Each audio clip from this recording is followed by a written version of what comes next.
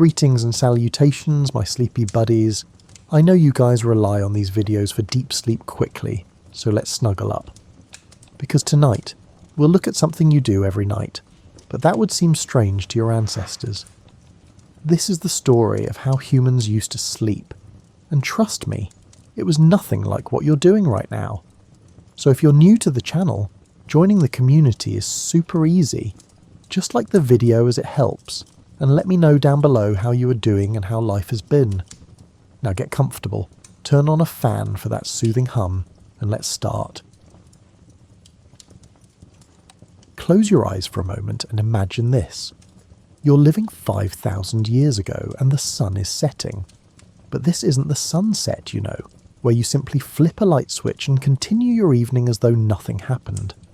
This sunset is changing everything. The world around you is transforming from a place of activity and relative safety into something else entirely. A realm of shadows, unknown sounds, and mysteries that your rational modern mind can barely comprehend. For ancient peoples, night wasn't just the absence of day. It was a completely separate dimension of existence, as different from daytime as water is from air. When darkness fell, you weren't just losing light. You were entering sacred territory, where the rules of ordinary life no longer fully applied. The ancient Egyptians believed that each sunset marked the beginning of Ra's perilous journey through the underworld. Your evening wasn't just about getting sleepy and tucking in. It was about witnessing a cosmic drama where the sun god battled chaos itself to ensure morning would come again. Imagine trying to fall asleep while genuinely worried that sunrise wasn't guaranteed. That night might actually win this time. In ancient Greece, night was personified as Nyx, a goddess so powerful that even Zeus, king of the gods, was said to avoid angering her. Night wasn't something you controlled with lamps and electronics. It was a force that controlled you, and you needed to approach it with the kind of respect you might reserve for a powerful but unpredictable neighbour. This relationship with darkness shaped everything about how ancient people prepared for sleep. You didn't just brush your teeth and set an alarm. You performed rituals, said prayers, arranged protective symbols, and essentially prepared for a journey into the unknown. Because that's what sleep was, a journey where your conscious self departed and something else took over. The Romans had a saying, in nocte consilium, which means the night brings counsel.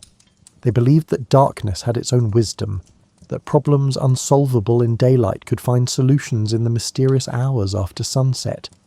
Your evening wasn't wasted time before the real day began. It was a valuable period when different kinds of thinking became possible. Ancient peoples understood something we've largely forgotten in our artificially lit world. Darkness does something to human consciousness. Without electric lights, your eyes would begin producing melatonin much earlier in the evening, triggered by the gradual dimming of natural light. Your body would start its shutdown sequence naturally, guided by the same rhythms that had governed human biology for hundreds of thousands of years. Picture yourself in a Bronze Age village as twilight deepens. The temperature drops noticeably. You can feel it on your skin like a gentle exhale from the earth itself. Birds shift from daytime songs to nighttime calls, their evening chorus marking the transition. Cooking fires around the settlement glow brighter as the ambient light fades, creating islands of warmth and safety in the gathering darkness. The sounds change too. Daytime noises, people working, animals moving, children playing, gradually give way to a different acoustic landscape. Night insects begin their rhythmic chirping, creating a natural white noise that's both comforting and slightly eerie. Somewhere in the distance, a dog barks, the sound carrying farther in the cooler, stiller air. Your sense of smell becomes more acute in the darkness. You notice the smoke from the fires more intensely, mixed with the scent of whatever was cooked for the evening meal. There's the earthy smell of the ground cooling, releasing the day's absorbed heat. If you're near water, you might detect the mineral scent of moisture rising as dew begins to form. Ancient peoples created elaborate threshold rituals to mark this transition from day to night. In many cultures, you would never go to sleep without some form of protection ritual. This wasn't superstition in the way we might dismiss it today. It was practical psychology. a way of creating mental security in a world that offered very little physical security once darkness fell. A Babylonian family might recite prayers to their household gods before sleeping, touching small clay figurines that represented divine protection. An ancient Celtic household would bank their fire carefully, believing that keeping a small flame alive through the night would ensure the family's continuity and protect against malevolent spirits. In ancient China, the evening routine involved specific attention to the directions.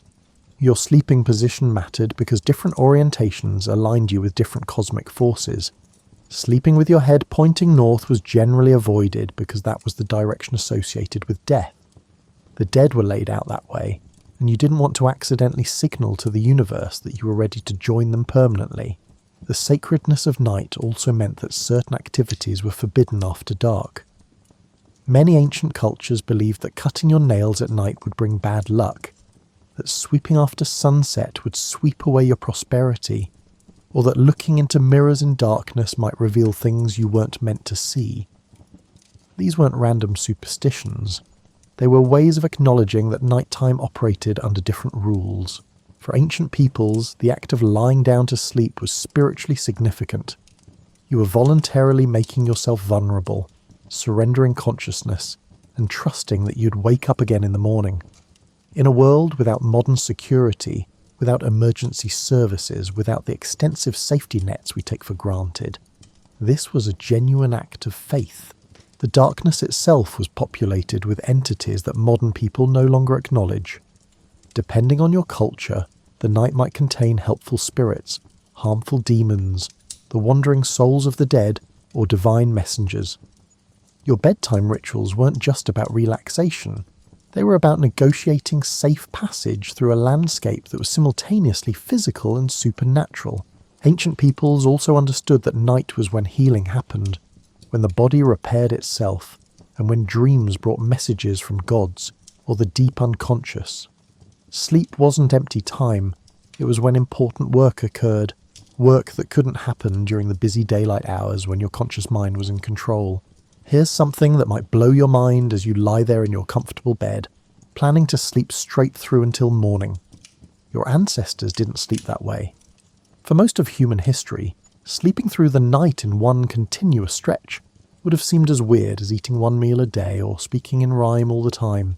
Welcome to the world of biphasic sleep, or as historians call it, first sleep and second sleep. This pattern was so universal across pre-industrial societies that it's almost certainly how humans naturally slept for thousands of years before electric lighting fundamentally rewired our relationship with darkness. Imagine your typical winter night in medieval Europe, though similar patterns existed in ancient Rome, medieval China, and virtually everywhere humans lived before industrialization.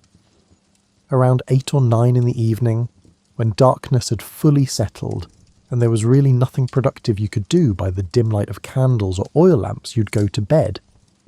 But you wouldn't call it going to bed for the night. You'd be starting your first sleep. You'd sleep deeply for about 4 hours, which would take you to around midnight or 1 in the morning. Then something natural and expected would happen. You'd wake up. But here's the crucial part. This wasn't insomnia. This wasn't a sleep disorder. This wasn't you doing something wrong. This was normal, anticipated, and even valued. The hours between first sleep and second sleep, usually lasting 1 to 2 hours, were considered special. These midnight hours had a particular quality, a liminal feeling that made them different from any other time of day. The world was at its quietest, its darkest, its most intimate. And ancient peoples used this time in ways that might surprise you.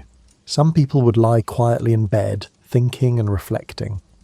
Historical records suggest this was considered an excellent time for contemplation, for processing the day's events, and for working through problems. Your mind was rested from the first sleep, but hadn't yet been pulled into the busyness of daytime consciousness. Medieval prayer books actually specified prayers meant to be said during these wakeful midnight hours. Others would engage in quiet activities. You might tend the fire, check on children, have a small snack, or visit the privy. Some people would use this time for intimate relations with their partners. Medical texts from the medieval period suggest this timing was considered particularly good for conception, as the body was rested but not yet depleted by a full night's sleep. In communities where people lived in close quarters, and that was most communities throughout history, these midnight hours might involve quiet conversations. Historical documents mention people visiting neighbours during these wakeful hours, knowing that others would also be awake between their two sleeps. It was like a secret society of night wakeful people, all observing a rhythm that felt as natural as breathing. The ancient Romans had a term, concubia nocte, which referred to the time when people go to bed, acknowledging that this was an extended process rather than a single moment. Their sleeping arrangements and social patterns suggest they, too, experienced this divided sleep, though they left fewer specific records about it than medieval Europeans did. What's fascinating is that when you look at descriptions of sleep from ancient and medieval sources, they almost always talk about sleeps, plural. After the first sleep appears in everything from Homer to medieval court documents. It wasn't a figure of speech. It was simply describing how sleep actually worked. This pattern makes biological sense when you understand human sleep architecture. In darkness, without artificial light suppressing melatonin production, your body produces this sleep hormone in two waves. The first wave creates sleepiness in the early evening, then there's a natural dip in the middle of the night. This is when ancient peoples would wake between sleeps. The second wave of melatonin would then carry you through your second sleep, until natural morning light suppressed melatonin production and you'd wake for the day. The end of biphasic sleep coincided with the introduction of street lighting and later domestic electric lighting. When you could extend the useful day beyond sunset, when you could read and work and socialise long after dark, the first sleep gradually shifted later and later. Eventually it merged with the second sleep into one continuous block. Within just a few generations, humans forgot that we'd ever slept any other way. But your body hasn't entirely forgotten. Ever wake up at 2 or 3 in the morning and lie there feeling alert? Not really tired, just awake. You might be experiencing the echo of this ancient pattern, your biology expecting you to be up for a while before returning to second sleep. Instead of treating this as insomnia and getting frustrated, ancient peoples would have simply accepted it, perhaps even welcomed it as quiet time for thought or intimacy. The quality of sleep in this pattern was apparently quite good. When researchers have studied people sleeping without artificial light, allowing their natural rhythms to emerge, they often spontaneously develop biphasic sleep and report feeling more rested, less groggy, and more mentally clear than they do with continuous sleep. Ancient peoples also noticed something interesting about dreams in this pattern. The dreams during first sleep often felt different from those during second sleep. First sleep dreams might be more about processing the day's events and working through immediate concerns. Second sleep dreams coming after the wakeful interlude often felt more vivid, more symbolic, and more like the kinds of dreams that carried meaning or messages. In some cultures, the time between sleeps was specifically devoted to dream interpretation. You might wake from first sleep, reflect on whatever you dreamed, perhaps discuss it quietly with your partner, and then return to second sleep with the dream's meaning as the last thing in your conscious mind before slipping back under. The practical aspects of biphasic sleep also suited pre-industrial life. Fires needed tending through the night. They were your heat source, your protection against predators, and your breakfast cooking method. Waking naturally in the middle of the night meant someone could add fuel to the fire without disrupting the group's sleep with deliberate watches or shifts. Security concerns also made the wakeful period useful. In a world without alarm systems or police forces, having a period when most adults naturally woke up meant better protection for sleeping communities. It's hard to sneak up on a village when half the population is lying quietly awake in the dark listening to the night sounds. Picture this. You've spent your entire day outdoors because that's where everything happens. Work, cooking, socialising. As evening approaches when it's time to sleep, would you really want to confine yourself to a dark, stuffy interior? For many ancient peoples, the answer was a resounding no. They slept outside under the sky in ways that might make your modern camping trip look overly complicated. In ancient Mesopotamia, during the brutal summer heat when temperatures could easily exceed 110 degrees Fahrenheit, wealthy city dwellers would carry their beds up to their flat rooftops as evening fell. This wasn't roughing it. This was practical climate control combined with cosmic entertainment. You'd lie there on your reed mat or wooden bed frame, looking up at stars so bright and numerous they seemed close enough to touch, while the day's heat gradually radiated from the rooftop beneath you, and whatever breeze existed could reach your cooling skin. The rooftop bedroom was a feature of urban design across the ancient Near East. Houses were specifically built with flat roofs strong enough to support sleeping families. These weren't emergency measures for unusually hot nights. They were primary sleeping locations for months at a time. You'd carry up your bedding at sunset, sleep through the relatively cooler night hours, and bring everything back down at dawn before the sun turned your rooftop into a skillet. Ancient Egyptians took outdoor sleeping even further. The wealthy might have sleeping porches or pavilions designed to catch the evening breeze from the Nile. These structures were essentially architectural solutions to the climate, with open sides allowing air circulation while protecting sleepers from the more intense sun during daytime hours when someone might want to nap. But even ordinary Egyptians often slept outdoors during warmer months. Your typical farmer or labourer might simply spread a mat on the ground outside their small home, using the house itself as a windbreak if needed. The earth beneath you would still be warm from the day's sun, creating a natural heated pad, while the open sky allowed body heat to dissipate. The sensory experience of sleeping outdoors in ancient times was entirely different from modern camping. There was no distant hum of highways, no airplane contrails overhead, and no light pollution washing out the stars. The darkness was profound, textured, and alive.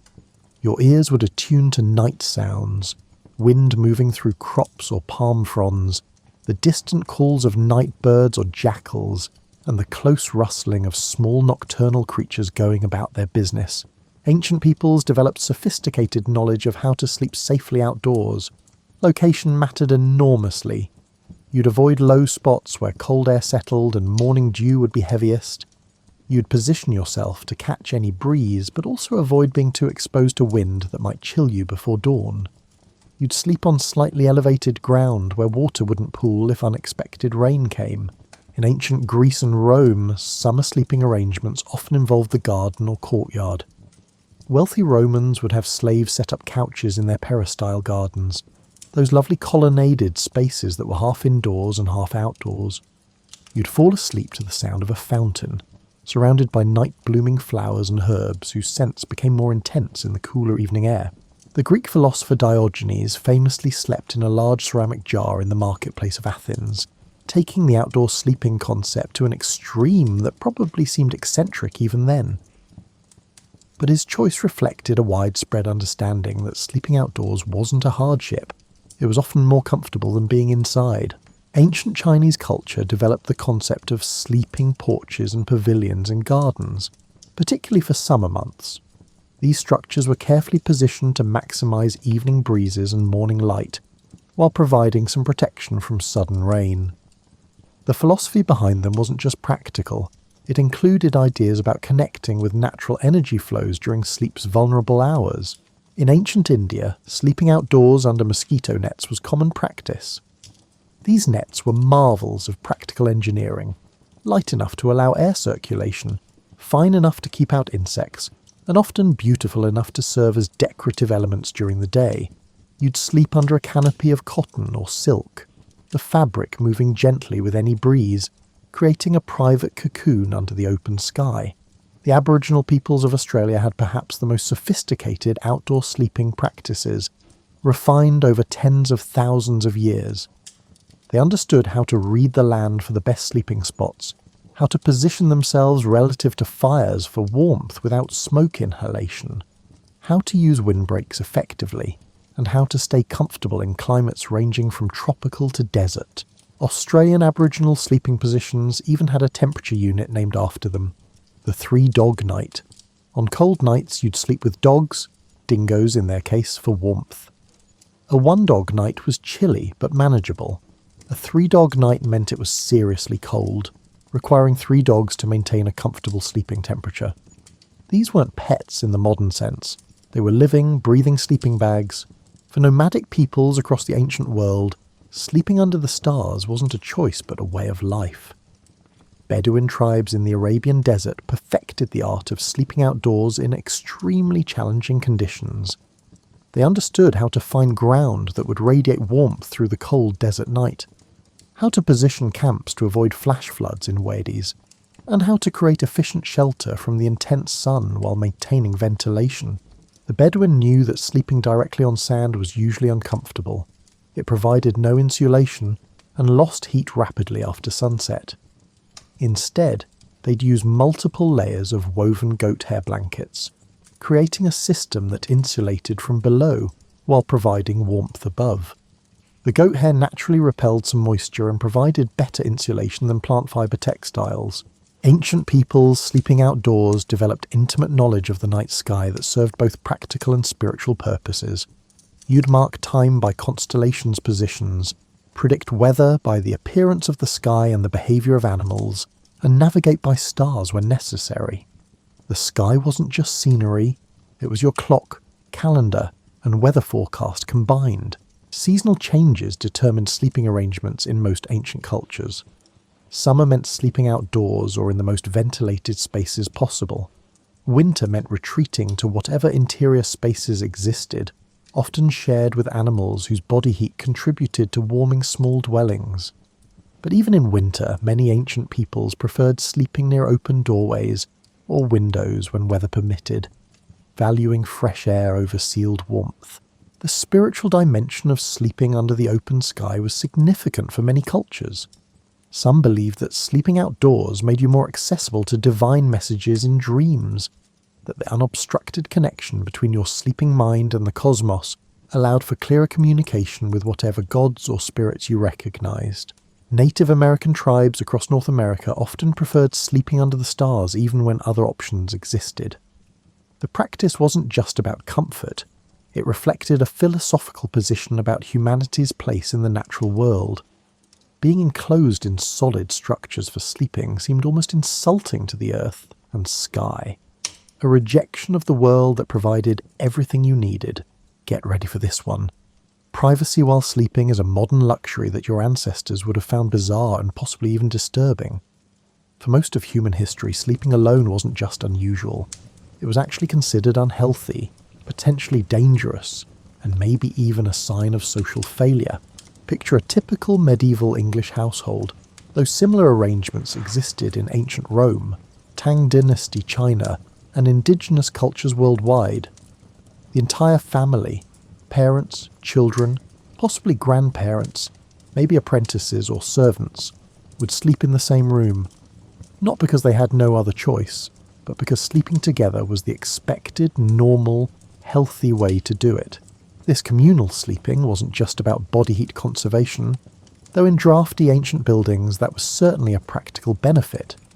It was about security, social bonding, and a fundamental understanding of human nature that we've largely abandoned in modern Western culture.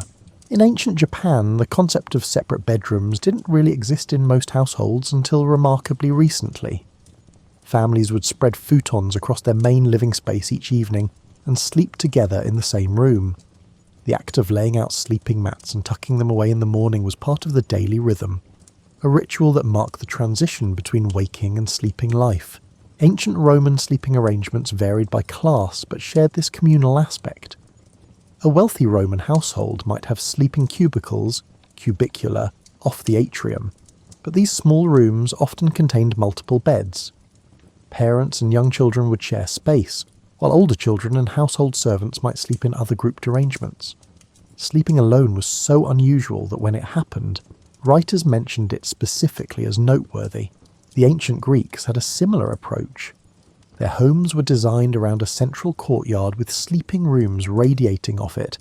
But privacy as we understand it, individual rooms for individual sleepers, wasn't the goal. The word alone in ancient Greek could carry connotations of exile or punishment.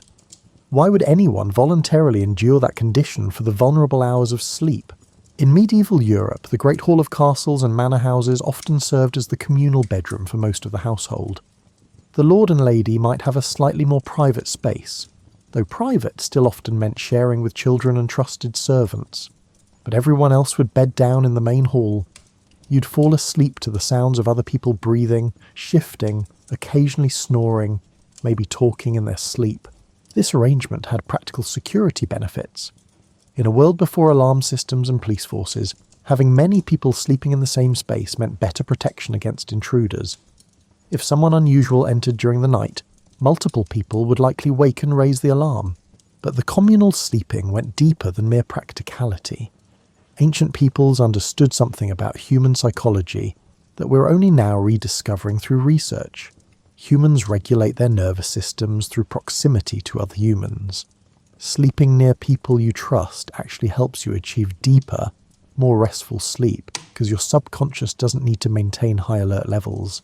Babies and young children slept with their parents as a matter of course in virtually all ancient cultures. The modern Western practice of putting infants in separate rooms would have struck ancient peoples as negligent, potentially cruel and dangerous. How could you protect your child, respond to their needs, or ensure they survived the night if they were in another room? The ancient practice of communal sleeping included elaborate social rules about positioning and hierarchy. In a Roman household, where you slept relative to others reflected your status. In a Japanese household, the specific location of each person's futon followed careful protocols. These weren't arbitrary rules, they were ways of maintaining social harmony even during the vulnerable hours of sleep. Medieval inns took communal sleeping to levels that would horrify modern travellers.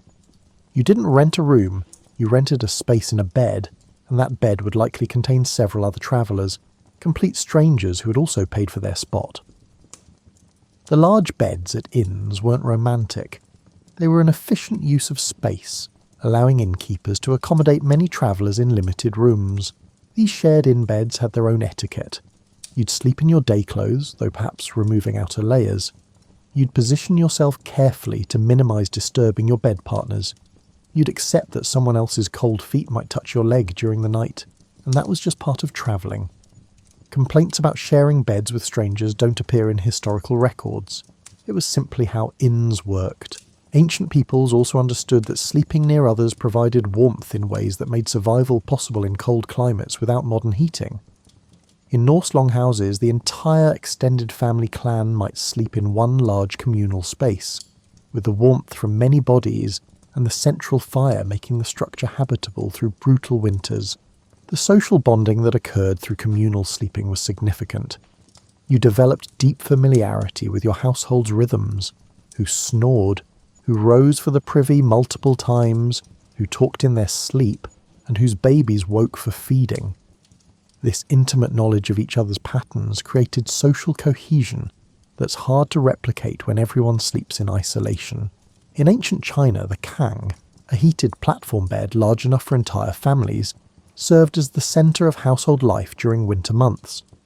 The family would sleep together on this warm surface, and during waking hours, it might serve as a workspace or dining surface.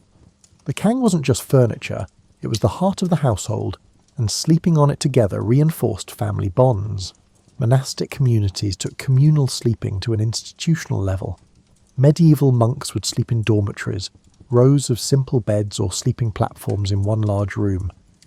This arrangement served religious purposes. It promoted humility, discouraged private vice, and created an atmosphere of communal spiritual discipline. But it also reflected the same deep human preference for sleeping in groups that existed in secular life. You might have a glass of water on your nightstand, maybe your phone charging, perhaps a book. Now imagine if your bedside was crowded with amulets, talismans, herbs, magical symbols, and various objects designed to protect you from the very specific dangers that lurked in the dark. Welcome to bedtime rituals across ancient cultures, where going to sleep was as much spiritual preparation as physical settling. Ancient Egyptians took nighttime protection seriously. A typical household might have small figurines of protective deities positioned around sleeping areas. Bes, a dwarf god with a lion's mane and a rather comical appearance, was particularly popular for bedroom protection. He looked fierce enough to scare off harmful spirits, but friendly enough that you wouldn't mind having him watch over you all night. These protective figures weren't mere decoration. Families would address them directly during evening rituals, essentially asking for security through the vulnerable night hours. You might touch the amulet while reciting a brief prayer or formula, creating a small ceremony that marked the transition from waking concern to sleeping trust. The ancient Romans had their lares, household protective spirits that watched over the family's well-being. Before sleep, you might leave a small offering at the lararium, the household shrine, perhaps a bit of food or a pinch of incense. This wasn't superstition. It was relationship maintenance with the supernatural forces that shared your home.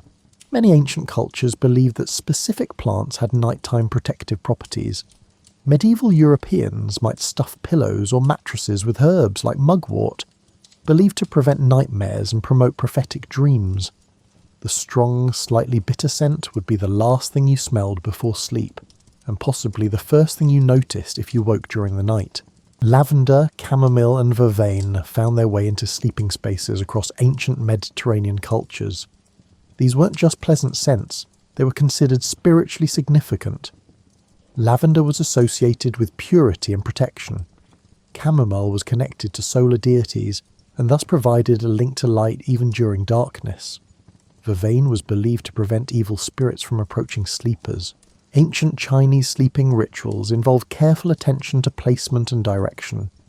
You might hang specific talismans on the wall facing your bed, images of protective deities, coins arranged in auspicious patterns, or written charms with prayers or formulas designed to ward off nightmare-bringing spirits. The bedroom became a carefully curated space where every object had a protective purpose. The placement of mirrors was particularly important in many cultures. Ancient peoples generally avoided having mirrors in sleeping areas, or if mirrors were present, they'd be covered at night. The reasoning varied. Some believed mirrors could trap souls, others thought they provided portways for spirits to enter the physical world, and still others worried that catching your reflection while in the vulnerable state between sleeping and waking could bring bad luck. In ancient India, the practice of placing sacred items near sleeping spaces was highly developed. You might have a small oil lamp burning through the night, not just for light, but as a symbolic presence of divine awareness. The flickering flame represented the eternal, unchanging reality, beyond the illusions of both waking and sleeping consciousness. Many ancient cultures prescribed specific prayers or recitations to be performed while lying down to sleep. These weren't quick mumbles, they were substantial verbal formulas that served multiple purposes. They calmed the mind, marked the transition to sleep, invoked protection, and sometimes asked for specific kinds of dreams or messages during the night. Ancient Mesopotamians used clay tablets inscribed with protective spells, positioned around sleeping areas to create a perimeter of safety. These tablets contained elaborate formulas addressing various nighttime dangers, demons of disease, spirits of chaos, and the ghosts of those who died untimely deaths and might be angry about it. Reading these tablets today, you realize how many specific threats ancient peoples worried about during sleep's vulnerability. The concept of the nightmare has much older roots than you might imagine, and the word itself reflects ancient belief systems. The mare part comes from a Proto-Germanic word for a spirit that sits on sleepers' chests, causing bad dreams and breathing difficulties. Various cultures had their own versions. The incubus in medieval European tradition, the liderk in Hungarian folklore, and the shaitan Layla in Arabic tradition. Protection against these nightmare spirits involved physical talismans worn during sleep. Ancient peoples might wear amulets strung on cords around their necks, special rings that featured protective symbols, or small bags of herbs and stones tucked under pillows or mattresses. These weren't just comforting superstitions, they were technologies of consciousness, tools that helped the sleeping mind feel secure enough to release into deep rest. The practice of placing iron near the bed was common across many ancient cultures, from Celtic Britain to ancient China. Iron was believed to repel or confuse malevolent spirits. You might find an iron horseshoe nailed above the bedroom entrance, iron nails driven into the bed frame, or small iron objects positioned at the corners of sleeping spaces. The metal itself was considered magically potent, its strength and durability translating into spiritual protective power. Ancient peoples also used sound for nighttime protection. Bells were particularly popular. Their clear tone was believed to disperse harmful entities. You might have small bells sewn into the hangings around your bed, positioned so that any movement of the fabric would create gentle chiming. The sound wouldn't necessarily wake you, but it would create an acoustic environment believed to be inhospitable to nightmare spirits. Salt appeared frequently in ancient sleeping rituals. A line of salt across the threshold of the sleeping room, salt scattered in the corners, or small bags of salt under the pillow. All these practices existed across diverse cultures. Salt's preservative properties made it symbolically powerful against decay and corruption, and this power extended to spiritual protection during sleep's vulnerability. Dreams themselves were so important to ancient cultures that inducing specific kinds of dreams became a major focus of bedtime rituals. If you wanted prophetic dreams, you might sleep with a piece of paper under your pillow on which you'd written a question for the gods. In ancient Greece, sick people would sleep in temples dedicated to Asclepius, the god of healing, hoping to receive cure instructions in their dreams. The practice of incubation, deliberately sleeping in sacred spaces to receive divine dreams, was formalized in many ancient cultures. You'd undergo purification rituals, make offerings, recite specific prayers, and then sleep in the temple precincts.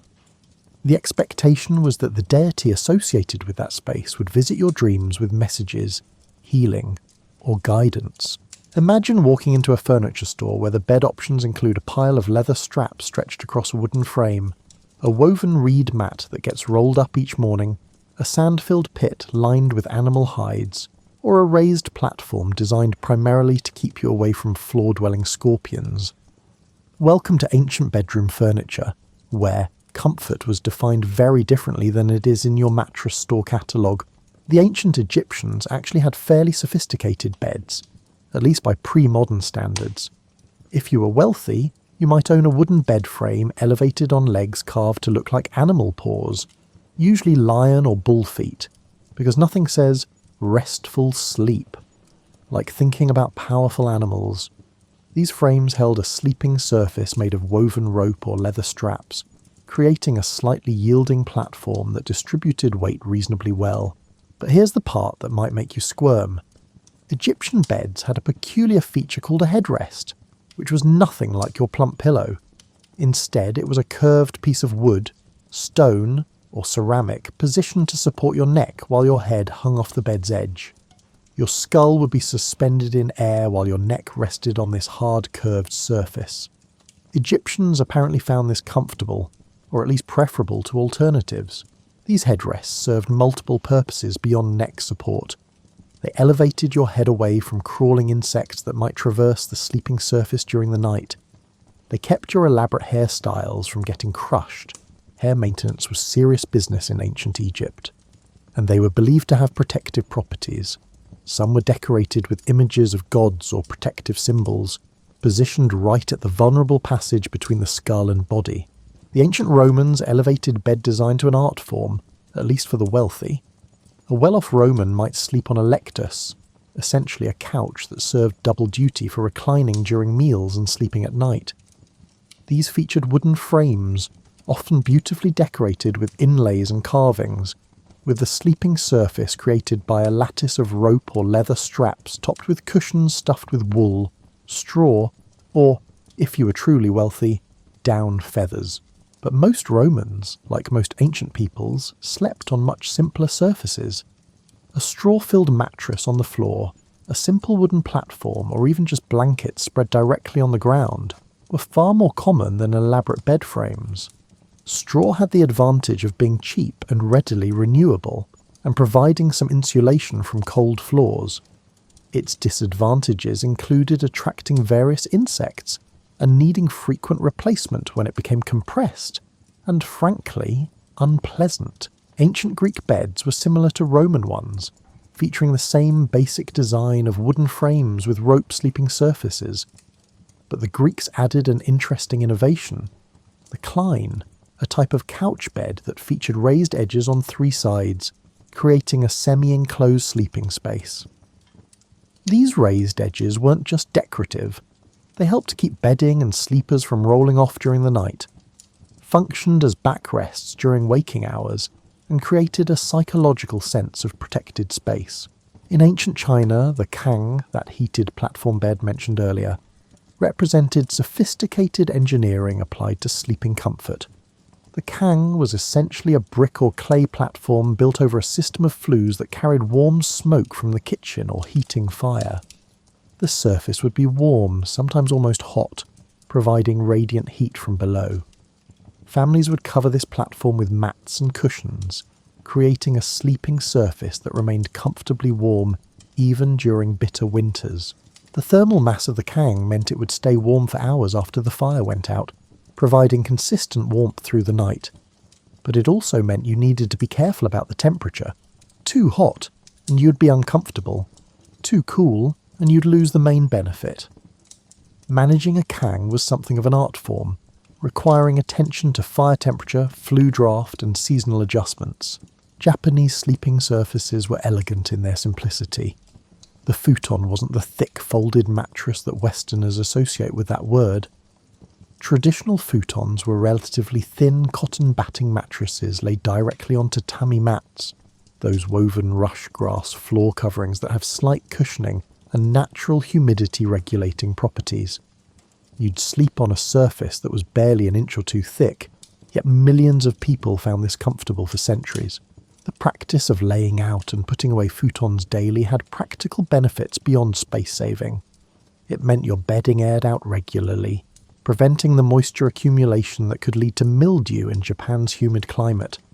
It meant examining your sleeping surface regularly for any issues, and it meant that sleeping wasn't something that happened in a separate dedicated room. It was an activity that temporarily transformed your living space. Viking sleeping arrangements combined practicality with communal living. In Norse longhouses, platforms along the walls served as multi-purpose surfaces, seating during the day and sleeping spots at night. These platforms were typically covered with furs and woven blankets. You'd burrow into layers of wool and animal hide, creating an insulated cocoon against the cold, while the central fire burned through the night. The quality of your sleeping furs reflected your status in Viking society. A wealthy chieftain might have bear furs or luxurious seal skins, while ordinary farmers may do with sheepskin or cowhide. But everyone understood the principle. Layers of material that trapped air provided insulation, and animal furs with their natural oils repelled some moisture while retaining warmth. Hammocks, developed by indigenous peoples in Central and South America, represent perhaps the most innovative sleeping surface in the ancient world. Woven from plant fibres or cotton, hammocks conformed to your body's shape, distributed weight evenly, kept you off the ground away from snakes and insects, and allowed air circulation that made them comfortable even in hot, humid climates. The hammock wasn't just a portable bed, it was a sophisticated understanding of ergonomics and climate adaptation. When European explorers encountered hammocks, they were impressed enough to adopt them for use on ships, where they proved ideal for cramped quarters and moving vessels. The gentle swaying motion that might seem disorienting to modern hammock novices was apparently something ancient peoples adapted to easily. Ancient Mesopotamian beds, based on archaeological evidence and artistic depictions, often featured very high frames that required steps or stools to climb into. This wasn't just status display, it was practical elevation above floor-level drafts, insects, and the dust that settled during the night. You'd essentially be sleeping on a platform several feet off the ground, with the psychological benefit of being literally above whatever crawled across floors in the darkness. The mattresses and bedding used on these elevated frames varied by wealth, but followed similar principles. Layers of textiles, wool, linen or cotton, depending on what was locally available, would be stacked to create cushioning. These layers could be adjusted seasonally, more layers for winter warmth, fewer for summer comfort. Ancient Indian beds, mentioned in texts like the Kama Sutra, could be quite elaborate affairs. A proper bed might have a wooden frame with ivory inlays, posts supporting a canopy to keep insects away, and mattresses stuffed with various materials depending on the season, cotton for summer, wool for winter. The canopy wasn't just practical, it created an intimate space within the larger room, a private realm where the outside world was temporarily suspended. In ancient Persia, the concept of sleeping in comfort reached remarkable heights among the wealthy. Beds might feature silk cushions, fine linen sheets, and elaborate hangings. But even ordinary Persians understood the basics. Sleeping surfaces should be slightly yielding, should provide insulation from ground cold, and should be high enough to discourage casual insect traffic. Bedding materials across ancient cultures reflected sophisticated understanding of textile properties. Linen was prized in hot climates for its coolness and moisture-wicking abilities. Wool was valued in colder regions for its insulating properties even when damp. Silk, where available, was treasured for its smooth texture and temperature-regulating qualities. The ancient practice of stuffing mattresses and cushions with various plant materials demonstrates remarkable knowledge of natural resources. Beyond obvious choices like straw and wool, ancient peoples used materials like dried grass, moss, leaves, and even seaweed. Each material had specific properties. Some lasted longer, some smelled better, some were softer, and some repelled insects more effectively. Flax, the plant used to make linen, also produced seeds that could be used as mattress stuffing. Flax seeds in a cloth sack created a rustling, shifting surface that conformed to body shape. Some ancient peoples believed sleeping on flaxseed promoted good health, though whether this had any basis beyond the placebo effect is unclear. Ancient peoples also understood the importance of bedding cleanliness. Though their standards and methods differed from ours, bedding would be aired regularly in sunlight, which naturally killed some bacteria and parasites. Textile coverings would be washed when possible. Though laundering large items like mattress covers was labour-intensive and couldn't be done frequently, the presence of bedbugs, fleas and other parasites was largely accepted as inevitable. Ancient peoples developed various strategies to minimise these pests. Certain herbs scattered in bedding supposedly repelled insects, regular replacement of organic stuffing materials, and occasionally more drastic measures like burning and replacing infested materials entirely. Bed frames themselves often incorporated design features meant to deter pests. Smooth surfaces gave insects fewer places to hide. Some ancient peoples would place the legs of beds in small dishes of water or oil, creating moats that crawling insects couldn't cross. Others used materials or finishes that insects supposedly disliked, though the effectiveness of these methods was probably limited. The concept of separate beds for married couples, now common in some cultures, would have seemed strange to most ancient peoples. Married couples slept together as a matter of course, often in beds barely large enough for two. This wasn't just about intimacy, it was about the fundamental understanding that sleeping together was normal, that sharing warmth and space was how humans naturally rested. Imagine a world without alarm clocks, not just turning off your phone's alarm. Imagine a world where the very concept of an artificial wake-up signal doesn't exist. Your internal clock, synchronized with natural light cycles, would be your alarm. The sun rising, birds beginning their morning chorus, the temperature shift as darkness gave way to day.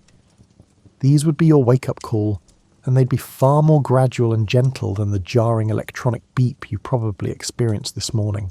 Ancient peoples woke with the dawn, not because they were particularly virtuous or ambitious, but because that's when melatonin production shut off in response to increasing light, and their bodies naturally transitioned from sleep to wakefulness. Without artificial lighting to extend the evening, they'd go to sleep much earlier than you do, so waking at dawn meant getting adequate sleep, not shortening it. The process of waking was itself quite different. Instead of an abrupt transition from unconsciousness to alarm-induced panic, ancient peoples would experience a gradual emergence into consciousness. The pre-dawn light would start registering through closed eyelids. The temperature would shift as the sun's first rays began warming the air. The sound environment would change as daytime animals and insects became active. This gradual awakening meant that people often drifted in and out of consciousness for a period before fully waking. You might become semi-aware of your surroundings, shift position, perhaps register the presence of other people stirring nearby, then drift back into light sleep before finally opening your eyes to the day.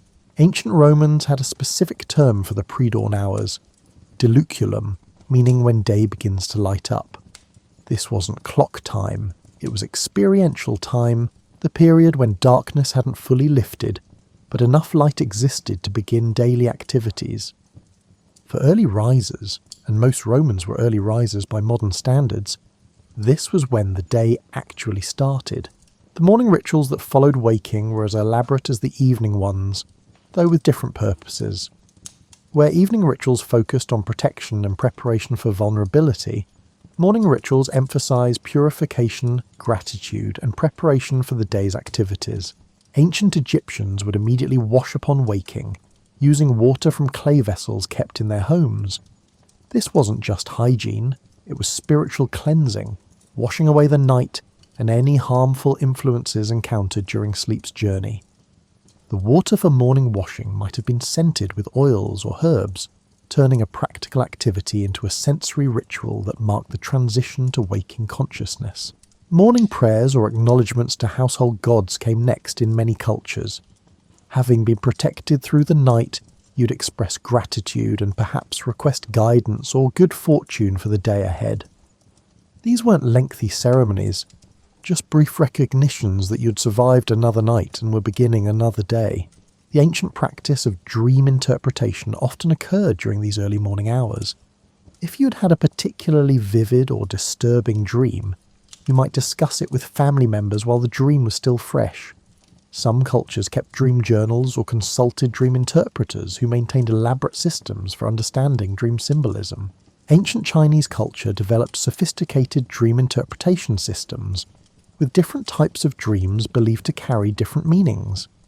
A dream during first sleep might be treated differently than a dream during second sleep. Dreams that occurred just before waking were considered particularly significant, as though the messages being conveyed needed to be immediately available to waking consciousness. Breakfast as we know it, a substantial meal eaten shortly after waking, didn't exist in many ancient cultures. Romans generally skipped morning food, or had only a small bite of bread. Their main meal came in the afternoon. This pattern makes sense when you consider that ancient peoples might have had a light snack during the wakeful period between first and second sleep, meaning they weren't waking from as long a fast as modern breakfast suggests. However, morning drinks were important across many cultures. Ancient peoples would drink water, sometimes flavoured with herbs or diluted wine. These morning beverages served practical purposes, rehydration after the night, but also ritual purposes, a first taste that marked the transition from sleeping to waking state. The social aspects of morning in communal living situations meant that waking up involved immediately re-engaging with your household. There was no private morning routine in a separate bedroom, no time to gradually caffeinate in isolation. You'd wake to find others already stirring, and you'd all navigate the transition from sleep to wakefulness as a group. Children waking in ancient households would be integrated into the morning routine immediately. There was no concept of letting children sleep in, or shielding them from early morning activities. From young ages, children participated in morning chores and rituals, learning the rhythms of daily life through immersion. Ancient peoples also had to deal with the practical consequences of sleep. Bedding needed to be aired or put away, sleeping spaces needed to be converted to daytime use, and night soil needed to be disposed of. These morning chores weren't optional extras. They were essential parts of daily life that everyone participated in. The morning light itself had significance beyond mere visibility. Ancient cultures generally believed that morning light carried special properties, that the first rays of sun held power that dissipated as the day progressed. Some people made a point of exposing themselves to early morning sunlight, standing in doorways or windows to let the dawnlight fall on their skin. This practice had biological validity that ancient peoples couldn't have understood in modern terms. Morning light exposure helps reset your circadian rhythm, suppresses lingering melatonin, and triggers cortisol production that helps you feel alert. Ancient peoples knew empirically that greeting the dawn made you feel better, even if they attributed this to spiritual rather than biochemical mechanisms. Seasonal variations in sunrise meant that morning occurred at quite different clock times throughout the year. Ancient peoples adjusted their schedules naturally with these changes. Summer might mean waking very early by modern standards. Winter might mean sleeping later. This flexible relationship with time, governed by natural light rather than arbitrary clock conventions, kept ancient peoples more synchronized with natural rhythms. The morning sounds of ancient communities would have been remarkably different from modern morning commutes. Instead of traffic and alarm clocks, you'd hear roosters crowing, animals being let out of nighttime enclosures, the first sounds of cooking fires being kindled, water being drawn from wells, and people greeting neighbours as they emerged into the new day. Morning was also when dreams would fade from memory in most people, though particularly vivid dreams might linger. Ancient peoples who wanted to remember their dreams would speak them aloud immediately upon waking, telling them to companions or repeating them to themselves. This practice of dream-telling helped preserve the dream content and also serve social functions. As dream sharing was often a way of maintaining intimate bonds, the physical sensation of waking in ancient sleeping arrangements, on surfaces harder than modern mattresses, in rooms without climate control, possibly with morning dew on your face if you'd slept outdoors, would have been quite different from modern waking. Your body would be stiff from the night's rest, needing movement and stretching to limber up.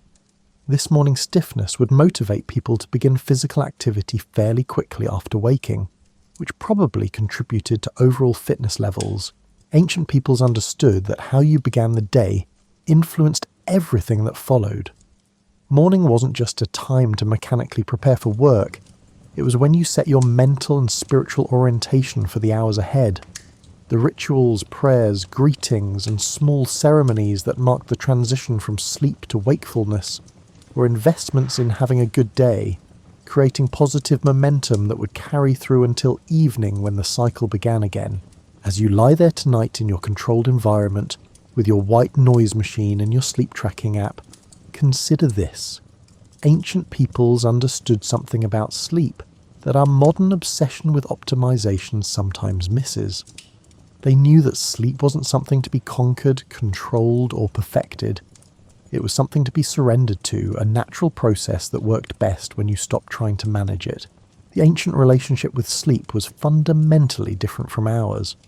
Sleep wasn't a problem to solve or a resource to optimize.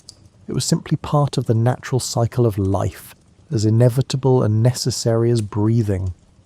You didn't worry about whether you were getting the right kind of sleep or achieving optimal REM percentages. You slept when darkness fell, woke when light returned, and trusted that your body knew what it needed. This trust in natural processes extended to dealing with sleep difficulties. If you couldn't sleep, you didn't panic about it. You'd lie quietly, thinking, perhaps doing the contemplative work that the period between first and second sleep was meant for. The understanding was that your body would eventually sleep when it truly needed to, and forcing it was counterproductive. Ancient peoples also recognized that sleep needs varied by season. Winter sleep was longer and deeper, matching the extended darkness. Summer sleep was lighter and shorter, aligning with brief nights. This seasonal variation in sleep patterns is something modern society largely ignores, expecting consistent sleep duration year-round, despite living at latitudes where day length varies dramatically. The quality of darkness also affected ancient sleep in ways we rarely experience. True darkness, the kind that exists miles from any artificial light source, produces a depth of visual blackness that most modern people never encounter. In this profound darkness, your eyes would fully adapt, your pupils dilating to their maximum, and you'd perceive subtle variations in darkness that would be invisible in light-polluted modern environments. This quality of darkness did something to human consciousness. Without any light stimuli, your brain would fully commit to nighttime neurochemistry. Melatonin production would be robust and sustained. The transition between waking and sleeping consciousness would be smoother, less jarring. Sleep itself would be deeper in its deep phases and more complete in its cycles. Ancient peoples experienced weather during sleep in ways modern people don't. Rain on a thatched roof, wind moving through the sleeping space, temperature drops during the night. All these would register in sleeping consciousness, creating a continuous thread of awareness connecting sleeper to environment. You were never completely isolated from the natural world, even during sleep's deepest phases. This ongoing connection to the environment meant that ancient peoples developed sophisticated unconscious awareness of nighttime conditions. You'd wake if wind shifted to a direction that might bring rain into your sleeping space. You'd stir if the temperature dropped enough to require pulling up additional covering. You'd register unusual sounds that might signal danger without fully waking. This vigilance was the price of sleeping in less protected environments, but it also kept you integrated with natural rhythms. The social dimension of sleep also created different patterns of consciousness. Sleeping near other people meant your sleeping mind was tracking their presence, their breathing rhythms and their movements. This wasn't exactly awareness. You weren't conscious of it, but it created a baseline of social connection that continued through sleep. Humans are social animals, and having that social presence during vulnerability may have been deeply comforting at levels below conscious recognition. Ancient peoples had elaborate folklore about sleep and its liminal states. The hypnagogic period, that transitional state between waking and sleeping, was recognized as a special kind of consciousness where visions might appear, where the boundary between inner and outer worlds became porous. Some cultures deliberately cultivated this state for divination or creative inspiration. Similarly, the hypnopompic period, the transition from sleep to waking, was considered significant. Messages received in this state, visions seen or thoughts arising might be treated as particularly important, representing the last communications from the dreaming mind before waking consciousness reasserted control. Sleep paralysis, that unsettling experience where you wake but can't move, was universally recognized and explained through various cultural frameworks. Whether seen as visits from spirits, attacks by demons, or natural physiological events, ancient peoples had ways of understanding and coping with these experiences. The cultural explanations might seem superstitious to modern minds, but they served important psychological functions, giving people frameworks for processing frightening experiences. The ancient understanding of sleep also included recognition that some people naturally needed more sleep than others, that sleep patterns varied across life stages, and that temporary sleep disruptions usually resolved themselves without intervention. This wisdom, that sleep is inherently variable and self-regulating, is something modern sleep science has essentially rediscovered. Ancient peoples also recognized the connection between physical activity and sleep quality. Their daily lives involved far more physical labour than most modern occupations require. This natural exhaustion produced good sleep as a simple consequence of bodies needing recovery. The modern epidemic of sleep problems correlates with sedentary lifestyles in ways that ancient peoples never experienced, because their lives demanded physical engagement. The absence of caffeine in most ancient cultures, tea and coffee came later, meant that people's natural sleep-wake rhythms weren't disrupted by stimulants. You'd feel sleepy when your body said it was time to sleep, without artificial alertness from afternoon coffee interfering with natural drowsiness. Your circadian rhythm would operate cleanly, undisturbed by chemical interventions. Ancient peoples also benefited from the absence of blue light exposure in the hours before sleep. Every light source they used, fires, oil lamps, candles, emitted warm, reddish light that didn't suppress melatonin production the way modern screens do. The evening hours would see the natural ramping up of sleep hormones, uninterrupted by the biological alarm signals that blue light sends to the brain. As you prepare to sleep tonight surrounded by modern conveniences that would have seemed miraculous to ancient peoples, you might wonder which approach to sleep is actually better. The honest answer is complicated. Modern life has brought enormous benefits. Climate control, protection from predators and disease vectors, comfortable mattresses, and the ability to sleep securely even when living alone. These aren't trivial advantages, but ancient sleep patterns also offered benefits we've lost.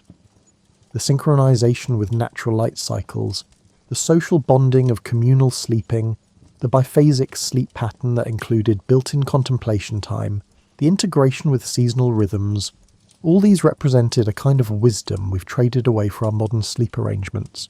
Perhaps the real lesson isn't that ancient sleep was better or worse than modern sleep, but that sleep is deeply influenced by culture, environment, and expectations. Ancient peoples didn't have worse sleep because their mattresses were lumpy and their rooms were cold. They had different sleep, adapted to different circumstances and serving different needs. Your ancestors would find your sleeping arrangements as strange as you find theirs. A room all to yourself, a mattress so soft it might swallow you. Complete darkness achieved through room-darkening shades. Temperature control to the degree. To them this would seem like sleeping in an isolation chamber, cut off from human connection, natural rhythms, and the protective presence of family and household. But they'd probably also appreciate aspects of modern sleep. Not having to worry about predators or intruders would be a relief. Sleeping on a surface that doesn't hurt your back would be welcome. Having sufficient blankets to stay warm all night would be luxurious. Being able to sleep past dawn if you wanted to would seem like incredible freedom.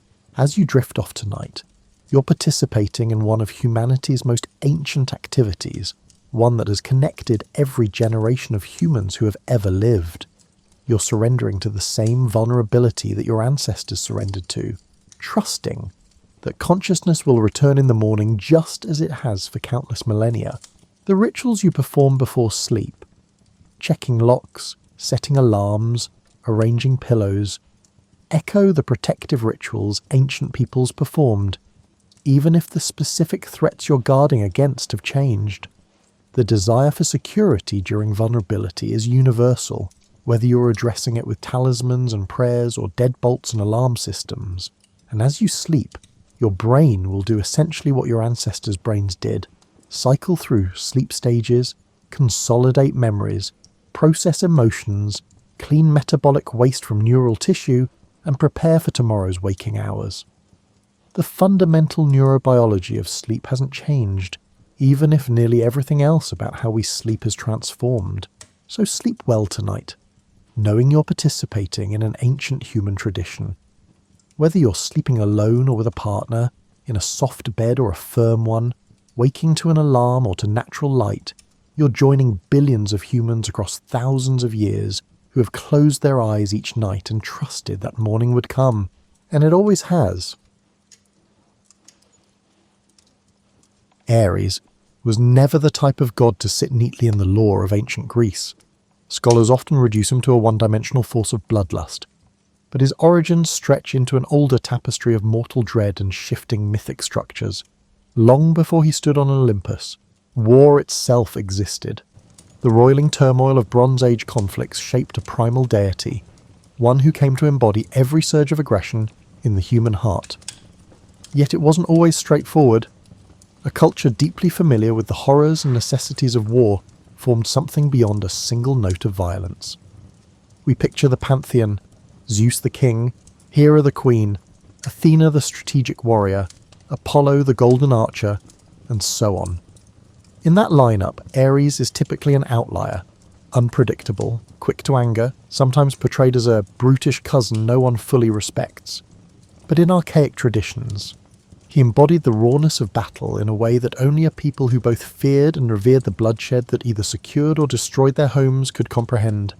No harvest could be protected without swords, no city walls stood firm without warriors, and no spoils of victory existed without devastating defeats. Ares was the embodiment of that paradox, the proud figure who could inspire men to both valiantly defend their families and commit unspeakable atrocities. In these early conceptions, Ares was not simply a cartoon of unbridled cruelty. There's evidence that some city-states elevated him as a symbol of gritty valour. The Spartans, for instance, admired many aspects of martial prowess, though Athena's strategic cunning often overshadowed his more direct approach to conflict. Even so, it was Ares who symbolised the adrenaline and terror that overcame a battlefield moments before the first spear was thrown. He embodied the unadulterated strength of battle, a force as ancient as the clash of bronze weapons against wooden shields. Homer's epics cast a particular light on him, but even within the Iliad, his presence can be contradictory. One moment he's yelping from a wound inflicted by Athena, the next he's levelling entire phalanxes. This spectrum illustrates the capricious nature of war itself, ephemeral victories, devastating losses, and the hollowness that can follow even the most triumphant campaign. In many ways, Ares represented the chaos that no general's plan could fully tame. It's important to note that ancient worshippers were not naive about the price of war. Bloodshed came at a high cost. Temples dedicated to Ares were fewer compared to Athena's, indicating a cultural ambivalence. While Athena's tactical brilliance was easier to appreciate, Ares demanded acceptance of the darkest aspects of war. In desperation, people might invoke him, pleading for the strength to defend their homes and hearts. Yet they also prayed for protection from his fury, aware that uncontrolled combat risked swallowing both winners and losers alike. Between regional variants, Ares took on local traits. In some areas, he was worshipped as Enyalios, linked to the ear-splitting battle cries that preluded skirmishes. Other localities invoked him in rituals involving the binding of war's spirits, trying to keep violent impulses at bay.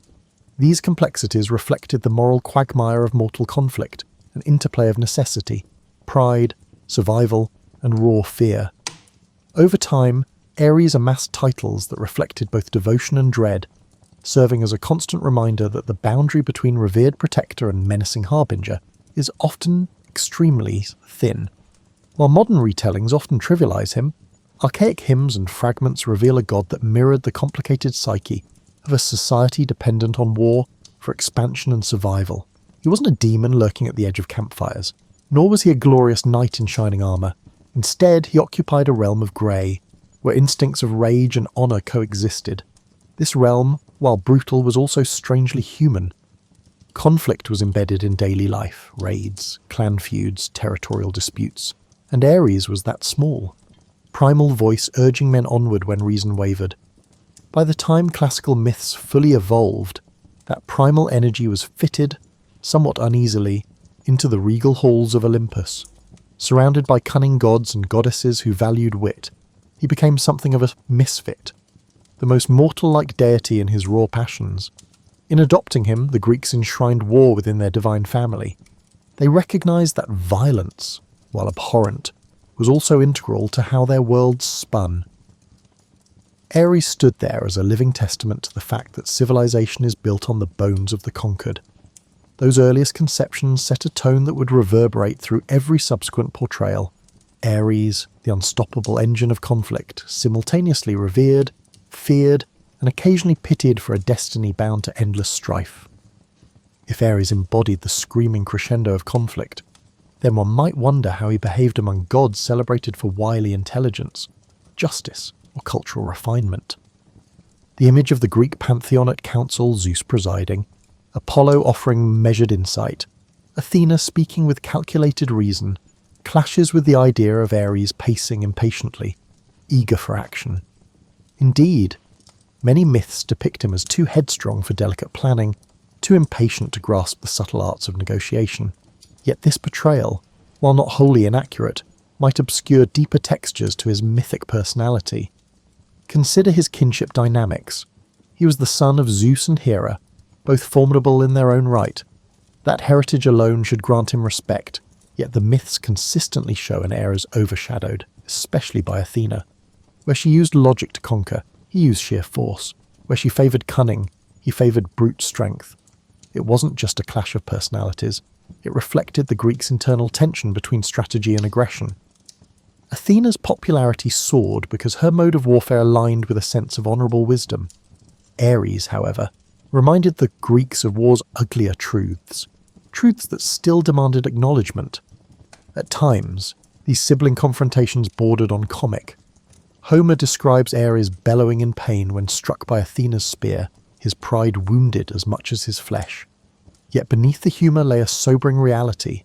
No matter how often cunning triumphs, there remains a force that neither wit nor reason can fully placate. In the cosmic scheme, Ares symbolised the unstoppable wave of violence that occasionally crashed through even the most fortified cities. He might lose a battle here or there, but conflict itself never truly vanished. Gods like Apollo or Hermes approached him carefully. They perceived him as a ferocious storm, both beneficial and hazardous to provoke. Hera, equally temperamental, maintained a complicated relationship with her son. Alternating between chastisement and support, depending on her shifting alliances, Zeus, for all his might, sometimes expressed exasperation with Ares, calling him a pariah among the gods. The Thunderer accepted war as part of the cosmic order, even though it resented Olympus's civilized ambitions. In some accounts, Ares' relationships extended beyond family feuds. His union with Aphrodite remains one of the more intriguing pairings in mythology. The goddess of love, entwined with the god of war, often appears as a paradox. How can tenderness and aggression coexist? Yet their mythic affair echoes a universal truth. Passion and conflict can be intertwined aspects of human experience. War spurs impulses of possession, protection, and desire, while love can incite jealousies fierce enough to spark conflict. Aphrodite's involvement with Ares isn't just a sensational rumour about the gods' personal lives. It symbolises how love and war, seemingly at odds, intertwine in human affairs. Furthermore, Ares' offspring with Aphrodite and other partners reflect different shades of struggle. Some myths speak of Deimos, terror, and Phobos, fear, as his children, manifestations of the dread that precedes any battle. Others hint at Harmonia, harmony, a curious byproduct of love and war merging. This dichotomy reveals that for all his destructive tendencies, Ares participated in generating forces that could unify people. If only they learned to harness conflict's lessons, a battlefield can unite comrades as powerfully as it drives them to oppose an enemy. Outside these grand narratives, certain cult practices suggest that not every devotee saw Ares as irredeemably brutish. In some Greek regions, modest shrines were dedicated to him, places where warriors offered thanks for survival or supplicated for courage. While his worship never equaled Athena's broad acclaim, it served a ritual function in communal life. Soldiers recognized that, for all the talk of strategy, once spears flew and blood spattered the earth, raw fighting spirit might decide who lived and died. They turned to Ares for that final push. His image was not static. The city of Thebes once honoured him, linking him to its legendary founder. Arcadian villages performed complex rites blending fertility with battle lust. Through these examples, we glimpse how local traditions interpreted him not just as a mindless brute, but as a necessary power. War was seldom glorified, yet the Greeks knew that ignoring its presence was folly. Thus, Ares moved through their myths, never quite loved, never entirely shunned, an essential if uncomfortable relative at Olympus's table. Over time, as Greek culture embraced philosophies exalting reason and order, Ares' impulsive nature stood out even more. Yet he endured, unchanged in essence, reminding gods and mortals alike that conflict is sometimes an unavoidable part of existence.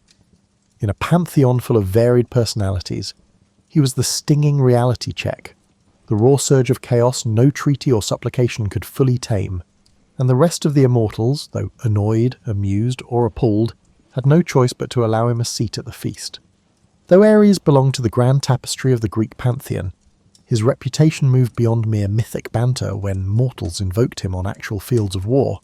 One of the most significant stages for such invocations was the long, grueling conflict of the Trojan War. This monumental clash blurred the boundaries between myth and history, as gods intervened in and out of mortal affairs. On those plains, Ares found himself embroiled in a drama where battles were fought not just for territory, but for the glory of reputations, and occasionally at the whims of meddling deities. In the Trojan War narratives, Ares was not a distant observer. He appeared directly on the battlefield, siding first with one army then the other, reflecting the chaotic nature of real warfare. Mortals pray for advantage, but war itself can pivot on a random arrow or a single emotional outburst. Ares represented that fickle momentum. One moment, he'd empower Trojan warriors. The next, he'd be seen clashing fiercely against them if the cosmic tides shifted. Homer's Iliad underscores how terrifying it was for mortals to witness Ares in his full war god fury. Armies might have boasted skilled generals and heroic champions, but none could remain truly fearless before a literal incarnation of bloodshed. Whenever he charged onto the field, the ground seemed to tremble. This gesture was more than poetic flourish. It symbolized how the mere prospect of unstoppable violence could unnerve even seasoned veterans. Yet, Ares was not invincible. The Iliad records moments where Athena tricked or outmaneuvered him. She caused him to take a spear to the side, leading him to howl in pain and retreat to Olympus for healing. Such scenes reveal an essential dichotomy. War can be overwhelming, but cunning can wound brute force. In that sense, Ares embodied war's brutality, while Athena stood for strategy's triumph. The Trojan War's shifting alliances laid bare the uneasy truth that raw power alone doesn't guarantee victory. The war also highlighted that Ares was not universally beloved. Even his father, Zeus, scolded him for reckless meddling. Trojans and Achaeans alike found themselves cautious about calling on him. Indeed, his influence could be significant, yet his participation carried a cost. Unbridled violence has no favourites. It consumes everything in its path. In focusing on the Trojan War, we see that Ares' presence on the battlefield, while potent, came with a sense of looming catastrophe. Some Trojan War side stories cast Ares in more personal conflicts. Legend says that he intervened when one of his mortal sons joined the fray, or that he shed tears of rage when certain Trojan champions fell. These smaller tales highlight a surprising capacity for paternal grief, though overshadowed by his broader persona of carnage. They remind us that he was not an indifferent cosmic machine, but a god shaped by relationships, pride, and the complexities that come from seeing mortals engage in the art of killing, an art he himself personified. Conversely, certain Greek heroes believed that if they fought valiantly enough, Ares would grant them a special ferocity. A handful of them, hopped up on the adrenaline of battle, claimed to feel him surging in their veins. Yet in the Iliad's bigger picture, such touches were fleeting, overshadowed by the stories of how Athena guided heroes to more lasting triumph. In these tales, Ares remained a paradoxical force, both unstoppable and vulnerable to setbacks when faced with cunning or divine retribution. Outside the epic's main narrative, later poets added layers, some praising Ares for upholding an aspect of heroic masculinity, while others condemned him as the root of humanity's darkest impulses. The Trojan War amplified both those perspectives. On one hand, it needed his presence to stir armies and keep the frenzy alive. On the other, it was a testament to war's destructive nature, leaving a trail of burned cities, grieving widows, and shattered dynasties. In short, the Trojan War stories brought Ares down from the distant halls of Olympus and thrust him into the grit of mortal existence. His involvement illustrated the raw power that can't be fully contained or directed, the impetus behind every destructive charge. As watchers and participants, ancient audiences saw that war was not just a concept but a living presence. Ares' actions offered a cautionary tale. Tapping into unbridled aggression can be a quick path to fleeting victories and catastrophic loss. Even among gods, war remains an unpredictable companion, and nowhere was that more apparent than on the bloody fields of Troy. Outside the epic swirl of Trojan battlefields, Ares' narrative also intersects with tales of passion, fatherhood, and the everyday churn of mortal life. His most famous love affair with Aphrodite, goddess of love and beauty, exemplifies how war can become entwined with desire. However, it was more than just a tale of romance between diametrically opposed forces. The childlike notion that love and war are opposites misses how deeply they interact. Ares and Aphrodite's bond revealed how conflict and attraction both simmer under mortal consciousness, driving individuals toward acts of devotion or destruction. Their liaison birthed multiple offspring, each embodying a particular face of war's emotional heft. Deimos, terror, and Phobos, fear, are the most famous, personifying the dread that grips soldiers before a charge. However, less renowned figures also emerged from Ares' line, Eros, in some versions, and Harmonia, indicating that out of conflict could come forms of unity or even love, albeit rarely. The ancient poets debated these genealogies, but they consistently underscored a central idea: the energies fueling war are not wholly divorced from those that spark affection or loyalty. Despite that, Ares was seldom depicted as a doting father. Epic conflicts and divine feuds overshadowed his paternal role. Some small myths, however, suggest moments of personal attachment. One tells of him avenging the death of a daughter by slaying her murderer. Another recounts him raging against a rival who dared insult his lineage. In these glimpses, we see that war's fury might also be a twisted expression of care, a readiness to destroy anyone threatening those under one's protection. In mortal eyes, such stories played out in real life. Soldiers, spurred by love for family, might descend into savage violence to defend them. Ares' fatherly instincts mirrored that fundamental human contradiction. People kill to protect what they cherish. As savage as that seems, it's an undeniable element of human conflict across centuries. In raising his spear for those he loved, Ares exposed a strain of loyalty overshadowed by more sensational accounts of his ferocity. Meanwhile, everyday worship of Ares remained measured. Very few large temples honoured him, but smaller cultic practices sprang up in city-estates contending with frequent warfare. Soldiers might sacrifice animals or lay symbolic weapons on makeshift altars, hoping to appease a god who could lend them ferocity or spare them from it. While Athens and Sparta revered Athena's strategic mind, individual warriors sometimes felt a more visceral connection to Ares' raw impetus. He believed that war drums and conflict chants were sacred, inspiring a trance-like fervour in combatants. Some historians argue that these rituals were psychologically vital, building unity before battle. In Greek culture, rousing songs and rhythmic marches might have invoked the presence of Ares, galvanizing hearts against fear.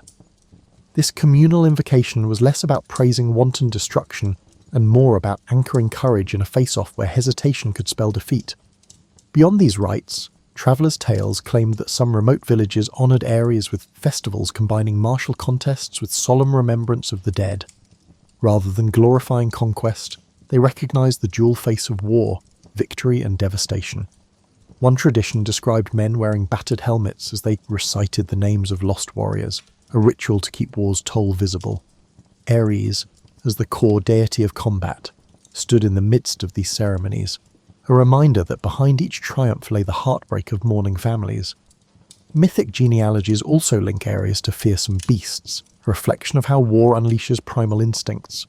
Wolves, vultures, and other scavengers were said to be under his domain, just as they often feasted on battlefields. In some stories, he even assumed the form of a monstrous boar or a phantom huntsman, intent on causing chaos. These metamorphoses illustrated how conflict can reduce humanity to a pack of territorial predators, fighting over resources and pride. Thus, while popular imagination frames Ares as a brute lusting for carnage, the fuller tapestry is more nuanced. He intersects with love, stands as a father, fosters communal rituals, and even emerges as a punisher of injustice when it aligns with his personal vendettas. Yet none of this fully negates his central nature, a living representation of war's capacity to enthrall, unite, destroy and protect. The contradictions run deep, reflecting the human psyche's capacity for both nurturing affection and ruthless violence. Therefore, Ares' story not only depicts ancient conflicts, but also represents every heart that has ever been torn between the embrace of love and the call of aggression. When Greek culture eventually interfaced with Rome, many gods found themselves reinterpreted under new names and contexts. Ares became Mars, but the Romans gave this war deity a different flavour, less of the raw carnage and more of the disciplined soldier. Despite the transformation, echoes of the original Ares persisted, reflecting the ways in which mythic figures adapt to the cultural needs of conquering powers. Mars became a city protector for Romans due to his power and order. Rome's legions prided themselves on strategy, discipline, and loyalty to the state. This emphasis on structure contrasted with the more chaotic Greek view of Ares. Yet behind the Roman veneer of organisation, the essence of warfare remained the same. Swords still drew blood, conquest still spawned grief, and fear soared as armies marched. In adopting Mars, Rome validated the necessity of war in building an empire, turning it into a civilizing force rather than a purely destructive one. Still, aspects of Ares bled through. Roman temples to Mars, while more prominent than Greek shrines to Ares, included rituals acknowledging the grim realities of combat. Soldiers prayed for victory but also recognized the sacrifice demanded by war. Boot camp drills, strict codes of behaviour, and elaborate triumphs for victorious generals illustrated the discipline that Rome grafted onto the older Greek model of conflict. Ares might have found it strange to see war so rigidly choreographed, but the underlying violence would feel familiar. Interestingly, Roman myth weaves Mars into the founding tale of Romulus and Remus, the city's legendary twin founders. This paternal link underscores how war, in Roman eyes, could also create worlds, not just destroy them. Ares' Greek narratives included fatherhood as well, but the Romans were bolder in presenting Mars as a generative force behind empire building. The maniacal edge was toned down, the fervour to conquer remained. Over time, Roman expansion carried Mars's worship from the British Isles to the deserts of Africa. Armies marched under his banner, carrying an icon that blended Ares' ancient fury with Roman efficiency. In legion camps, shrines to Mars often appeared near training grounds, reinforcing the close bond between the soldier's routine and the deity's domain. It was a stark reminder that no matter how advanced Roman engineering or governance became, it still relied on the martial spirit to maintain its vast territory. Nevertheless, the more civilized Mars, while overshadowing Ares in official propaganda, still harboured that kernel of merciless aggression. Soldiers who faced barbarian raids or harsh frontier wars sometimes abandoned the polished veneer of discipline. Accounts exist of punitive massacres and scorched earth tactics, revealing that beneath the Roman sense of order lay the same primal savagery known to the Greeks. Ares' original unpredictability surfaced whenever the flames of war grew uncontainable. Cultural shifts during the late Empire period further complicated these distinctions. As Christianity spread, official reverence for the old pantheon waned. Mars's temples fell into the partial disuse or were rebranded, and the empire itself began to crack under external pressures. Conflicts raged along borders, revealing that even centuries of martial tradition could not stave off decline. Wars that once served expansion became desperate acts of defence, draining the treasury and morale. The figure of Mars receded, but the essence of war endured, echoing Ares' timeless reality that bloodshed never truly fades from human affairs. Later historians and scholars drew connections between Ares and Mars, picking apart how the latter was nobler. But at heart they remained facets of the same concept: conflict personified. Roman society placed a practical gloss on it, but could not mask the brutality embedded in conquest. The war gods soared high in ceremonies, while legionaries spilled blood on the distant fields.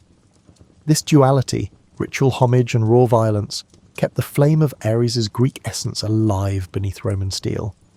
In modern scholarship, some paint Mars as a sanitized reflection of Ares, while others insist that the difference is cosmetic.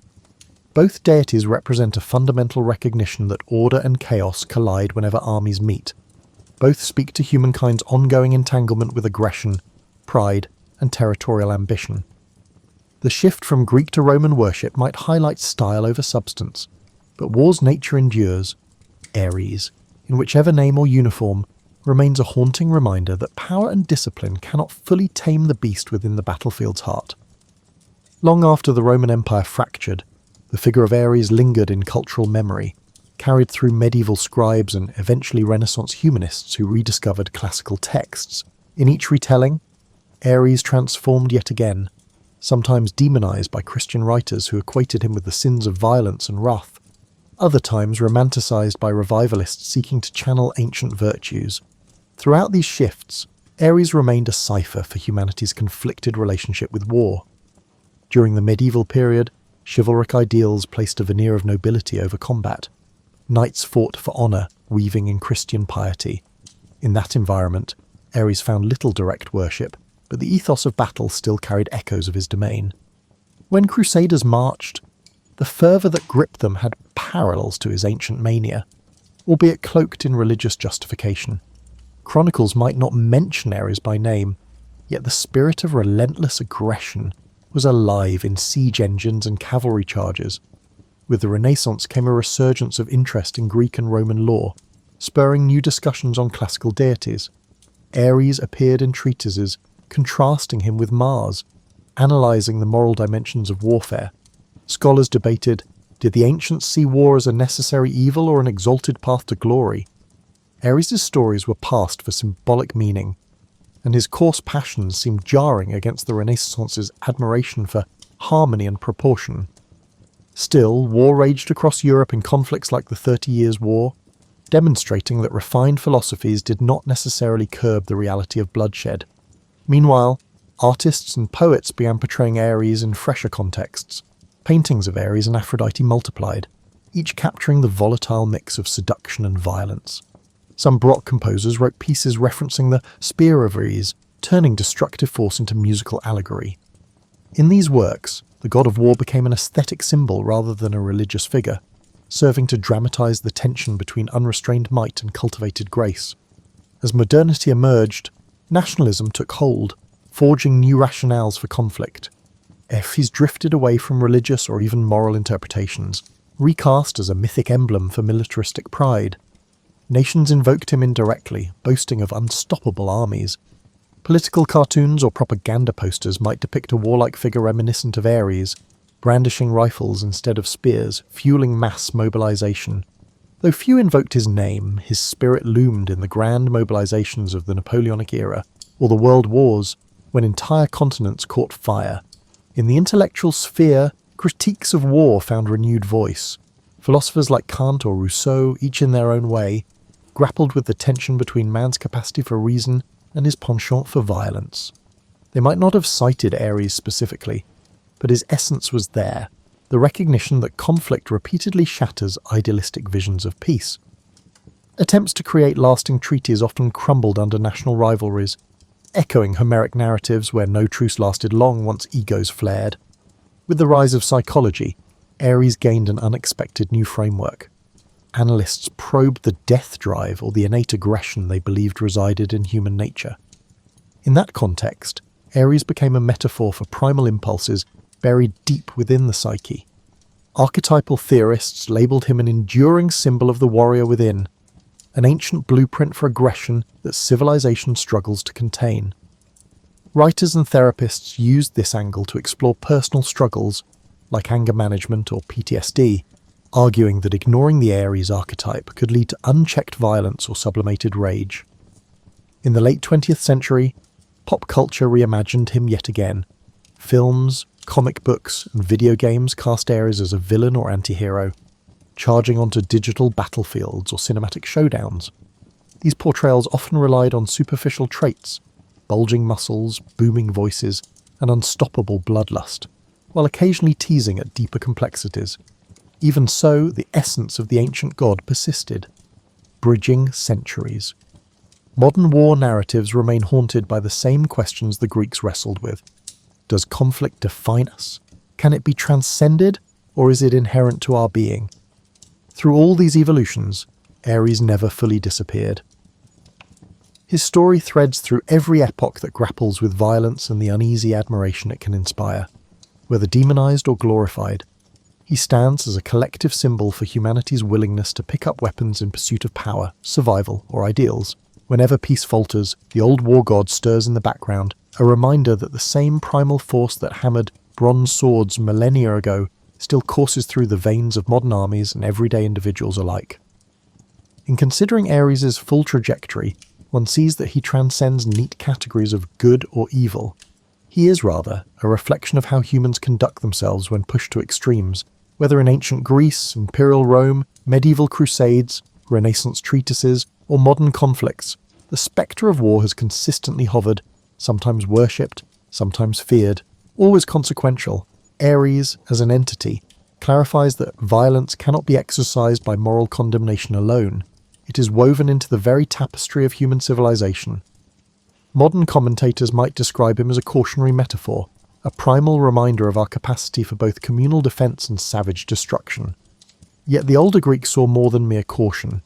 They recognized war as a fundamental element of fate, unstoppable and often necessary.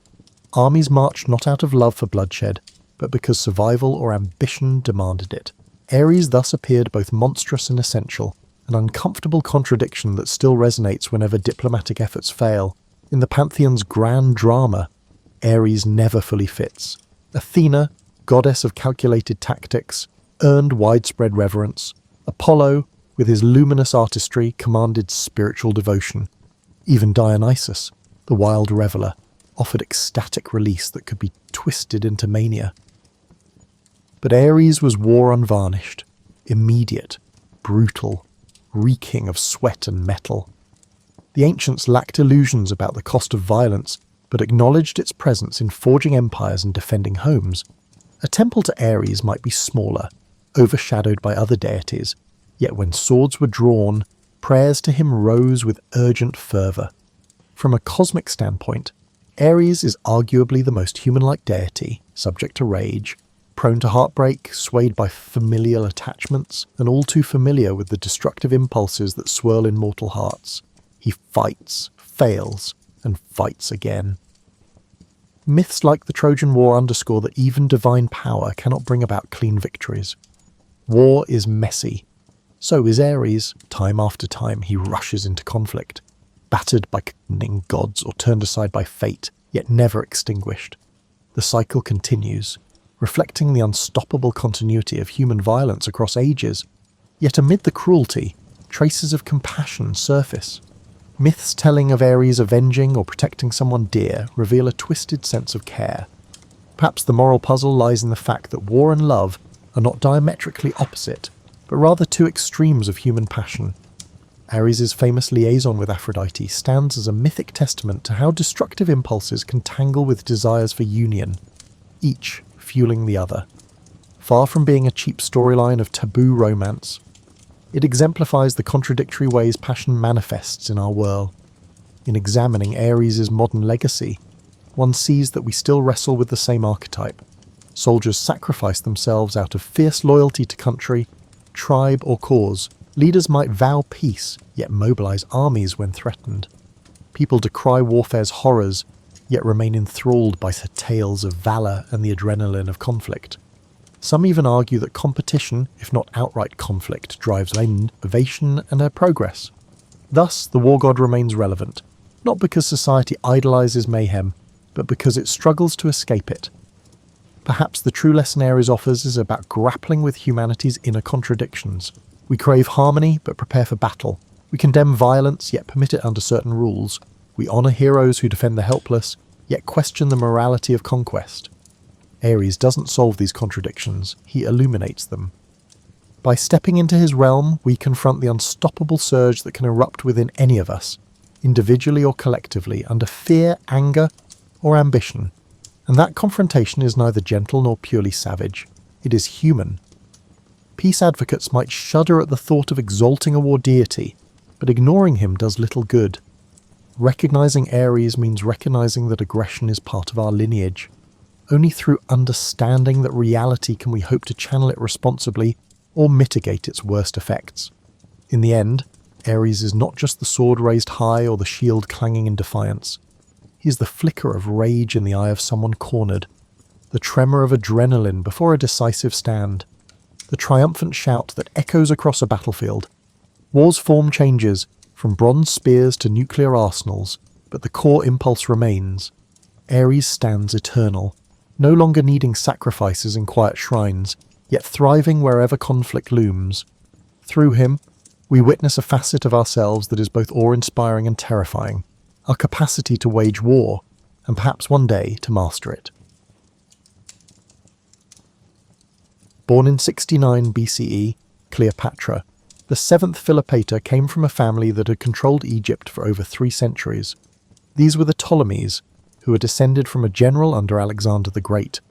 The Ptolemaic Empire was a peculiar hybrid by the time Cleopatra was born, a Greek-speaking monarchy situated atop a deeply Egyptian terrain. The dynasty itself was plagued by family feuds, political assassinations, and tense truces with growing Roman authority, despite the capital, Alexandria, being a global centre of scholarship. Tradition frequently portrays Cleopatra as a captivating queen who captivated influential men. However, that portrayal disregards her extensive education, linguistic proficiency, and strategic savvy. She pursued studies in philosophy, astronomy, medicine, and mathematics in the renowned Library of Alexandria. Cleopatra was raised in a society that demanded royals demonstrate their abilities, as each prospective heir faced the risk of being outwitted by cunning family members. In a court notorious for backstabbing, mental acuity was just as important to survival as birthright. For a large portion of his rule, her father, Ptolemy XII Orleans, had to balance local unrest with Roman favour. Despite the Ptolemies' claims to divine heritage, Roman power actually loomed big. To gain Roman political support, athletes paid hefty prices, which put Egypt's finances in jeopardy. As she observed these discussions, Cleopatra learned early on that money could purchase allies but could never ensure true respect. She also saw how quickly a monarch may lose their position of authority if they made a mistake that alienated those in charge. When Cleopatra was a little girl, she travelled to Rome with Auletes on diplomatic missions and saw a civilization on the verge of enormous growth. She watched the Senate's operations there as well as the moves of powerful people like Julius Caesar and Pompey. She had a first-hand insight from these experiences that few Egyptian royals had ever experienced. Cleopatra's route to the Egyptian throne was uncertain. To maintain the unity of the bloodline, Ptolemaic law encouraged sibling marriage partnerships, and her father had other children. An ancient Macedonian custom that the Ptolemies had taken to extremes, this behaviour was startling to modern ears. As a result, Cleopatra's destiny was intertwined with her brothers, one of whom would, at least in theory, share power with her. Everyone knew that a puppet sibling could be used to overthrow a more ambitious relative, and the tension in the royal family was evident. History frequently reduces Cleopatra to an exotic character who courted Roman rulers, but she was developing her diplomatic abilities from an early age. She acquired multilingual skills, in addition to Greek. She reportedly knew Aramaic, Ethiopian, and probably Hebrew well as an Egyptian, which most of her Ptolemaic predecessors never tried to master. She was able to avoid having her comments misinterpreted by interpreters by speaking to courtiers, merchants, and foreign envoys in their own tongues.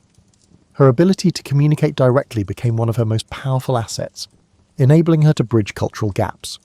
The domestic politics of Egypt were very complicated. As they had done for thousands of years, priesthoods held considerable power. Careful supervision was required of the irrigation system. Grain shipments fueled the kingdom's economy by feeding both Egyptians and international markets. Cleopatra was aware of the fragility underlying the opulence of the court spectacles. In ancient times, grain was valuable, and managing the Nile's resources meant managing the money needed to survive. To keep the Roman bankers happy, the priests placated, and the crop steady, a wise ruler was required. However, when her father passed away in 51 BCE, Cleopatra was still a young woman. She and her younger brother, Ptolemy XIII, were designated as joint rulers in the will. This arrangement was less about true balance and more about ceremonial tradition. Groups in the court tried to influence the young boy king against his sister very immediately. Cleopatra had to decide whether to submit to these power struggles or to stand up for herself at the risk of starting a civil war. Cleopatra's early life prepared her for her eventual decisive actions, even though most people only recall her later involvements with Mark Antony and Julius Caesar. Her background, learning at the library, observing Roman politics, and negotiating a contentious court, formed the foundation of her strategic perspective. She was adamant that ambitious Romans should not use Egypt as a prize or a province. Although the road ahead was dangerous, Cleopatra had been well prepared by her upbringing. She wasn't a passive character. She was already planning ahead and prepared to play a political chess game that would decide her kingdom's destiny. Cleopatra, who was 18 at the time of Ptolemy XII's death, found herself sharing the kingdom with her brother, Ptolemy XIII, who was only 10 or 11 years old at the time. Although they were classified as equals in their official titles, Cleopatra was aware of the covert power structures in the royal court. The young king's advisors saw an opportunity to marginalise her by portraying her as an intrusive sister who posed a danger to the boy's legitimate authority. Political scheming by a flurry of courtiers, including the powerful regent Pothinus and a general by the name of Achilles, soon compelled Cleopatra to leave Alexandria. Cleopatra was sent into exile because she would not concede defeat. Instead of disappearing into obscurity, she gathered a small troop and set up camp east of the Nile Delta to wait. She made appeals to border troops who were devoted to her father's legacy, merchants who were upset over the mayhem in Alexandria, and local allies. Cleopatra closely monitored Rome's internal conflicts during this period. Caesar's previous ally, the Roman general Gnaeus Pompey, was now losing a civil war against his erstwhile comrade. The Alexandrian court made the tragic choice to have Pompey killed when he landed in Egypt in search of resources and safety. The killing was likely done to appease Julius Caesar, who was pursuing Pompey. However, the results of this heinous deed were not what they had hoped for. Caesar personally landed in Alexandria in the fall of 48 BCE. A stable monarchy, or at least a compliant administration that would pay for his wartime expenses, was what he hoped to discover. Instead, he found himself in a country that was embroiled in a fraternal war, with Ptolemy XIII's camp fighting for control of the city and Cleopatra in exile. Caesar was apparently horrified to learn of Pompey's assassination, since he had planned to capture Pompey rather than have him killed by outsiders. Seeing her chance, Cleopatra came up with a bold scheme to meet Caesar in private and make her case. According to legend, to get past Ptolemy's guards, Cleopatra planned to be smuggled into the palace rolled up in a carpet or bag.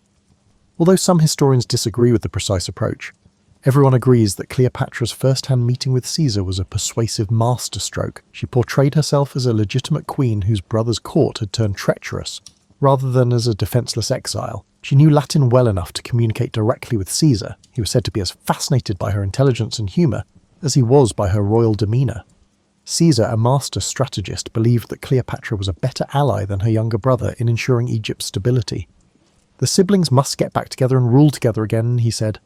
The councillors to Ptolemy XIII refused to obey because they felt their authority was in jeopardy. As tensions increased, the Alexandrian War broke out.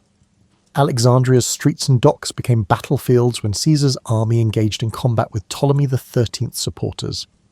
Although reports differ on the extent and timing of the destruction, the renowned library itself may have sustained some damage during this fight. Cleopatra remained calm in the face of chaos. She collaborated closely with Caesar, providing local intelligence and resources. She understood that while she required Caesar's help, she also possessed power, because Caesar wanted a stable monarchy, and control over Egypt's grain supply was vital to Rome. They eventually routed Ptolemy XIII's army. While attempting to escape, he himself perished in the Nile. To maintain the illusion of a dynastic tradition, Cleopatra's younger brother, Ptolemy XIV, was appointed as a nominal co-ruler. However, Cleopatra held the real power. After the civil war was done, Cleopatra sided with Caesar and, according to many, fell in love with him. Caesarion, the child they would eventually have, symbolized the marriage of Egyptian ancestry with Roman ambition. Nevertheless, Cleopatra never saw herself as a simple consort. Her goal was to bring her kingdom back to life while juggling Roman interests and preserving some degree of autonomy. She lavished Caesar with hospitality, throwing lavish feasts that could only be supported by the Nile's wealth. Beneath these extravagant outbursts, however, she engaged in painstaking negotiations to secure her rule's continuation after Caesar's inevitable departure. Alexandria had been returned to Cleopatra at the end of this turbulent time. She was no longer the helpless fugitive. Instead, she had become Egypt's undisputed monarch, albeit one who was closely associated with Roman authority.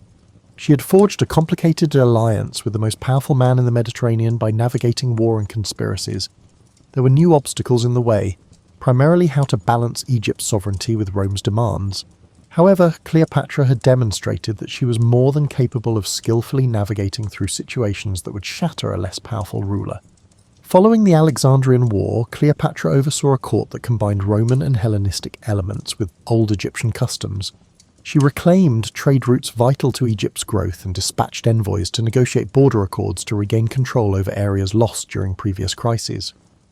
Beyond politics, Cleopatra prioritized cultural patronage.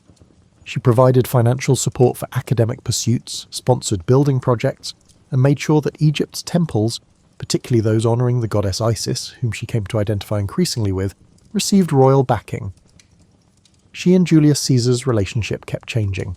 Caesar, attracted by Cleopatra's companionship as well as political motives, stayed in Egypt longer than many Roman senators thought was wise. Their well-known Nile cruise, which was later romanticized, served two strategic purposes. Caesar learned about the area's resources and fortifications firsthand, while Cleopatra demonstrated the size of her dominion. Though some Alexandrians questioned the expenditure, Cleopatra recognized the importance of spectacle and heard tales of sumptuous feasts on royal boats. She wanted the Egyptians and Romans to understand that the Ptolemaic throne had not lost its majesty in a time when the ability to dazzle was frequently used to gauge one's level of authority. Caesar and Cleopatra, however, were unable to deny Rome's restlessness. After defeating Pompey's allies, Caesar solidified his hold on power, and his status as dictator was both admirable and vulnerable. He brought Cleopatra back to Rome in 46 BCE, but not as a simple concubine. She successfully positioned herself on the Roman stage by arriving with her retinue, which included the baby Caesarion. Conservative Romans, who disapproved of her alien status and her alleged aspirations, were scandalized by this. Caesar gave Cleopatra a privileged position that no other foreign ruler had, however, by letting her remain at a villa across the Tiber. Within the city's political circles, rumours circulated that Caesar may declare himself king and Cleopatra his queen, a notion that was unappealing to Romans who had vivid memories of overthrowing monarchs centuries before. Both xenophobic animosity and curiosity were stoked by Cleopatra's appearance, her attire, and her entourage of Egyptian courtiers. In the meantime, she researched the tribunes, the Senate, and the network of patronage that connected aristocratic families in Rome. She realised how shaky Rome's acceptance of her was.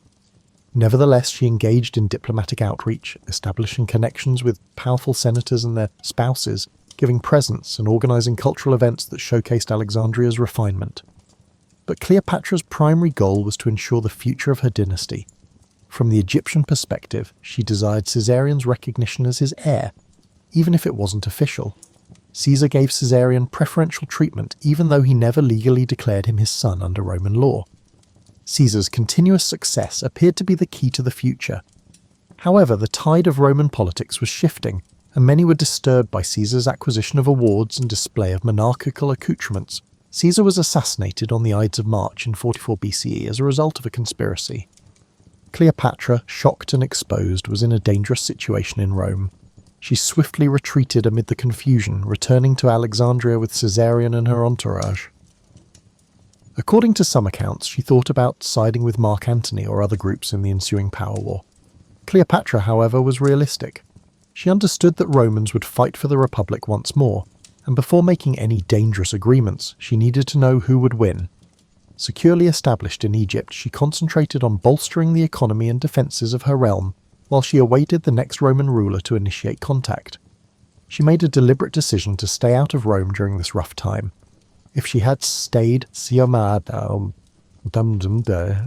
one side or the other might have exploited her as a pawn. Rather, she withdrew to a world in which she was truly in charge. She developed an image of herself at home as a conventional pharaoh in addition to being a Hellenistic queen.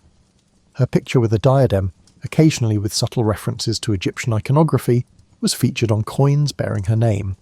To guarantee that the priesthood acknowledged her son Caesarion as a prince descended from God, she funded religious ceremonies. Cleopatra cemented her position among her subjects by fusing traditional Egyptian devotion with classical Greek elegance. Though she was aware that Egypt's destiny would unavoidably be shaped by the next wave of Rome's civil war, she never cut off contact with Roman politicians. Cleopatra's top objective amid the chaos that followed Caesar's murder was to maintain her independence to the greatest extent feasible. Although she had already navigated the maze, the Roman stage was about to change again, bringing new performers who would test her wits. She would have to carefully consider her options now that she could no longer rely on Caesar's favour, forming alliances and battling for time in a game where the outcome could affect the Mediterranean's future. After Caesar's death, Rome fell into civil war, creating a power vacuum. On one side were the assassins, led by Brutus and Cassius, advocating for a return to republican ideals. The second triumvirate brought together three important figures: Octavian, Caesar's adopted son and heir; Mark Antony, a seasoned general and close ally of Caesar; and Lepidus, whose influence quickly diminished. In the following 2 years, these factions fought for dominance. From Alexandria, Cleopatra observed, knowing Egypt's wealth could become a bargaining chip again. Mark Antony had previously been kind to Cleopatra. He visited Alexandria during Caesar's time and enjoyed the court's hospitality. As the triumvirate faced Brutus and Cassius, Antony required resources, grain, ships and money, to strengthen his position. He called Cleopatra to Tarsus, Asia Minor, to negotiate terms. The summons was not just a polite request. Ignoring it could provoke Roman anger. Cleopatra recognized an opportunity. Negotiating from a strong position could help her gain recognition for Caesarion and assert her autonomy. Her arrival in Tarsus turned into a legendary tale. Rather than seeming like a beggar, she glided up the river Cydnus on an ornate barge, adorned with luxurious fabrics and fragrant sails. Musicians played as Cleopatra, adorned as the goddess Aphrodite or Isis based on the source, invited Antony to witness a display of opulence akin to a royal festival. Cleopatra recognized the significance of spectacle. Her dramatic entrance overshadowed rumours of Egyptian subservience. Antony realised he was not in charge of a subordinate, but was instead welcoming a king in full splendour. He was impressed and accepted her invitation to dine on her vessel, where her wit and cultural sophistication captivated him as much as the luxuries. An alliance began, political and romantic, that would shape the Eastern Mediterranean's fate. Their relationship was complex. Antony aimed to gain Cleopatra's loyalty and resources to tackle the ongoing challenges to the triumvirate. Cleopatra demanded the return of Egyptian territories lost under previous Ptolemaic rulers. She urged for formal Roman recognition of Caesarean significance, at least in Egypt. What started as a tactical partnership evolved into a personal bond. Antony spent the winter in Alexandria, enjoying the city's lively culture. He took part in festivals, enjoyed hunts along the Nile, and even created a drinking society with Cleopatra, humorously called the Inimitable Livers. Cleopatra remained focused on her political goals despite the distractions of revelry. She manoeuvred through court intrigues, handled the Egyptian bureaucracy, and protected her throne despite rumours that Antony was succumbing to her spell. These rumours extended beyond mere gossip. In Rome, Octavian eyed Antony's actions warily. Octavian ruled the West, while Antony managed the East as co-rulers of the Roman world. Antony's extravagant gestures toward Cleopatra reinforced the idea that he was abandoning Roman values for Eastern excess. Cleopatra understood the gravity of Octavian's propaganda. She had encountered Roman disdain previously. Now the risks were greater. Loss of Antony's favour in Rome could jeopardize Cleopatra's position. Antony's early campaigns in the East had some success. He reaffirmed Roman authority in rebellious areas and granted Cleopatra land in Phoenicia, Cyprus, and parts of Crete and Syria. These grants enhanced Egypt's power and filled Cleopatra's treasury. At the same time, the triumvirate unravelled. Lepidus was sidelined, intensifying the rivalry between Antony and Octavian. Cleopatra and Antony had children, starting with twins and then another son whom Antony acknowledged publicly. Children were given territories, culminating in the notable Donations of Alexandria ceremony, where Cleopatra and her children donned regalia representing their rule over vast regions of the Near East. Roman observers were shocked. The event resembled the establishment of a new Hellenistic empire at the cost of Rome. Cleopatra understood that her fate depended on Antony's military achievements. Antony found himself increasingly conflicted between the East, where Cleopatra held sway, and the Roman heartland, where Octavian was turning public sentiment against him. Cleopatra employed her diplomatic skills to secure local alliances, ensuring that if war arose, she could gather sufficient Egyptian manpower and naval power to be taken seriously. She noticed the cracks appearing. As Antony embraced his Eastern identity by adopting Greek customs and granting grand titles to Cleopatra, hostility in Rome intensified. Octavian waited patiently, gathering proof to label Antony a traitor influenced by an Oriental queen. This delicate balance endured for years, lending Cleopatra's reign a sense of renewed grandeur alongside looming storm clouds. She had journeyed from uncertain exile to commanding queen, but the horizon suggested a final confrontation that could overshadow all her previous struggles. By the mid-30s BCE, tensions between Antony and Octavian nearly ensured another Roman civil war. To mend the divide, Antony wed Octavian's first sister, Octavia, while still maintaining his affair with Cleopatra. He attempted to balance these conflicting responsibilities. However, the political alliances proved too weak, and Octavian exploited Antony's ongoing stay in Egypt as proof of treachery. In 32 BCE, after Antony divorced Octavia, Octavian claimed that Antony had turned into Cleopatra's puppet, labelling her as the master manipulator. Cleopatra, sensing Rome's growing animosity, prepared for battle. She strengthened the Egyptian coast, gathered grain, and grew her navy. Despite the strength of Egyptian forces, facing Rome's legionary machine was intimidating. Cleopatra thought that victory relied on Antony's skill in maintaining the loyalty of his legions and uniting Eastern client states under his leadership. As war approached, his support started to weaken. Several allied kings hesitated. Roman senators who once supported Antony switched their allegiance to Octavian. Driven by fear or political strategy, the propaganda war intensified. Octavian depicted Cleopatra as a foreign seductress aiming to enslave Rome, stoking xenophobia among the Roman people. In 31 BCE, The decisive confrontation occurred off Greece's western coast, near Actium. Antony and Cleopatra gathered a significant fleet, but Agrippa, Octavian's admiral outsmarted them. Historians may argue over specifics, but the result is evident. Antony's navy became desperate, lacking supplies and troubled by Agrippa's better naval strategies. In the climactic battle, Cleopatra, leading her squadron, suddenly broke away and fled to Egypt. Antony, realizing she was leaving, gave up the fight to pursue her. The fleet's fate was sealed. Lacking unified leadership, Antony's naval forces fell apart, allowing Octavian to achieve a decisive victory. Rumours about Cleopatra's escape circulated.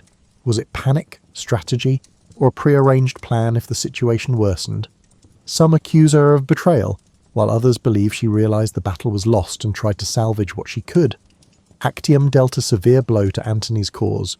Afterward, Cleopatra hurried to strengthen Egypt, hoping to rebuild defences and negotiate a diplomatic deal. Octavian had the momentum on his side. He waited patiently, systematically restructuring his forces, rejecting Cleopatra's negotiation proposals unless they met his conditions.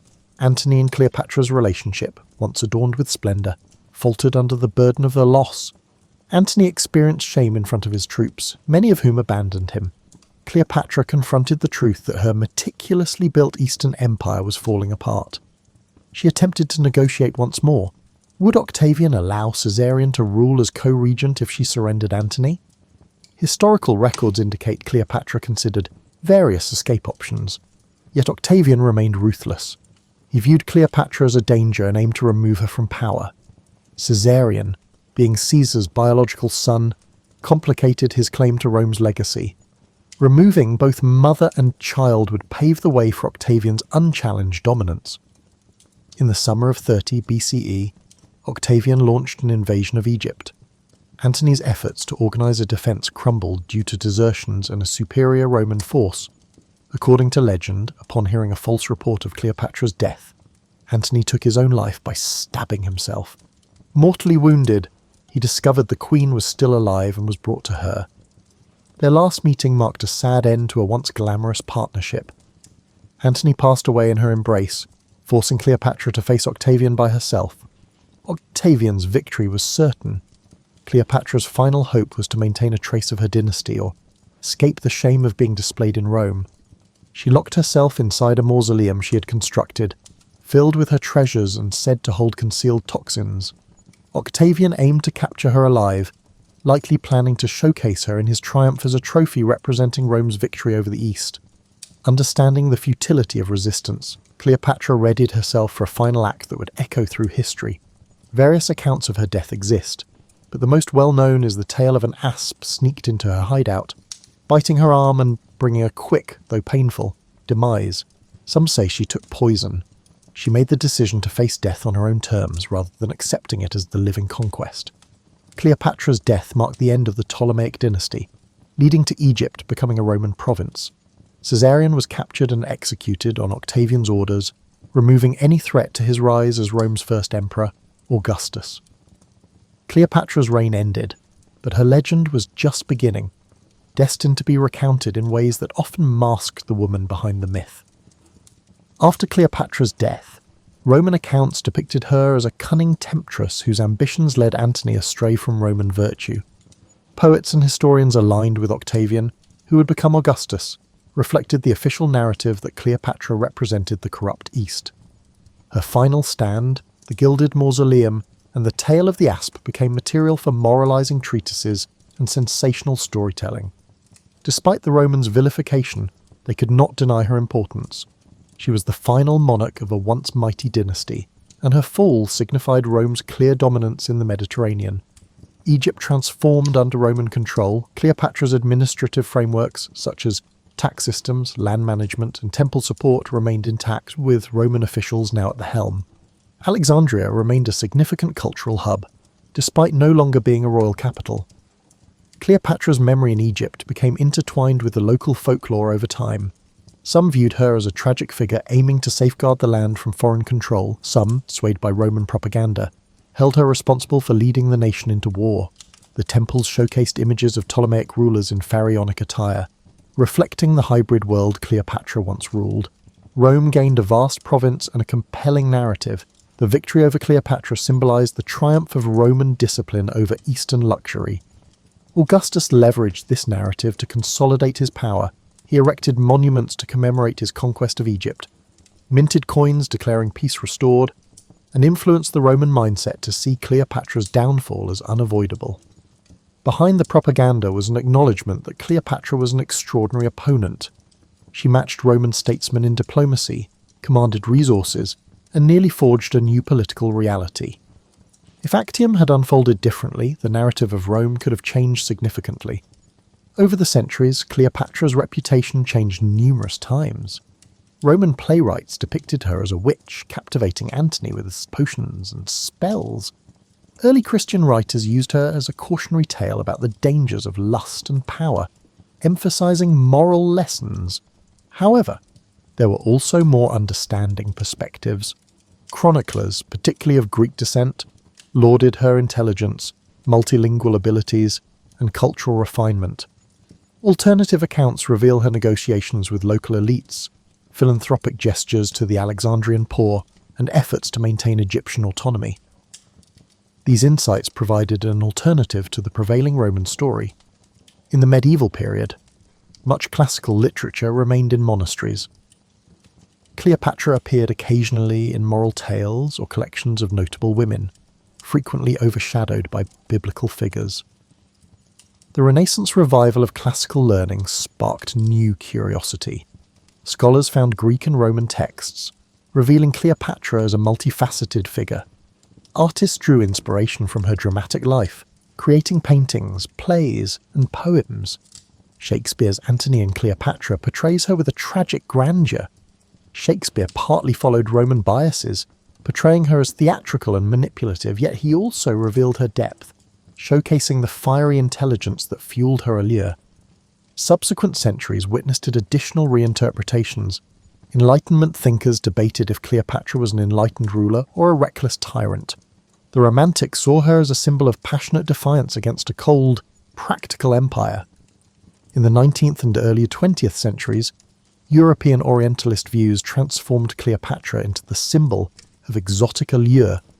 Painters depicted her in extravagant settings, focusing on her beauty and wealth, while overlooking her administrative skills and political acumen. Hollywood embraced this image, creating epic films that highlighted spectacle, grand sets, intricate costumes, and a Cleopatra who captivated famous Romans with alluring glances. However, beneath these depictions, historical research dismantled the stereotypes. In the 20th and 21st centuries, scholars refocused on Cleopatra's intelligence, linguistic skills, her role as a living goddess in Egyptian tradition, and her adept rule during challenging times. Recent archaeological discoveries and fresh interpretations of primary sources portray her not just as a femme fatale, but as a stateswoman facing the mightiest empire of her time. This change in viewpoint highlighted the conflict between Cleopatra's real governance, managing taxes, suppressing uprisings, directing foreign policy, and the narrative crafted by those who aimed to rationalize her defeat. Cleopatra's reputation changed with Rouge era's agendas, reflecting cultural fantasies and fears.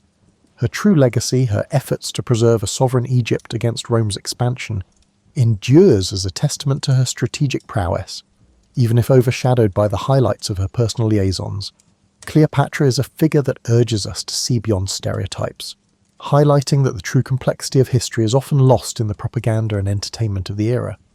Cleopatra's story still captivates in our modern age. She has become an icon that transcends her time, symbolizing female power, political skill, cultural fusion, and the tragedy of lost sovereignty. To truly appreciate Cleopatra, one must view her not as an exotic siren or a mere footnote in Rome's story, but as the pinnacle of a unique dynasty navigating a rapidly changing world. Her importance stems from the careful balance she maintained from the moment she assumed power. Cleopatra forged alliances with Caesar and negotiated with Mark Antony, expanded her kingdom's territories, and maintained the reverence of Egypt's priesthoods, orchestrating a precarious dance. She encountered a Rome shifting from republic to autocracy, a superpower in transition, uncertain of its future. Cleopatra understood that to protect Egypt, She needed to navigate Roman politics while embodying the role of pharaoh, merging Greek and Egyptian traditions more effectively than her predecessors. Cleopatra's intellectual interests deserve greater focus. Growing up in Alexandria's vibrant intellectual atmosphere, she gained both scholarly and practical knowledge. She authored works on medicine, cosmetics, and possibly linguistics, but these writings have now vanished. She communicated with the subject peoples in their languages, an ability that granted real legitimacy in the eyes of those unfamiliar with Greek-speaking Ptolemaic rulers. Cleopatra engages with Roman elites in Greek or Latin and leads Egyptian ceremonies in the local language, showcasing her cultural fluency as a political asset. Her story highlights how quickly propaganda can distort a legacy.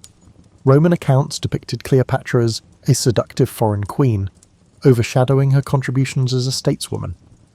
The caricature persisted over the centuries, influencing art and theatre while reducing her complexity. By piecing together scattered evidence, from coins with her profile to Greek historians' descriptions, we glimpse the real Cleopatra, a determined monarch making monumental decisions in a time of colliding global powers. Their ultimate demise highlights the weaknesses of a smaller state trapped among Roman factions. Cleopatra's relationship with Antony was both personal and practical, yet in the competitive realm of Roman politics, it served as a tool for Octavian's ambitions. The empire needed new conquests to solidify its political transformations, and the idea of Cleopatra's conspiracy with Antony gave Octavian the moral pretext to march on Egypt. However, Cleopatra managed to outsmart him, engaging in covert negotiations until Actium irreversibly shifted the balance. Even Cleopatra's death, often recounted with melodramatic flair, reflects her refusal to be paraded as a captive in Rome. By choosing to die on her terms, she denied Octavian a triumphant display, ensuring her final image was one of defiance instead of submission. This act, dramatized in art and theatre, embodies a political strategy. Cleopatra ensured she was remembered as a queen, not a captive. After that final act, Egypt turned into Rome's breadbasket, supporting an empire that would rule Europe, North Africa, and the Near East for centuries. Alexandria continued to be a centre of scholarship and trade, maintaining Greek and Egyptian cultural influences even during Roman rule. Cleopatra's children with Antony were taken to Rome and largely disappeared from history, except for one daughter, Cleopatra Selene, who married into another African kingdom and preserved a fragment of her mother's legacy. Caesarion, the son of Julius Caesar, was executed to eradicate any rival claim to Rome. Thus, the direct line of Cleopatra ended brutally, a testament to how Roman realpolitik disdained potential threats, however young or innocent. Interest in Cleopatra continues over 2,000 years later. Historians discuss her strategies, archaeologists search the Egyptian coast for her burial site, and filmmakers recreate her life in grand productions. Every retelling reveals as much about the storyteller as it does about Cleopatra. Her character reveals the complexities of power, the dynamics of gender and politics, and the resilience of a dynasty facing extinction. She bridges worlds, Greek and Egyptian, a female leader and Roman ally, a scholar and politician. Cleopatra emerged as a leader who would not allow her kingdom to be a mere pawn in Rome's strategy. She engaged in high-stakes gameplay, experiencing both spectacular victories and devastating losses. She transcended the caricatures that defined her posthumous image. The final Queen of the Nile remains an enigma who challenges us to look deeper than the simple myths, reminding us that history is often shaped by those who wield the pen, and that a life as momentous as hers deserves constant re-examination. Sleep wasn't quite the uninterrupted 8-hour luxury you once knew in another life. Instead, you dozed fitfully between the sounds of night, the distant howl that made your spine tingle, the rustle of something large moving through the brush outside, and the gentle snoring of your cavemates curled around the dying embers of last night's fire. Your bed is a carefully arranged pile of furs and dried grasses, positioned just far enough from the cave mouth to avoid the morning chill, but close enough to make a quick escape if needed. Yes, escape plans were part of interior decorating back then. The stone beneath you has been worn smooth by countless nights of human bodies seeking comfort, and honestly, it's not terrible once you pile on enough mammoth hide. Stretching your arms carefully because that shoulder you wrenched wrestling a particularly stubborn root vegetable last week still protests. You notice the familiar ache in your lower back. Living in the Paleolithic era was essentially a continuous low-intensity exercise regimen that would leave modern fitness enthusiasts feeling both envious and exhausted. The fire pit still glows faintly in the centre of your cave home. Keeping it alive through the night was everyone's responsibility, because starting a new fire from scratch was about as fun as performing surgery with stone tools, which, come to think of it, sometimes happened. You pad over on bare feet that have developed soles tougher than any boot leather, adding a few small branches to coax the flames back to life. The morning ritual begins with checking your body for new aches, cuts, or mysterious bruises that appeared overnight. Living near nature often results in it leaving its mark on your shin or forearm. Today's inventory reveals a scratch on your thumb from yesterday's flint napping session and a tender spot on your hip where you misjudged the height of a boulder. This is a common occurrence. Your stomach announces itself with a rumble that echoes slightly off the cave walls. Breakfast isn't waiting in a refrigerator, mainly because refrigerators won't be invented for another 40,000 years or so. Instead, your morning meal depends entirely on yesterday's success at gathering, hunting, or the ancient art of convincing someone else to share their food. You peer outside the cave entrance, squinting against the growing daylight. The world stretches out before you in endless green, broken by rocky outcroppings and the distant glimmer of the river that serves as your neighbourhood's main street, grocery store and community centre, all rolled into one. The air carries the scent of pine resin, damp earth, and something that might be smoke from another group's fire miles away. Weather prediction was a survival skill back then, not casual conversation. You scan the sky with the intensity of a meteorologist, reading cloud patterns like a morning newspaper.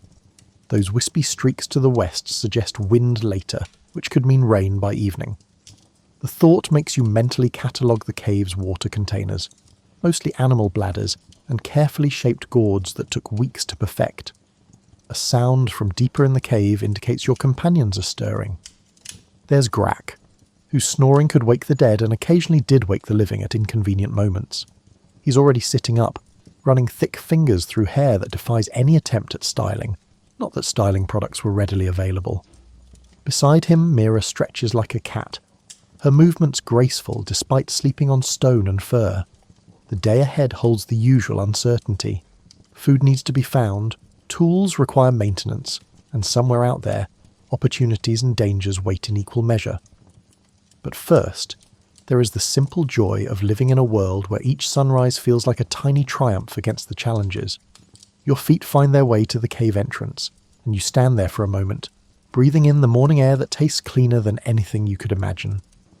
The sun climbs higher, promising warmth later, and somewhere in the distance, a bird calls with the kind of pure joy that makes you remember why being alive, even in the Stone Age, has its moments of absolute perfection. Finding breakfast in the Paleolithic era was like playing the world's most consequential treasure hunt game, where the treasure was edible and losing meant going hungry.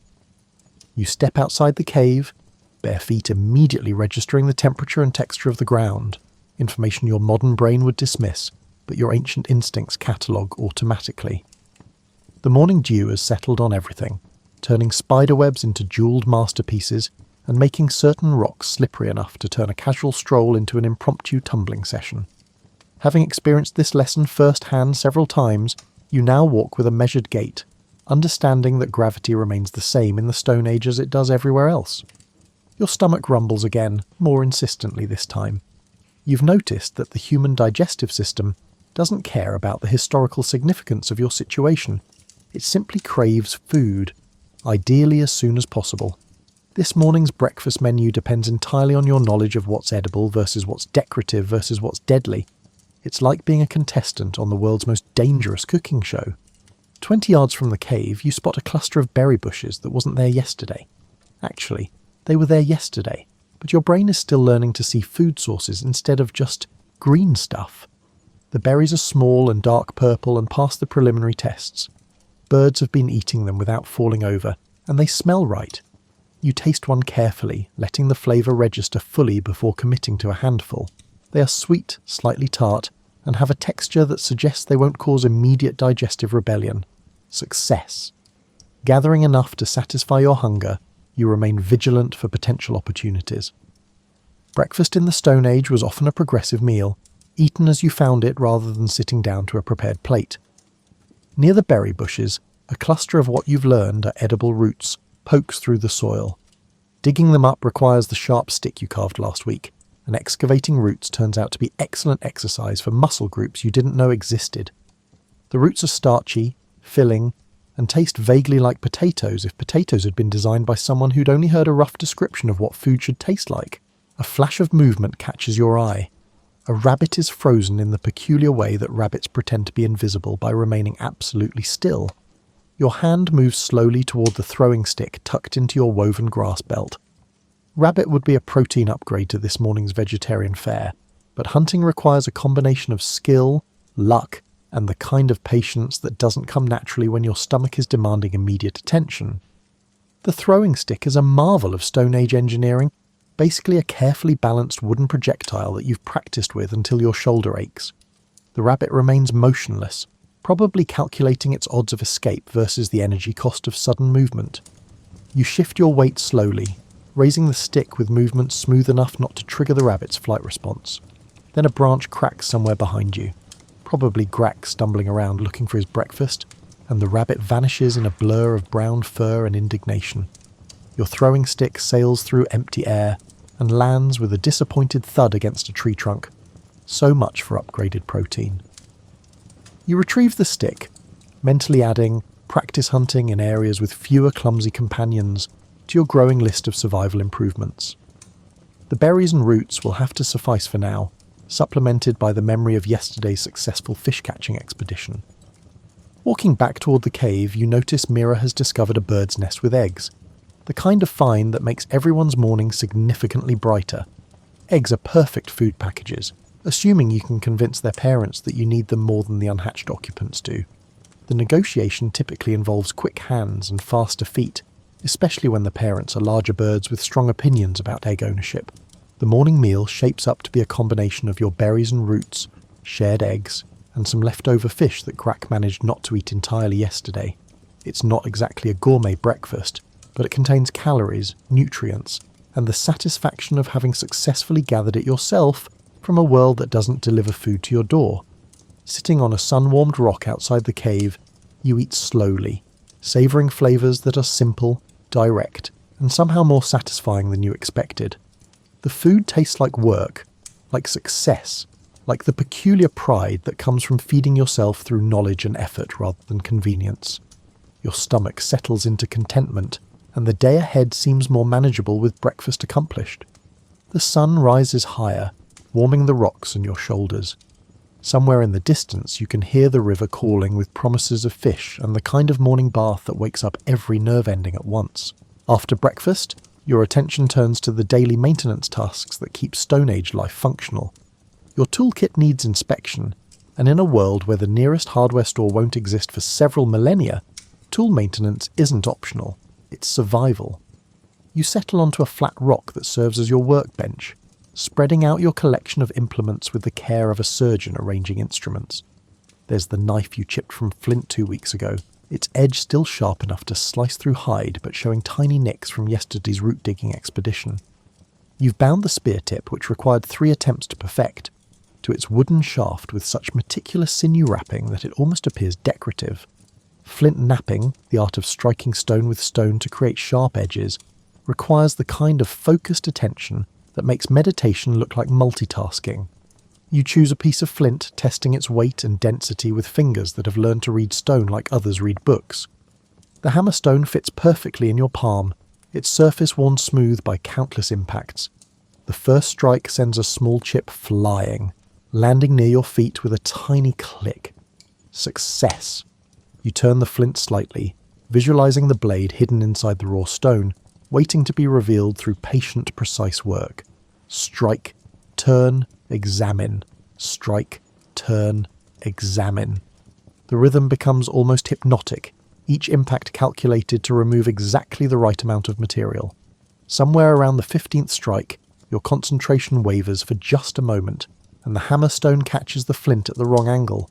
Instead of a clean chip, a large chunk breaks away, taking half your emerging blade with it. The flint now looks less like a future tool and more like evidence of why patience isn't just a virtue. It's a requirement. You set the ruined flint aside and reach for another piece, reminding yourself that failure is just another word for practice. The second attempt goes better, partly because you've already made today's mistake and partly because your hands remember the proper rhythm. Gradually, a serviceable blade emerges from the raw stone, its edge sharp enough to make you respect it immediately. Tool maintenance extends beyond just making new implements. Your spear shaft has developed a small crack near the binding, the kind of flaw that could turn a hunting trip into a disaster if left unattended. You unwrap the sinew carefully, it's too valuable to waste, and examine the crack more closely. The split runs with the wood grain, which is positive news. A cross-grain crack would mean starting over with a new shaft. You select a thin strip of wet hide and wrap it tightly around the damaged area, pulling the wood fibres back together. Once it dries, the hide will shrink, creating a repair stronger than the original wood. It's the Stone Age equivalent of duct tape, minus the adhesive and the tape. Fire maintenance demands its attention. The coals from last night have settled into a bed of embers, perfect for cooking but needing encouragement to flame up again. You add small kindling, dry grass, thin twigs, strips of birch bark that catch fire like they were designed for the purpose. The flames respond eagerly, crackling to life with the kind of enthusiasm that makes you appreciate humanity's ancient partnership with controlled combustion. Keeping the fire alive was a community responsibility that rotated among the cave's inhabitants. Today is your turn to be the firekeeper, which means feeding it regularly, banking the coals for cooking, and most importantly, never letting it die completely. Starting a fire from scratch using flint and steel, or rather flint and iron pyrite, since steel won't be invented for quite a while, is possible but exhausting. You practice the fire starting technique anyway, because redundancy keeps you alive. Strike flint against pyrite, directing the sparks into a nest of the finest, driest tinder you can prepare. Cedar bark worked into soft fibres, birch fungus, and dried grass so fine it's almost powder. The sparks catch, glowing like tiny stars in the tinder nest. Gentle breath coaxes them into flame, and suddenly you have fire created from nothing but skill and persistence. Success gives you a quiet satisfaction that's hard to describe. In a world where most things are uncertain, being able to create fire on demand feels like having superpowers, which, from the perspective of any other animal, you suppose it is. Your morning's work spreads out around you. Newly sharpened tools, repaired weapons, a healthy fire, and the kind of competence that builds confidence. These aren't glamorous tasks, but they form the foundation that makes everything else possible. Every sharp edge, every strong binding, and every glowing coal represents the difference between thriving and merely surviving. The sun has climbed higher while you worked, and the warmth feels good on your shoulders. In the distance, you can hear water running over rocks, the river calling with promises of fish and the kind of cooling bath that makes hot work worthwhile. The river beckons with the sound of water moving over stones, a constant murmur that serves as the soundtrack to your daily life. You gather your fishing equipment, a spear with a particular point, a net woven from plant fibres that took weeks to complete, and the kind of optimism that comes from successful fishing experiences mixed with realistic expectations about fish behaviour. The walk to your favourite fishing spot takes you through terrain that changes subtly with each day's weather. Today, the path has become slightly muddy due to yesterday's brief rain, causing footing to become uncertain in areas where the clay soil has turned into a slippery surface. You've learned to read these conditions automatically, adjusting your gait to avoid the kind of spectacular fall that looks amusing in hindsight, but feels considerably less funny when you're picking mud out of uncomfortable places. Your fishing spot is a bend in the river where the current slows and deepens, creating a natural pool where fish tend to gather. The location also offers a large flat rock that serves as your observation post, positioned perfectly for both seeing into the water and maintaining the kind of motionless patience that successful fishing requires. Settling onto the rock, you peer into the water with the focused attention of a meditation master. The surface mirrors the skiing clouds, yet beneath that reflection is a completely different world. Fish move through their domain with the casual confidence of creatures who belong exactly where they are, unaware that you're studying their patterns with the intensity of a behavioural scientist. A large trout, you've learned to distinguish species by their movement patterns and preferred depths, holds position near the far bank, its fins making tiny adjustments to maintain its place in the current. It's perfectly positioned for a spear throw, assuming you can manage the complex physics of refraction, water resistance, and the fish's likely escape route, all while maintaining the balance necessary not to fall off your rock into the river. You raise the spear slowly, muscles remembering the thousands of practice throws that have taught your arms the proper arc and release point. The fish remains steady, focused on something upstream that might be food drifting down with the current. This is the moment when patience and preparation meet opportunity, assuming your aim has improved since yesterday's somewhat embarrassing performance. The spear leaves your hand with the smooth motion of long practice, cutting through air and then water with barely a splash.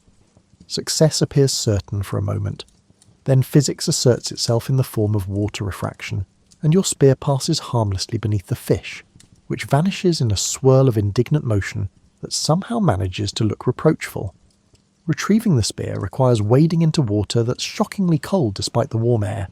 The river bottom is a collection of smooth stones, some steady and reliable, others perfectly designed to shift unexpectedly and send waders sprawling into deeper water. You move carefully, your feet testing each step before committing your full weight. The spear has lodged between two rocks in deeper water, requiring a wade that brings the river level to mid-thigh. The cold is invigorating in the way that makes you immediately understand why some people voluntarily take cold showers, while simultaneously making you question their sanity. Your muscles tense against the temperature, and retrieving the spear becomes a matter of quick efficiency rather than careful technique. Back on your rock, you settle in for another attempt, water dripping from your legs onto sun-warmed stone. The net offers different possibilities, less precision required, but demanding perfect timing and the ability to read fish behaviour well enough to predict their movements. You study the water again, looking for the subtle signs that indicate where fish are likely to swim. A school of smaller fish moves through the shallows, their bodies flashing silver as they turn in unison. They're following some underwater logic that makes perfect sense to them and appears completely random to you. The net requires positioning downstream from their path, then patience while they swim into range. You slip into the water again, moving with exaggerated care to avoid sending vibrations through the riverbed that would scatter your targets. The fish continue their mysterious choreography, occasionally coming tantalizingly close to your net's range before veering away as if they've suddenly remembered important appointments elsewhere. Finally, the school's wandering path brings them directly toward your position. You raise the net slowly, waiting for the moment when the maximum number of fish occupy the minimum amount of space. The technique necessitates precise timing. If you act too early, the fish will scatter, and if you act too late, they will have already passed through. Now, the net sweeps through water and fish with satisfying efficiency, and suddenly you're holding breakfast, lunch, and possibly dinner in woven plant fibres. The fish flip and struggle with understandable urgency, and you wade quickly to shore to transfer them to the woven basket that serves as your portable container. Success tastes like cold river water, and feels like the quiet satisfaction of having fed yourself through skill and patience. The morning's fishing has provided enough protein for the day, plus extra to share with your cave mates who may have had less luck with their own food-gathering expeditions.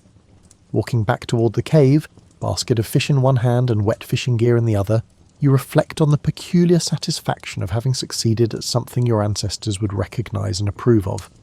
There's something deeply right about providing food through your own efforts, even when those efforts occasionally involve falling into cold water while chasing fish that seem to mock your hunting skills. The afternoon sun has reached that perfect angle where it warms without burning. Your successful fishing expedition has left you feeling confident enough to venture further from the cave than usual. Today seems like an ideal time to explore the valley beyond the ridge, where rumour, delivered by a travelling group last week, suggests there might be fruit trees and possibly deposits of the particularly good flint that makes superior tools. You gather exploration supplies with the methodical care of someone who's learned that preparation prevents most disasters, and improvisation handles the rest. Your pack consists of a large hide bag containing water in a bladder, dried meat from last week's successful hunt, the multi-purpose knife that's sharp enough to be useful but not so precious you'd weep if you lost it, and cordage woven from plant fibres that serves approximately 600 different functions in Stone Age life. The ridge requires a climb that would be considered moderate exercise in modern terms, but feels more like a full-body workout when you're carrying supplies and watching for loose rocks that could turn an afternoon hike into a medical emergency. Your route follows what might charitably be called a path. really just a series of animal tracks connected by your own optimistic assumptions about the best way up steep terrain. Halfway up the ridge, you pause to catch your breath and immediately understand why your ancestors developed such impressive cardiovascular systems. Every activity in Paleolithic life was essentially a fitness program, designed by someone with a sadistic sense of humour and a deep commitment to building character through physical challenge. The view from the ridgetop makes the climb worthwhile. The valley spreads below you like a green carpet dotted with silver streams and dark patches that might be groves of the fruit trees you're seeking. In the distance, smoke rises from what's probably another group's fire, reminding you that you're not alone in this vast landscape, just temporarily out of the shouting range of your neighbours. Descending into the valley proves trickier than the ascent. Gravity assists your progress with the kind of helpful enthusiasm that occasionally threatens to turn a controlled descent into an uncontrolled tumble. You pick your way carefully down the slope, using trees and rock outcroppings as handholds, and trying not to think about how much easier going down is than climbing back up will be. The valley floor reveals itself to be a mixture of opportunity and complexity. Yes, there are fruit trees, several varieties you recognise and a few that require the kind of careful testing that determines whether they're food or decoration. The good news is many trees are heavy with ripe fruit. The challenging news is that you're apparently not the first to discover this resource. Fresh tracks in the soft earth near the largest fruit grove tell a story that makes your survival instincts pay closer attention. The large paw prints, indicating a predator rather than prey, are so recent that their edges remain sharp. Bear, most likely, and probably still in the area since bears tend to stay near excellent food sources until they've exhausted them completely.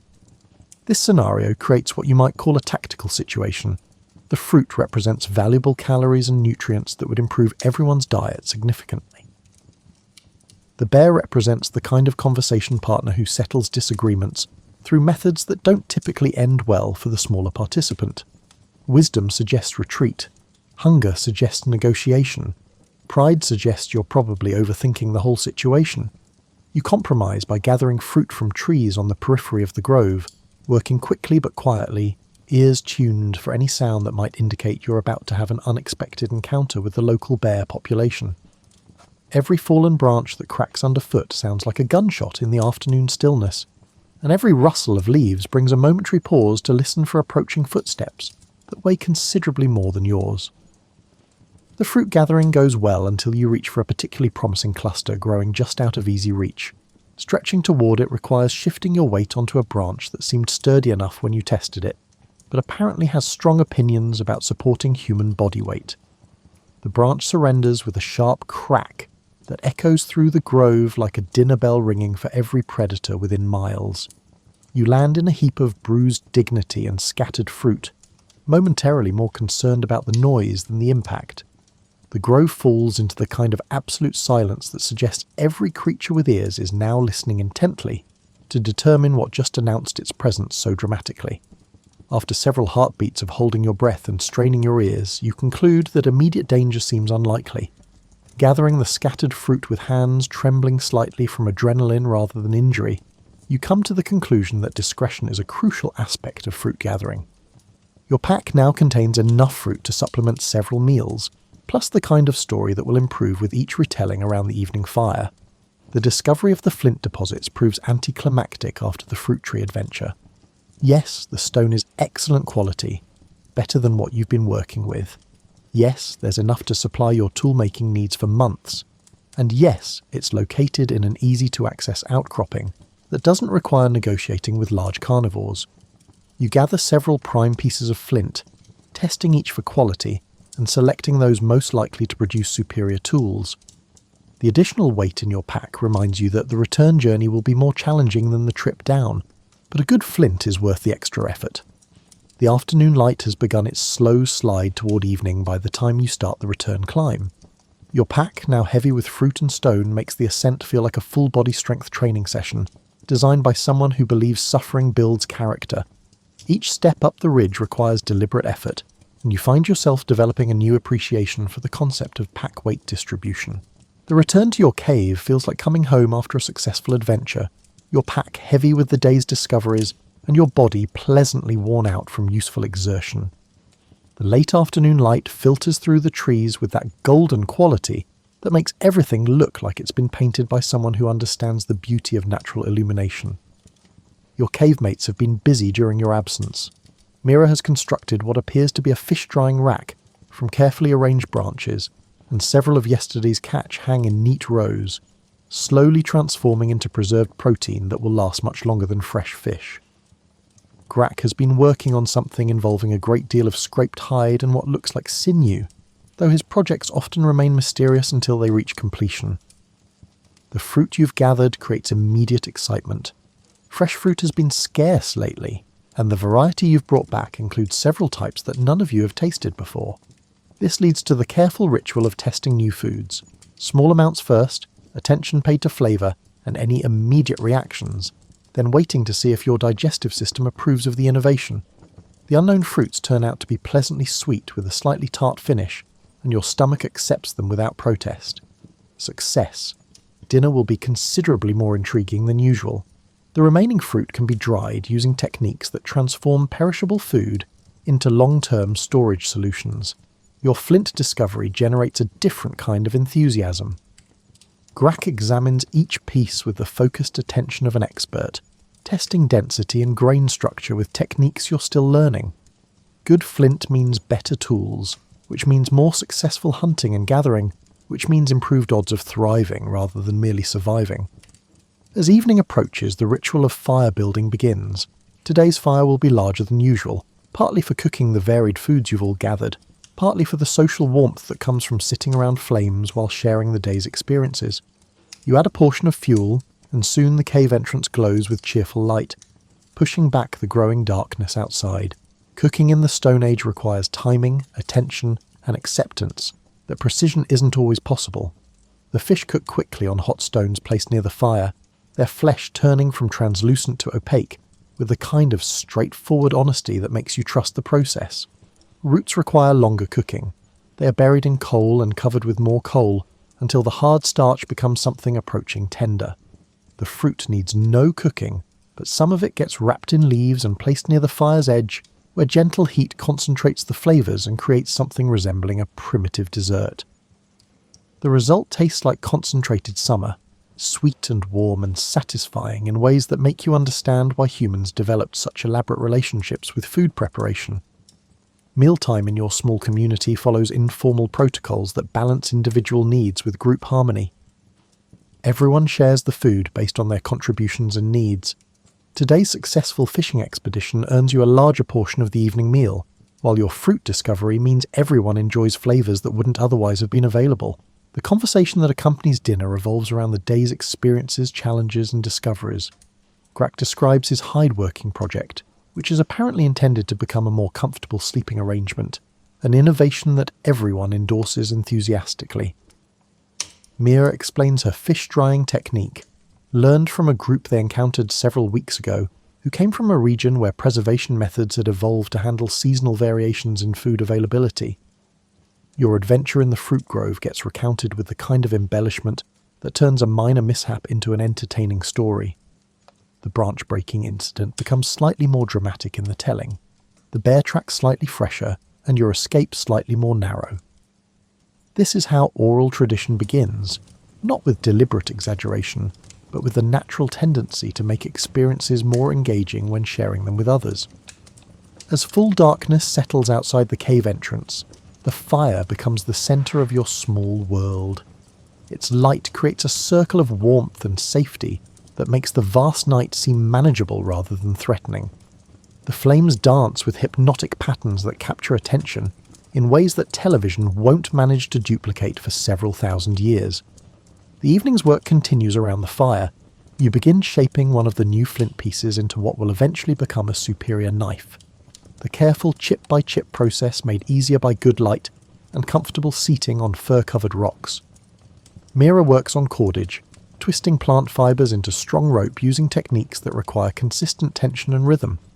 Grak continues his hide project, scraping and softening the material with tools designed specifically for the purpose. The work requires patience but produces results that make the effort worthwhile. Soft, durable material that insulates better than woven grass. and last longer than most alternatives available to Stone Age craftspeople. The fire settles into steady coals as the night deepens, and conversation gradually gives way to the quiet satisfaction of useful work accomplished in good company. Tomorrow will bring new challenges and opportunities, but tonight offers the simple pleasure of warmth, food, and the security that comes from being part of a group that works together successfully. Outside the cave, night sounds begin their ancient chorus. Owls calling across the valley, the distant splash of something large moving through the river, and the rustle of small creatures going about their nocturnal business. The sounds aren't threatening when heard from the safety of your firelit cave. They're simply the soundtrack of a world that continues its complex business regardless of human concerns. The transition from active evening to restful night happens gradually in your Stone Age world, marked not by clocks or schedules, but by the natural rhythm of fire settling into coals and bodies, growing heavy with the day's accumulated fatigue. The work around the fire continues, but at the relaxed pace of people who understand that some tasks are improved by patience rather than hurried completion. Your flint knapping project has progressed to the delicate stage where each strike must be precisely calculated. The emerging blade shows promise, straight edge, good thickness, the kind of balance that will make it useful for detailed work. The rhythm of stone striking stone creates a gentle percussion that blends with the soft sounds of your companion's activities and the crackling whisper of the dying fire. Mira's cordage work has produced several arm lengths of strong rope, twisted with the consistent tension that comes from practiced hands and focused attention. She tests each section by pulling against it with her full strength, nodding with satisfaction when the fibres hold without stretching or breaking. Good rope means better nets, stronger bindings, and countless other applications that make daily life more manageable. Grak's hide preparation has reached the stage where the material needs to rest overnight before the final softening process. He rolls it carefully and places it where morning dew won't reach, but air can continue to circulate around it. His movements have the unhurried precision of someone who's learned that rushing this particular process leads to disappointing results and wasted effort. The fire has settled into the perfect state for banking, hot coals that will retain heat through the night, while being easily coaxed back to flame when morning comes. You arrange the coals carefully, covering them with a layer of ash that will insulate without smothering, then surrounding the whole arrangement with stones that will radiate absorbed heat long after the flames disappear. Your sleeping area beckons with the promise of rest after a day filled with successful activities. The furs have been arranged for maximum comfort, with extra padding beneath your hip and shoulder. The pressure points that determine whether you wake refreshed or spend the night shifting position in search of elusive comfort. As you settle into your sleeping arrangement, the day's experiences replay in your mind with the satisfaction that comes from time well spent. The morning's successful fishing, the afternoon's fruit and flint discoveries, and the evening's productive work around the fire, each activity connected to the others in the seamless web of interdependence that characterises Stone Age life. The sounds of your companions settling into their sleeping arrangements create a comfortable background of familiar noises. Soft movements as furs are adjusted, the quiet breathing that indicates relaxation, and the occasional contented sigh that suggests everyone is pleased with the day's accomplishments. These are the sounds of security, of belonging to a group that functions well together. Outside the cave, the night world continues its ancient patterns. An owl calls from somewhere across the valley, its voice carrying clearly through air that's grown cool and still. The river murmurs its constant song, a liquid soundtrack that's as reliable as sunrise and equally soothing. Somewhere in the distance a wolf howls, not the threatening sound of nearby danger, but the distant communication of creatures going about their own business in their territory. The darkness beyond your cave entrance isn't empty. It's full of life following rhythms older than human memory. Nocturnal hunters pursue nocturnal prey, night-blooming plants release fragrances that attract night-flying insects, and the complex web of relationships that sustains this ecosystem continues without pause or fanfare. From your perspective, enveloped in warm furs, with a banked fire nearby and trusted companions within reach, the night feels protective rather than threatening. Your cave has become home in the most fundamental sense, a place where you belong, where you're safe, where you can rest without constant vigilance. Sleep approaches with the gentle inevitability of tides or seasons, Natural processes that don't require your participation or permission. Your breathing deepens, matching the slow rhythm of complete relaxation. The day's minor aches and tensions dissolve into the kind of profound rest that comes from physical work, fresh air, and the satisfaction of having lived fully within your circumstances. Dreams, when they come, are filled with the textures and colours of your waking world. The sound of running water over smooth stones, sunlight filtering through leaves, and the satisfying weight of well-made tools in your hands all contribute to these dreams. These aren't the anxious, disconnected fragments that trouble more complex minds. They're the peaceful processing of a life lived in harmony with immediate, tangible realities. The fire settles deeper into coals, radiating steady warmth that makes the cave's air comfortable throughout the night. The banked heat will last until morning, ready to kindle into flame when the new day begins its cycle of challenges and opportunities. Tomorrow will bring its own weather, its own possibilities for success and failure, and its own moments of satisfaction and frustration. But tonight offers the perfect rest that prepares mind and body for whatever comes next.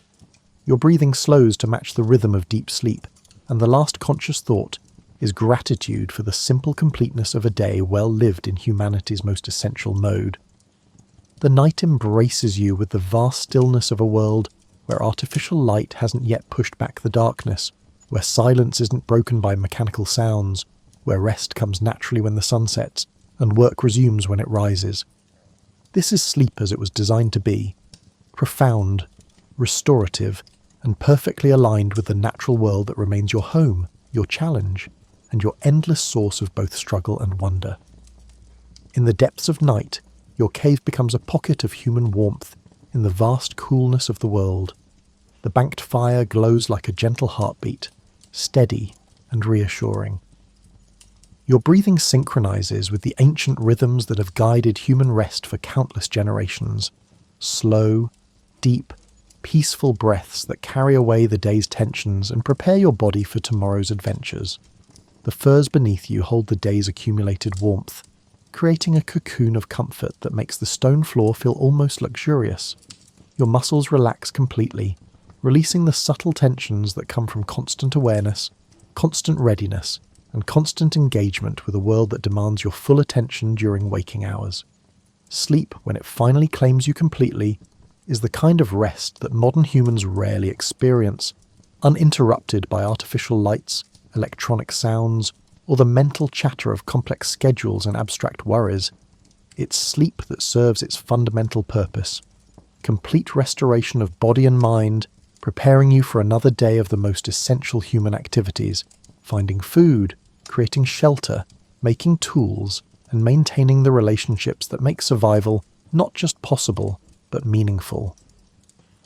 The night passes peacefully around your small community, each of you settled into the kind of deep rest that comes from days filled with purposeful activity and evenings spent in productive companionship.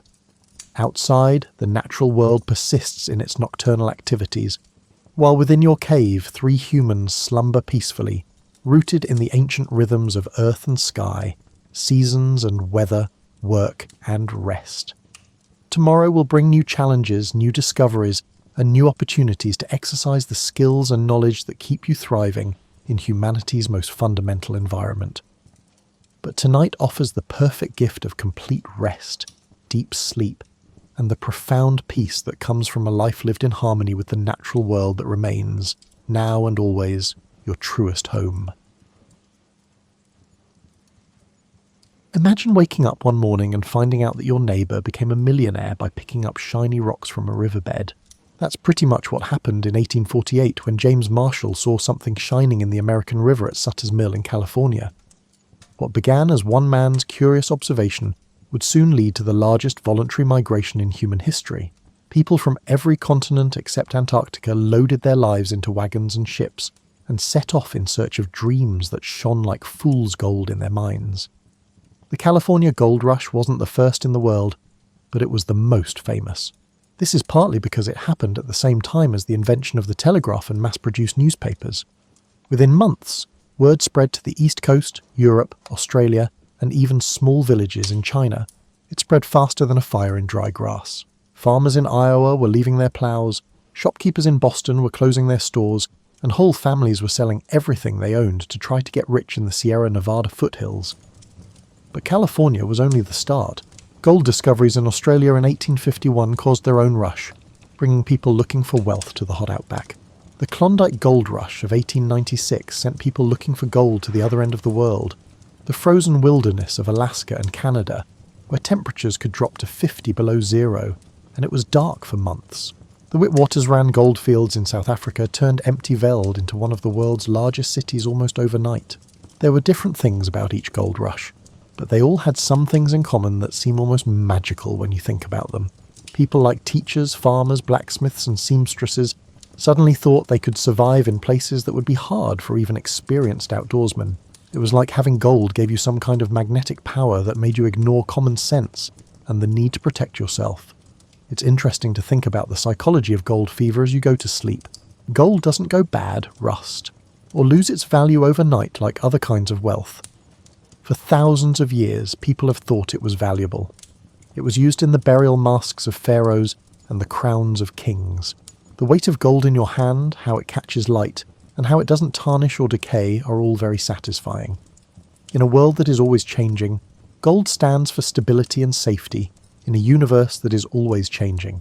For the miners going west, gold was the ultimate American dream.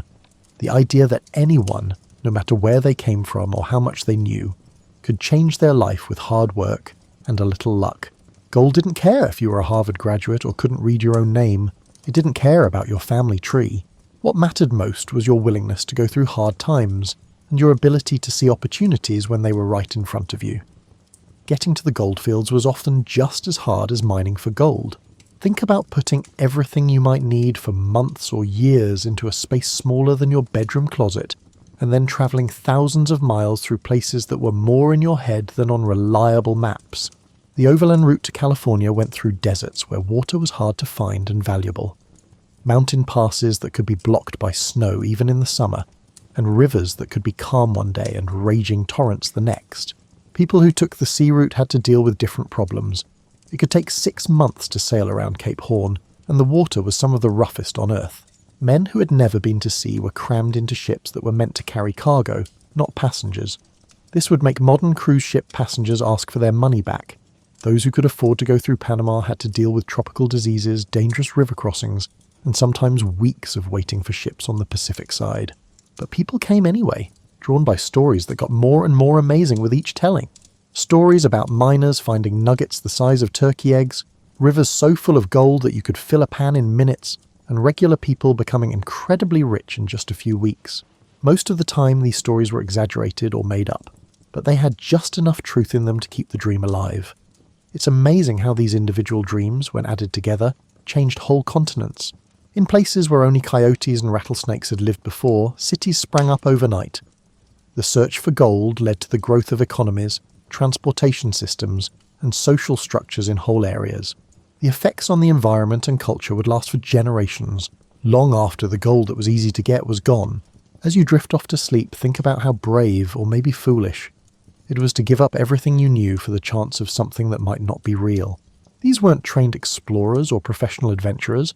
They were just regular people who thought the chance of making a lot of money was worth the risk.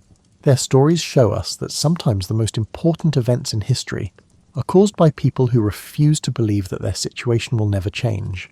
Imagine yourself standing in the middle of what would become downtown Sacramento on a July afternoon in 1850.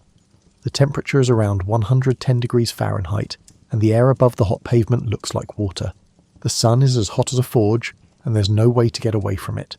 There's no air conditioning, ice, or tall buildings to block the sun. Now picture this. Instead of going inside, you're going to spend the next 12 hours bent over a creek bed, sifting through gravel and sand with just a metal pan and your willpower. This was the case for thousands of gold miners who went to areas where summer temperatures often went above what most people today would consider survivable. The California Central Valley, the Australian outback, and parts of Nevada and Arizona weren't places where people were supposed to work outside during the hottest times of the year. But they worked, driven by dreams that burned hotter than the sun above their heads. The human body wasn't meant to be in such extreme heat for long periods of time, especially when doing hard physical work. Your body regulates its temperature in a way that is similar to a simple air conditioner. It sweats to cool the skin through evaporation. it changes the flow of blood to release heat, and it breathes more to get rid of warm air from the lungs. But these systems could only do so much, and miners in the 1800s pushed them to their limits every day. Smart miners learned to change their plans based on the sun's movement. They would get up before dawn when the air was still a little cool from the night before and start working as soon as the sun came up. The early morning hours were very important because you could get things done before the heat made it too much to handle. As the sun rose higher, experienced miners would look for any shade they could find. They would often work in shifts so that some could rest while others kept looking for gold. Miners called the time between noon and 4 in the afternoon the Devil's Time. This was when the sun was at its hottest and the heat from rocks and sand could literally cook skin that was exposed. During these hours, smart miners went back to whatever shelter they could find. Some people dug shallow caves into hillsides to make cool places to hide that were 10 to 20 degrees cooler than the surface. Some people put canvas between trees or over wooden frames to make patches of blessed shade where people could gather to rest and talk. The clothes that miners wore tell an interesting story about how they adapted and used their brains. Forget the Hollywood image of shirtless men working in the hot sun. That was a sure way to get burned badly and have a heat stroke.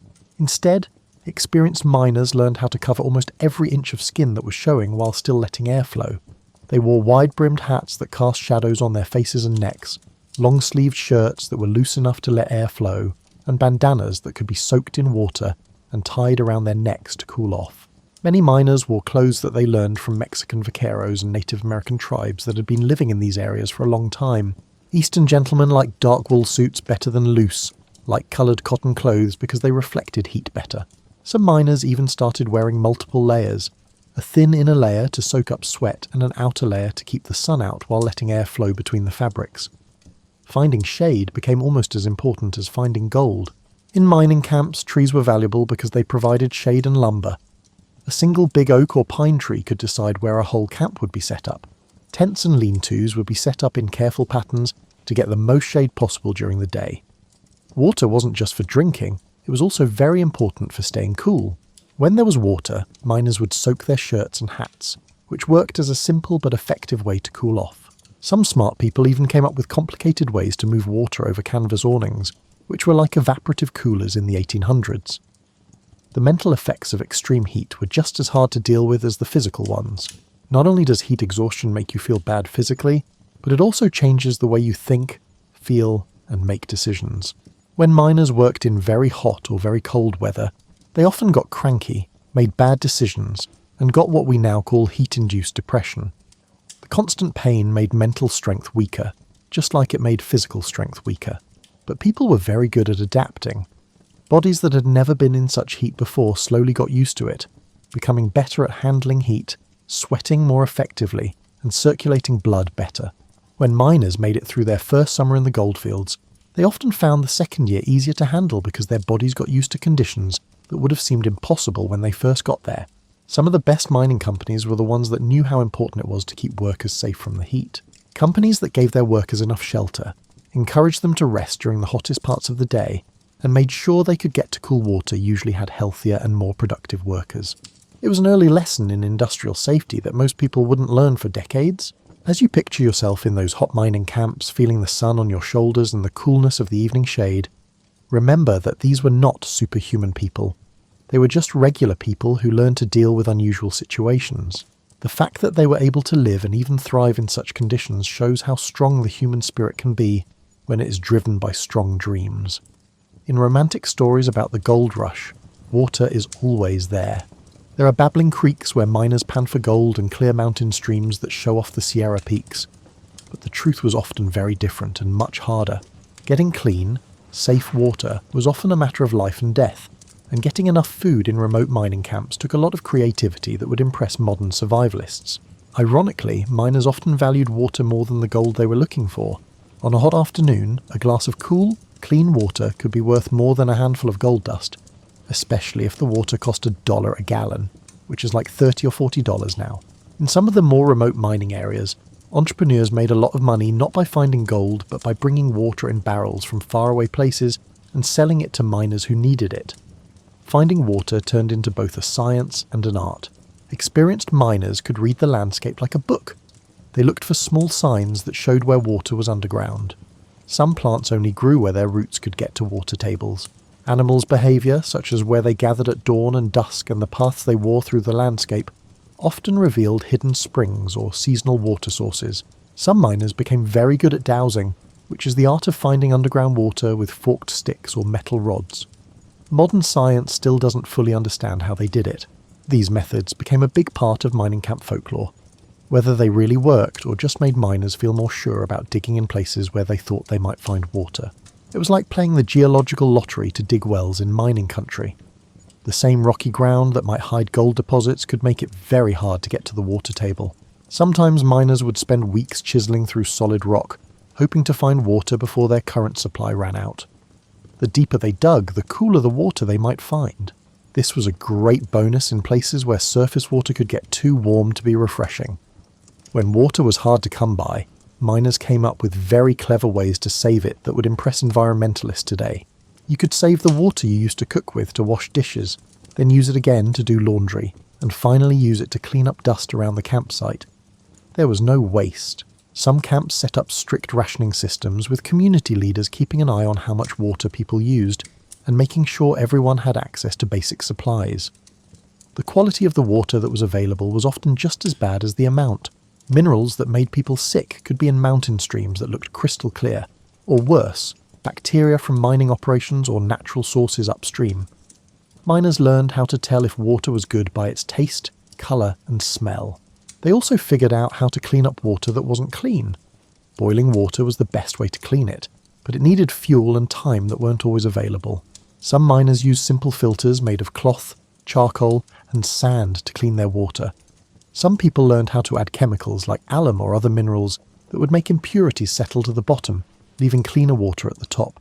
Getting food in mining camps took a lot of creativity that would be hard for modern campers. There weren't any grocery stores, refrigerators, or dependable supply chains. Everything had to be kept safe, moved over rough ground or hunted and gathered from the area around them. The outcome was a cuisine that mixed old recipes with whatever was on hand, resulting in some surprisingly creative dishes. Beans became the main food for miners and were known as miner strawberries. They were cheap, easy to carry, didn't spoil easily, and gave them the protein and carbs they needed for hard work. A pot of beans that was slowly cooked over a campfire and seasoned with whatever was on hand could feed several miners and give them energy for days of work. Salt pork and bacon did the same things. They gave you fat and protein and could last for weeks without being kept cold. The salt used to keep things fresh also helped to replace electrolytes lost through sweating in very hot weather. Smart miners learned how to get the fat out of these meats so they could cook other foods and make lamp oil. Hardtack, which is made by mixing flour, water and salt and baking it into biscuits that are as hard as rocks, became another staple because it could last for months without going bad. To make hardtack easier to eat, miners would soak it in coffee or water. Sometimes they would fry it with bacon fat to make it taste better.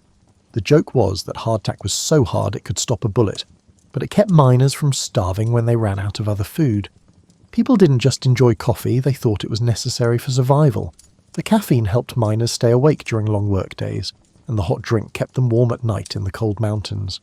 Coffee could be stretched by reusing the ground several times. In very bad situations, miners made coffee substitutes from chicory, acorns, or even roasted grain. Hunting and fishing added to basic supplies when there was game to be caught. Deer, rabbits, and game birds gave us fresh meat, and streams and rivers might have fish in them when they weren't too muddy from mining. Some miners learned how to find edible plants by learning from Native Americans which roots, berries and greens could add to their diet. It was very important to learn how to preserve things. To make fresh food last longer, miners learned how to smoke meat, dry fruits and vegetables, and salt fish. Some camps set up community smokehouses so that everyone could keep meat when they had too much to eat right away after a successful hunt. People in mining camps can't ignore the social side of food. Shared meals became important community events where miners could relax, catch up on news, and keep the social ties that made living alone bearable. A miner who could cook well often became well known for more than just his gold-finding skills. You can start to understand how the simple things in life became very important in the harsh environment of the mining camps when you think about how good strong coffee would taste around a campfire, how good a hot meal would taste after a long day of hard work, and how good clean water would feel on a hot day. These weren't just skills for staying alive. They were the building blocks of communities that would last long after the gold was gone. Imagine seeing a city come to life. One week there are only rocks, empty wilderness, and maybe a thin stream running through a valley. The following week, tents start to pop up like mushrooms after a rainstorm. In a month you might see the rough outlines of streets, a general store, and maybe even a saloon with canvas walls and dreams of painted signs. The amazing thing about mining camp communities was that whole societies could come together almost overnight, with rules that had to be made up on the spot. It was amazing and a little chaotic how quickly these communities came together. There were no zoning laws, building codes, or an urban planning department. People just showed up, found a good place to stay, and started building the infrastructure they needed to stay alive. The result was towns that grew naturally, following the shape of the land and the needs of the people who lived there instead of following a master plan. People in early mining camps had to be creative with the few materials they had to build their homes. The classic miner's tent was often just the start. It was a temporary place to stay while a more permanent structure was built. Miners became amateur architects, coming up with plans for buildings that could be built quickly with materials that were easy to find. People liked to log cabins where there were trees, but most mining areas had their trees cut down quickly. Instead, miners learned how to build with stone, mud bricks, or even canvas and wood frames that could be taken apart and moved if the gold ran out. Some of the more clever buildings used more than one material. For example, they had stone foundations for stability, log walls for insulation, and canvas roofs that could be easily replaced when they wore out. The way mining camps were set up looked random, but they actually made sense. For both convenience and mining, the most valuable real estate was usually near water sources. Secondary locations were chosen because they were sheltered from the wind, had access to shade, or were close to promising geological formations. Streets, if you could call them that, often followed animal paths or mining trails instead of the neat grid patterns that planned cities have. This gave mining towns a natural, almost medieval feel that visitors either loved or hated depending on how they saw it. In mining camps, people ran things democratically. Miners had to make up their own rules and ways to enforce them because there were no established legal systems or government authorities. The outcome was frequently unexpectedly advanced systems of community governance that reconciled personal liberty with communal safety. Most of the time, mining camps held community meetings to set basic rules for claims, fights, and how people should act. These weren't official court cases. They were just people talking to each other as equals and agreeing that some kind of organisation was needed for everyone to stay alive. They often put their rules on trees or buildings and enforced them through pressure from the community instead of through the police. Claim jumping, which is taking someone else's mining claim, was one of the worst things you could do in mining communities. Depending on how bad the crime was and how the community felt, the punishment could be anything from forced payment to being kicked out of the camp. People usually didn't want miners to hurt each other because it made it hard for them to work, not because it was wrong. The way people were divided up in mining camps was different from how they were in their old lives. A man's education, family background, or previous wealth mattered much less than how well he could help the community survive and thrive. A former professor might have to listen to an illiterate farmer who happened to be better at finding gold. This social fluidity led to both chances and problems. Men who had never been treated as equals suddenly found that their ideas were important in community meetings. Others who had been in charge in their past lives had to get used to being judged only on what they could do. In the early days of mining, there weren't many women, but those who did come often found jobs that weren't available in more stable communities. Some became successful businesswomen and ran boarding houses, restaurants, or general stores. Others offered much-needed and highly valued services like laundry, cooking, or medical care. Families with kids in mining camps had their own set of problems. There were no schools, no planned activities for kids, and not many other kids to play with. Some communities set up informal schools where literate miners took turns teaching basic reading and writing.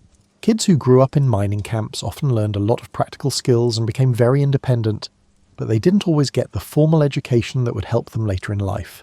In mining camps, religion was often informal, but very important. Because many camps didn't have an ordained minister, anyone who felt called to give spiritual guidance could lead religious services. These services often brought together people from different denominations and traditions, making a kind of practical ecumenism that came about out of need rather than theology.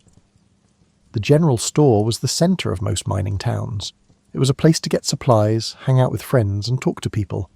Store owners often acted as informal banks, keeping miners' gold dust and nuggets safe. They also worked as post offices, places to send messages and places to get news from the outside world. Medical care in mining camps was basic but often new. Communities had to rely on folk medicine, trial and error, and whatever medical knowledge individual miners might have because there weren't any trained doctors around. Some miners learned how to treat common injuries and illnesses, and the respect and thanks they got for it could be worth more than gold. Entertainment in mining camps showed how hard life was, and how much people needed to have fun and relax. Music was very important to the miners. They loved people who could play instruments or sing well. Dancing, telling stories and playing cards helped people forget about the hard work of mining and the loneliness of living in a camp. When you think about how these rough communities grew from nothing but people's willpower and need for each other, you start to see that the American frontier spirit was about working together as much as being independent. These weren't stories of lone wolves conquering the wild, but of regular people building amazing communities in the hardest of times. The romance of gold mining often centres on the moment of discovery. The glint of metal in a pan, the thrill of finding a nugget, the hope of getting rich. But the truth is that successful mining was mostly about learning how to use tools and techniques that were much more complicated and advanced than most people think. Successful miners had a mix of science, art, physical skill and sheer determination that set them apart from those who went home empty-handed. The basic gold pan, which is probably the most famous tool from the gold rush, was actually a precision tool that required a lot of skill to use well. A good pan was made of steel or iron, and had sloped sides and a flat bottom that let you carefully separate things by weight. It could take months to learn how to pan properly, which means moving water and sediment in just the right way so that heavy gold settles and lighter materials wash away. Imagine standing in a cold mountain stream with a pan full of gravel, sand and hopefully a few gold flakes. The water is moving around your legs, your back is starting to hurt from bending over, and your hands are getting numb from the cold. You need to find the right rhythm. If you go too fast, you'll wash away the gold. If you go too slowly, you'll never process enough material to make the work worth it. Panners who had been doing it for a while could tell if they were likely to find gold in a certain spot by the way the gravel felt, the colour of the sand and the way the water moved in their pan. They had a connection with their tools and their surroundings that was almost magical, and they could read subtle signs that new miners couldn't. But panning was only the start. As miners learned more about their work and found places with good gold deposits, they came up with more advanced methods that could process more material faster. The rocker, which is also called a cradle, was like a gold pan that worked mechanically. It was a wooden box with a screen bottom that was rocked back and forth while water flowed through it, separating gold from lighter materials. Many miners had to learn how to do carpentry on the job in order to build a good rocker. The proportions had to be just right. If they were too steep, the gold would wash away with everything else, and if they were too shallow, the machine wouldn't work well. The rocking had to be smooth and rhythmic, like rocking a baby to sleep. But the baby was a few £100 of wood, metal and wet gravel. The long tom was an even more ambitious piece of equipment. It was basically a long wooden trough with different screens, riffles and catching devices that could handle a lot of dirt and gravel. Most of the time, a group of miners worked together to run a long tom. Some would shovel material into the machine while others would clean out the gold-catching parts and keep the water flowing. The most advanced way to get gold was through hydraulic mining. Miners would use strong streams of water to wash away tons of soil and rock from hillsides, revealing gravel that contained gold. The water pressure was so strong that it could blast away whole mountainsides. This kind of destruction of the environment would horrify people today, but it was seen as the height of technological progress at the time. Hydraulic mining had a terrible effect on the environment that could not be undone. Debris filled whole valleys, streams were permanently changed, and landscapes that had taken millions of years to form were destroyed in just a few seasons. But for miners who wanted to get the most gold with the least amount of work, hydraulic mining was a huge step forward in terms of efficiency. For serious miners, knowing about geology became very important. Gold doesn't just spread out randomly across the landscape. It follows patterns that have been there for millions of years, like the flow of ancient rivers, volcanic activity, and geological processes that made and moved gold deposits. Miners who could read the rocks, find formations that looked like they might contain gold, and guess where gold was likely to be found had a big edge over those who just dug where they thought they were lucky. To mine quartz, you needed a whole different set of skills and methods. Instead of looking for loose gold in streams and on the surface, quartz miners had to find veins of gold in solid rock, and then take that rock out and process it to get the gold out. This meant learning how to drill, blast and tunnel through solid rock, which is more like engineering than farming, which is what most miners came from. To process quartz ore, the rock had to be crushed into a fine powder, and then mercury had to be used to mix with the gold particles. This job was both dangerous and hard to do because it needed knowledge of chemistry and metallurgy. Mercury poisoning was a big health problem in mining towns, but people didn't know much about what it did to them at the time. Miners often made their own tools or changed existing ones to suit their needs. In mining towns, a good blacksmith was very useful. They didn't just shoe horses, they also made specialised mining tools, fixed broken equipment, and figured out how to fix mechanical problems that came up when tools were used in ways they weren't meant to be used. Miners were very creative when it came to using technology that was already there for their own needs. People turned wagon wheels into water wheels to power machines. Kitchen tools were changed to do specific mining jobs. Miners even changed their clothes. They learned how to sew extra pockets into their clothes so they could carry tools, gold samples, and other small but important things. Don't forget about the social side of mining technology. Like recipes, successful methods spread through mining communities, with miners sharing new ideas and ways to make things better for everyone's benefit. If a miner came up with a better way to build a sluice box or use a rocker, he might teach his neighbours how to do it, which would create communities of practice that sped up technological progress. Quality control in mining was mostly about how skilled each person was and how much they paid attention to the details. There were no set ways of doing things or ways to ensure quality. A miner's success depended on how well he could find gold, use his tools, and avoid the many small mistakes that could cost him gold or time. As you picture yourself learning these old skills, feeling the weight of the tools in your hands and developing the small skills that made the difference between success and failure, you start to realise that gold mining was much more than just digging in the dirt. It was a skill that required a lot of physical strength, technical knowledge, artistic intuition, and scientific observation, and it was hard for even the most skilled people to do. The blazing sun and extreme temperatures were certainly some of the most obvious problems that gold miners had to deal with, but they were not the only ones that tested people's strength and creativity. The full picture of life as a miner includes a list of problems that would test even the best survival experts today. Each one needs a different plan, set of skills, and amount of mental and physical strength. Disease was probably the most feared enemy in mining camps. It spread quickly through crowded areas and wiped out whole communities before anyone knew how to stop it. Waterborne diseases like cholera, typhoid, and dysentery could turn a busy mining camp into a ghost town in just a few weeks. Miners were basically defenseless against epidemic diseases that thrived in the conditions they created because they didn't know about germ theory or how to keep things clean. The irony was cruel. Communities that formed around water sources to make mining easier often polluted those same water sources with human waste, which made it easy for diseases to spread. Miners who survived bullets, heat stroke, and accidents in the mines could die from something as simple as drinking from the wrong stream at the wrong time. At best, the medical knowledge in mining camps was basic. Most miners used folk remedies, patent medicines that may not have worked, and any medical knowledge they had from family traditions or trial and error. If a broken bone isn't set right, it could mean permanent disability or death. If basic antiseptic steps weren't taken, a simple cut could get infected and require amputation or worse. Some miners learned how to do battlefield medicine out of necessity. They learned how to stitch wounds, set bones, and treat common illnesses by practicing and watching others. People in the community often looked up to these informal medics as leaders, and their medical skills were just as valuable as their ability to find gold. Mining operations were always at risk of accidents. Cave-ins could bury miners alive without much warning. Explosives used to break up rock were often unstable and unpredictable. They would sometimes go off too soon, or not at all when they were supposed to. People often made their own mining tools, and they didn't have basic safety features that we think are necessary now. The mental challenges of mining life were just as hard as the physical ones. Being away from family and friends had a big effect on mental health. A lot of miners had what we now call depression, anxiety, and post-traumatic stress disorder because of the hard times they went through. People who were physically tired, socially isolated, and always worried about the future found it hard to deal with these things. Miners who had left their families behind to look for work were especially lonely.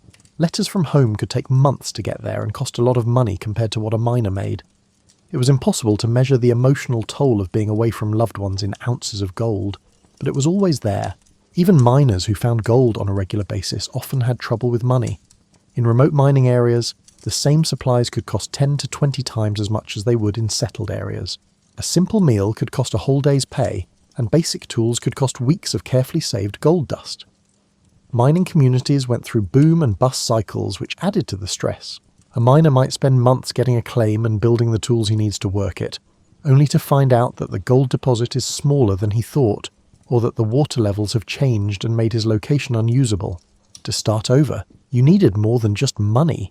You also needed a lot of emotional strength. Extreme heat wasn't the only problem with the weather. Sudden storms could hit mountain mining areas and flood claims, break equipment, and leave miners stuck for days or weeks. Miners who didn't have enough shelter or supplies could die in the winter if they were at higher elevations. Flash floods were especially dangerous in mining areas because mining activities often changed the landscape in ways that made floods more likely. Streams that had been redirected for mining could suddenly change course during heavy rains, destroying months of work in just a few hours. Living in all-male communities was hard on social relationships, which sometimes led to violence. In communities where everyone was armed and stress levels were always high, arguments over claims, equipment, or even small personal insults could quickly get out of hand. Because there were no established legal systems, justice was often informal and sometimes harsh. For many miners, gambling was both a way to have fun and a way to make things harder. After weeks of hard work, it was hard to resist the urge to gamble with the gold they had saved up on cards or dice. Some miners lost months of work in one night because of bad luck or bad judgment.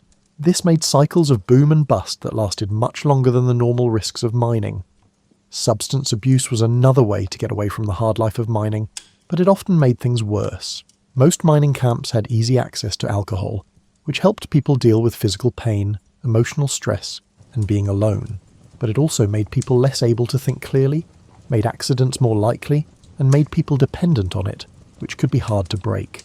Because mining work is seasonal, there were times when workers had to sit around and do nothing, which was almost as hard as the times when they had to work hard. When the weather made mining impossible, miners had to live off of stored resources while keeping their tools in good shape and hoping for better weather. For men who defined themselves by their work, these times of inactivity could be very bad for their mental health. For individual miners or small partnerships, equipment failure or theft could be a disaster. If a sluice box breaks or tools are stolen, it could mean weeks or months of investment that would be hard or impossible to replace. Because people shared equipment and resources, one person's bad luck often hurt whole communities. Even with all of these problems, it's amazing how many miners not only lived through them, but also kept their spirits up and their sense of humour. The capacity to discover joy and companionship amidst adversity illustrates the inherent resilience of humanity, which facilitated the establishment of enduring communities in some of the most formidable environments globally. As you get more comfortable, think about how these individual stories of hardship and hope changed whole continents. Imagine the last embers of a mining campfire glowing against the dark desert. The gold rushes weren't just things that happened in the past, they were events that changed the world and still affect your daily life today. The most obvious thing that will last is geography. Gold discoveries in the 1800s led to the creation of cities like San Francisco, Denver, Johannesburg, and many smaller towns in the American West, Australia, and South Africa. But the effect is much bigger than just the city limits. The transportation networks built to supply mining camps became the basis for transcontinental railroads, interstate highways, and shipping routes that are still used for business today. Think about the Transcontinental Railroad, which was finished in 1869.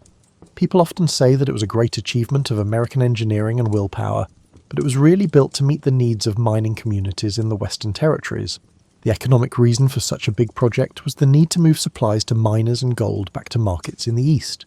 The railroad could have been delayed by decades without the gold rush, which would have changed the way the American West grew up. The environmental effects of gold mining are more complicated and sometimes worrying. California's hydraulic mining moved more dirt than building the Panama Canal, changing the landscape and river systems forever. Some places are still dealing with mercury pollution from mining that happened in the 1800s. But these same mining activities also led to some of the first laws to protect the environment. Communities downstream fought against mining debris destroying farmland. The social legacy of gold mining communities calls into question many ideas we have about life on the frontier. These weren't lawless places where people were violent and selfish. They were communities that built complex systems of cooperation and mutual aid in very difficult situations. The democratic governance systems they established, direct democracy, community justice, and collective decision-making, shaped political evolution across the Western territories and beyond. Social structures in mining camps were very equal compared to the more divided societies that most miners had left behind. Instead of his family background, education, or previous wealth, a man's worth was based on what he did for the community. This idea of meritocracy became part of the mythology of the American West and changed how people thought in the growing country. In the 19th century, mining communities were made up of people from many different countries, which led to a level of cultural mixing that had never been seen before.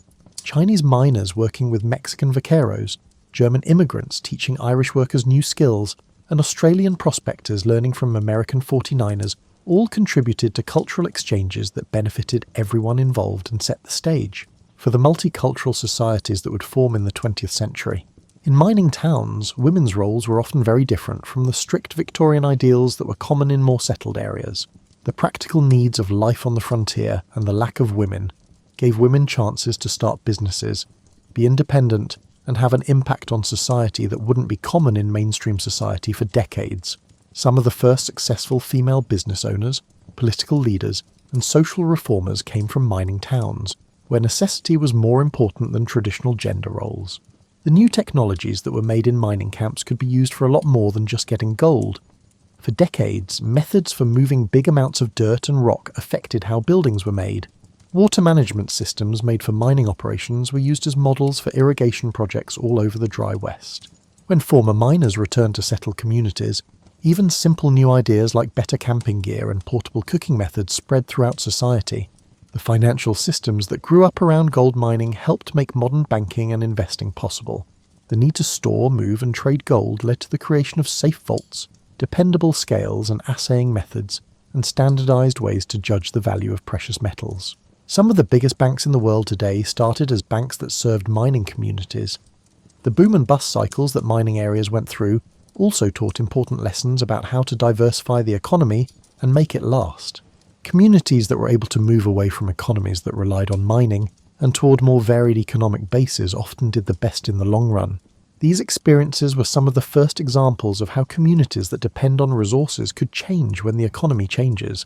The tales and myths that came out of mining camps became part of the national mythology and have had an impact on literature, movies, and popular culture for generations. The idea of the independent prospector, the idealized view of life in mining camps, and the hope of getting rich through hard work became important parts of American and Australian culture. But maybe the most important legacy was psychological and spiritual. The gold rushes showed that regular people could go through very hard times when they were driven by strong dreams. They showed that social hierarchies weren't set in stone, that new communities could be built from scratch with just human willpower, and that the promise of change, both personal and social, was worth almost any sacrifice. The mining camps also taught people how to be strong as a community. Strangers could get together, form useful societies, and help each other through problems that would be too much for one person to handle. People in mining communities helped each other out in emergencies, took care of sick and injured people, and gave each other emotional support during tough times. These informal support systems became models for how to organise communities that had an impact on social development throughout the frontier period. The gold rushes were the first truly international migration patterns of the modern era, because they happened all over the world. People from all over the world, except Antarctica, took part in gold rushes, which made it possible for people to talk to each other and share their cultures. Former miners brought back to their home countries new ideas, stories, and ways of doing things, which spread across borders. The entrepreneurial spirit that was common in mining towns had an effect on the way economies grew in the areas where gold was found. The willingness to take risks, try new things, and quickly adjust to new situations became part of the business cultures in the area that still exist today. The entrepreneurial energy that first came out during gold rushes is still going strong in some of the world's most dynamic economies. Early conservation movements were also helped by experiences in mining camps. Miners were among the first people to see how bad the environment could get on a large scale, and to understand how important it is for communities to be healthy. Some of the first laws to protect the environment were passed because mining was hurting the environment. These laws set the stage for later conservation efforts. The medical knowledge that miners learned in camps through trial and error helped to improve field medicine, emergency treatment, and public health. Methods for treating injuries in remote areas, preventing disease in crowded places, and caring for mental health in isolated communities all worked in places other than mining camps. Innovations in education that came from mining communities also had a long-lasting effect. The informal schools and adult education programs that sprang up in mining camps showed that people could learn anywhere, that communities could offer educational opportunities even when things were tough, and that practical skills were just as important as formal academic knowledge. As your breathing slows and you start to fall asleep, think about how the resourcefulness and strength of gold miners in the 1800s still affect our world today. Their problems with extreme heat, lack of water, building communities and adjusting to harsh environments can teach us a lot about the problems we face today. Climate change has made extreme heat a bigger problem for millions of people all over the world. Communities that are dealing with record-breaking heat waves and droughts are rediscovering and adapting the ways that miners learn to survive in dangerous temperatures. These include scheduling work around the sun's intensity, making effective shade and cooling systems, and conserving and managing precious water resources. Modern urban planners who want to design cities that will last often look to new ideas from mining camps.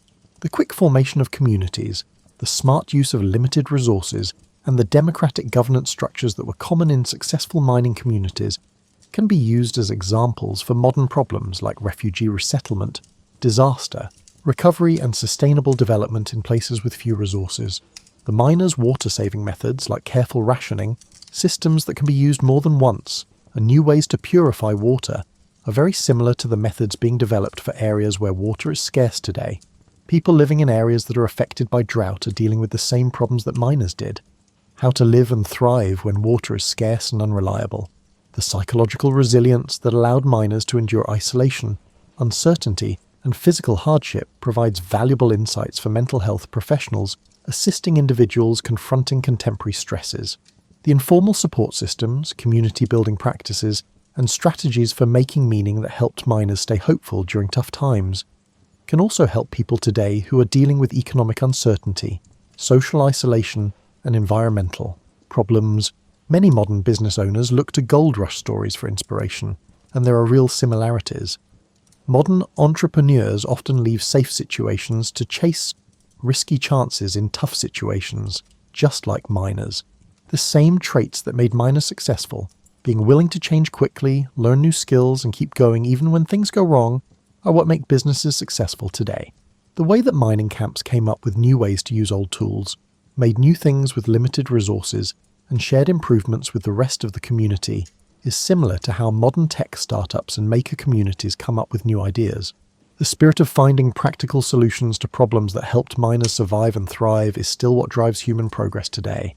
Efforts to restore the environment in areas where mining used to take place have taught us a lot about how ecosystems can recover, how to develop sustainably, and the long-term costs of getting resources. These experiences shape modern choices about protecting the environment, developing in a way that is good for the future, and figuring out how much it really costs to use natural resources. Mining communities were international, which was a sign of our modern globalized world. The cultural exchange, communication networks, and economic relationships that formed among miners from various countries established initial frameworks for international collaboration and cultural comprehension that persist in contemporary relevance. The simple daily routines that miners came up with, like working around environmental limits, keeping equipment in good shape with limited resources, and making comfort and community in tough situations, can help anyone who is trying to live well in less than ideal conditions. The medical and health practices that developed in mining camps, especially their focus on prevention, community health, and making do with what they had, have had an impact on how we provide healthcare in places where resources are limited. The ideas that came up in mining communities in the 1800s are still used in remote medicine, emergency care, and public health strategies. Mining camps had egalitarian social structures that weren't perfect, but they were some of the first examples of merit-based societies where what you did mattered more than what you inherited. These experiences shaped the growth of democracy and still inspire movements for social and economic equality. The boom and bust economic cycles that were common in mining areas taught early lessons about how to diversify the economy, develop in a way that is good for the environment, and make communities stronger. These lessons are still used in modern economic planning and development. Communities that successfully transitioned away from mining dependence offered models for economic adaptation that continue to be applicable today.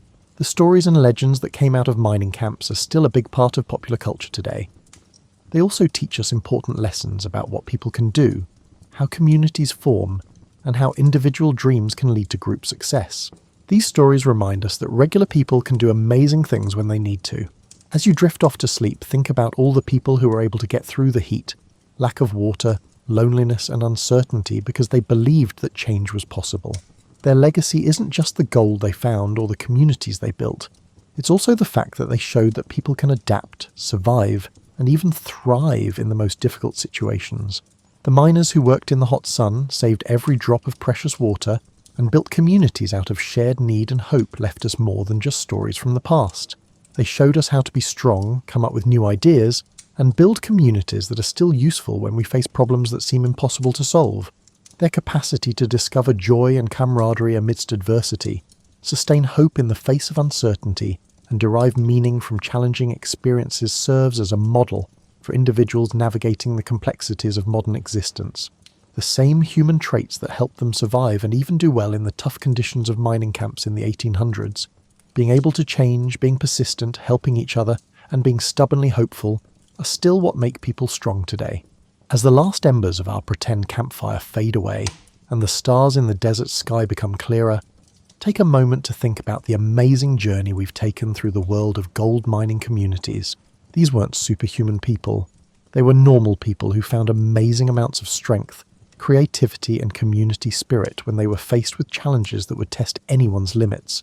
The miners who worked in the heat and kept their spirits up, who built thriving communities out of nothing but determination and need, and who used old tools and came up with new ways to get gold from the earth, remind us that people are much more resilient and creative than we think. Their stories aren't just interesting bits of history. They show that we all have abilities that are just waiting to be used when the time is right. In today's world, with air conditioning, dependable water systems, GPS navigation and emergency medical services, it's easy to forget that our ancestors didn't have these things. The miners' ability to do well without modern technology and to make things safe and comfortable through working together and using their own skills is both humbling and inspiring. We can learn about how to adapt and keep going from their experiences with extreme heat. Their ways of saving water remind us not to waste valuable resources. Their ability to build communities shows us how people who don't know each other can become family when they work toward a common goal. Their technological advances show how useful it is to work together to solve problems and share information. But maybe most importantly, their stories show us that change is possible. People can change who they are, communities can grow from nothing, and hope can help people get through the hardest times. The same spirit that drove an Iowa farmer to leave his plow for a mining pan, or a Boston teacher to leave her classroom for a tent in the Sierra Nevada, still drives people to take risks, follow their dreams, and make their lives and the lives of those around them better. As you drift off to sleep, think of the tough miners coming back to their camps after a long day in the hot sun. They would gather around fires to eat, tell stories, and make plans for the next day. Their ability to find comfort and community under the stars, keep their dignity and humanity in the face of the toughest challenges, and keep working toward better futures despite daily hardships, is a powerful reminder of what people can do when they work together and support each other. They may have spent the gold they found a long time ago, and the communities they built may have changed into something completely different, but the spirit of resilience, innovation, hope, and community that they embodied is still as valuable today as any precious metal they ever took from the ground. Sleep well, knowing that you have the same ability to adapt, keep going, and build community that helped those miners survive and thrive in the blazing sun long ago. Their legacy lives on not only in the cities and institutions they helped build, but also in the ongoing story of humanity, which you are a part of. This story is about regular people doing amazing things when life demands it, and finding ways to find comfort, meaning and hope, even in the toughest situations. Sweet dreams. May your sleep be as peaceful as a mining camp under the stars, when the day's work was done and the possibilities for tomorrow stretched out forever on the horizon.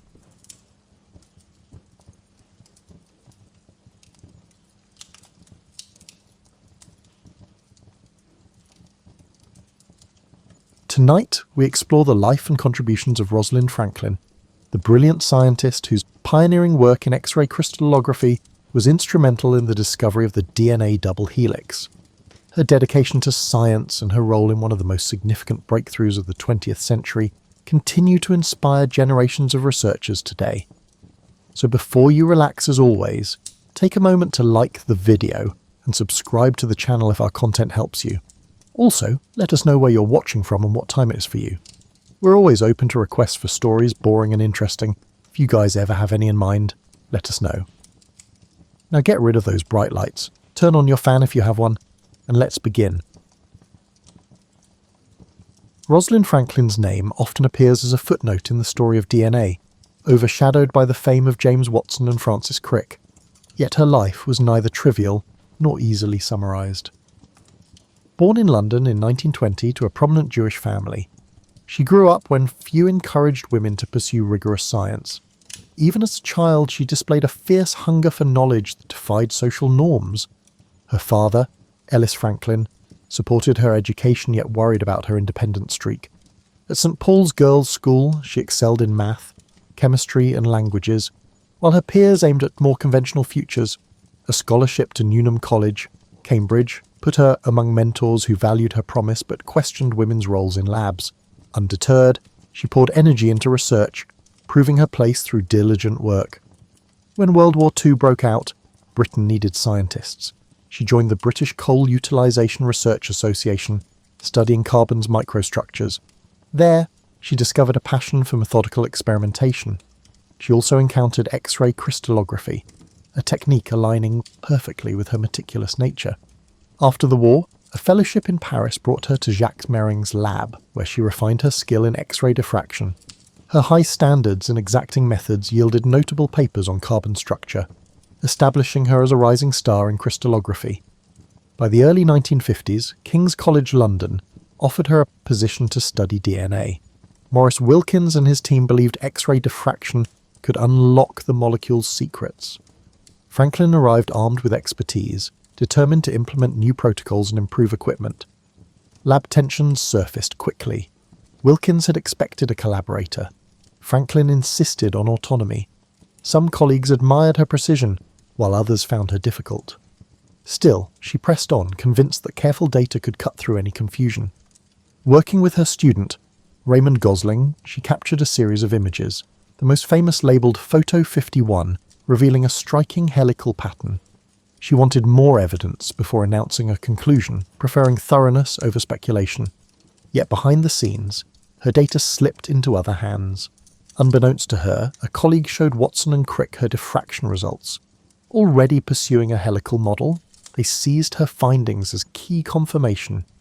Franklin, for the moment, was focused on perfecting her analysis, unaware that her painstaking work was fueling a major discovery elsewhere.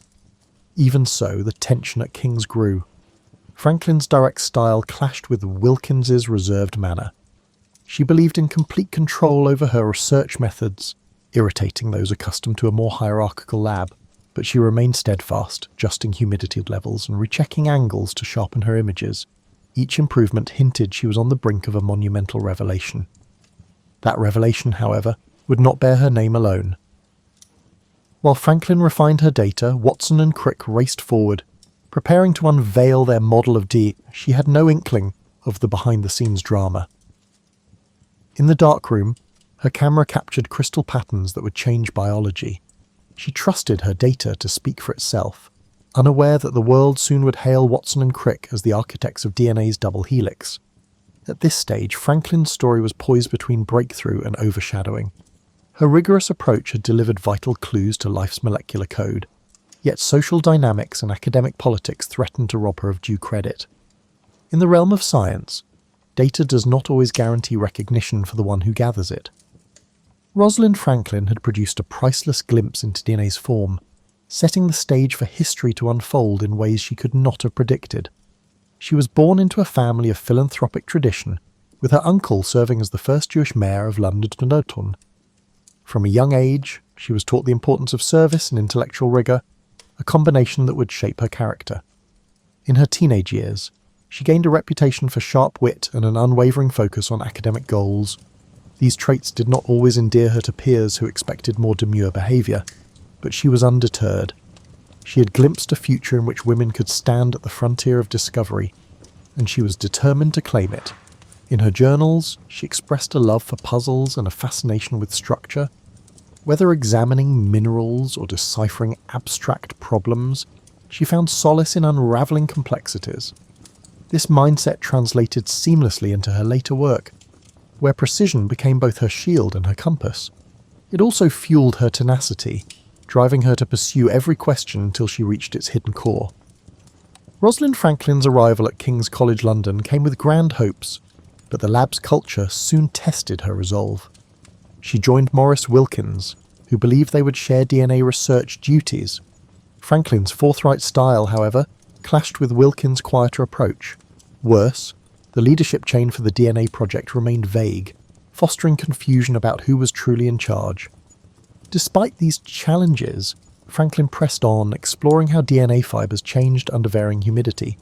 She distinguished between A and B forms of the molecule, and her fastidious X-ray diffraction work produced the famed Photo 51, which showed an unmistakable helical pattern.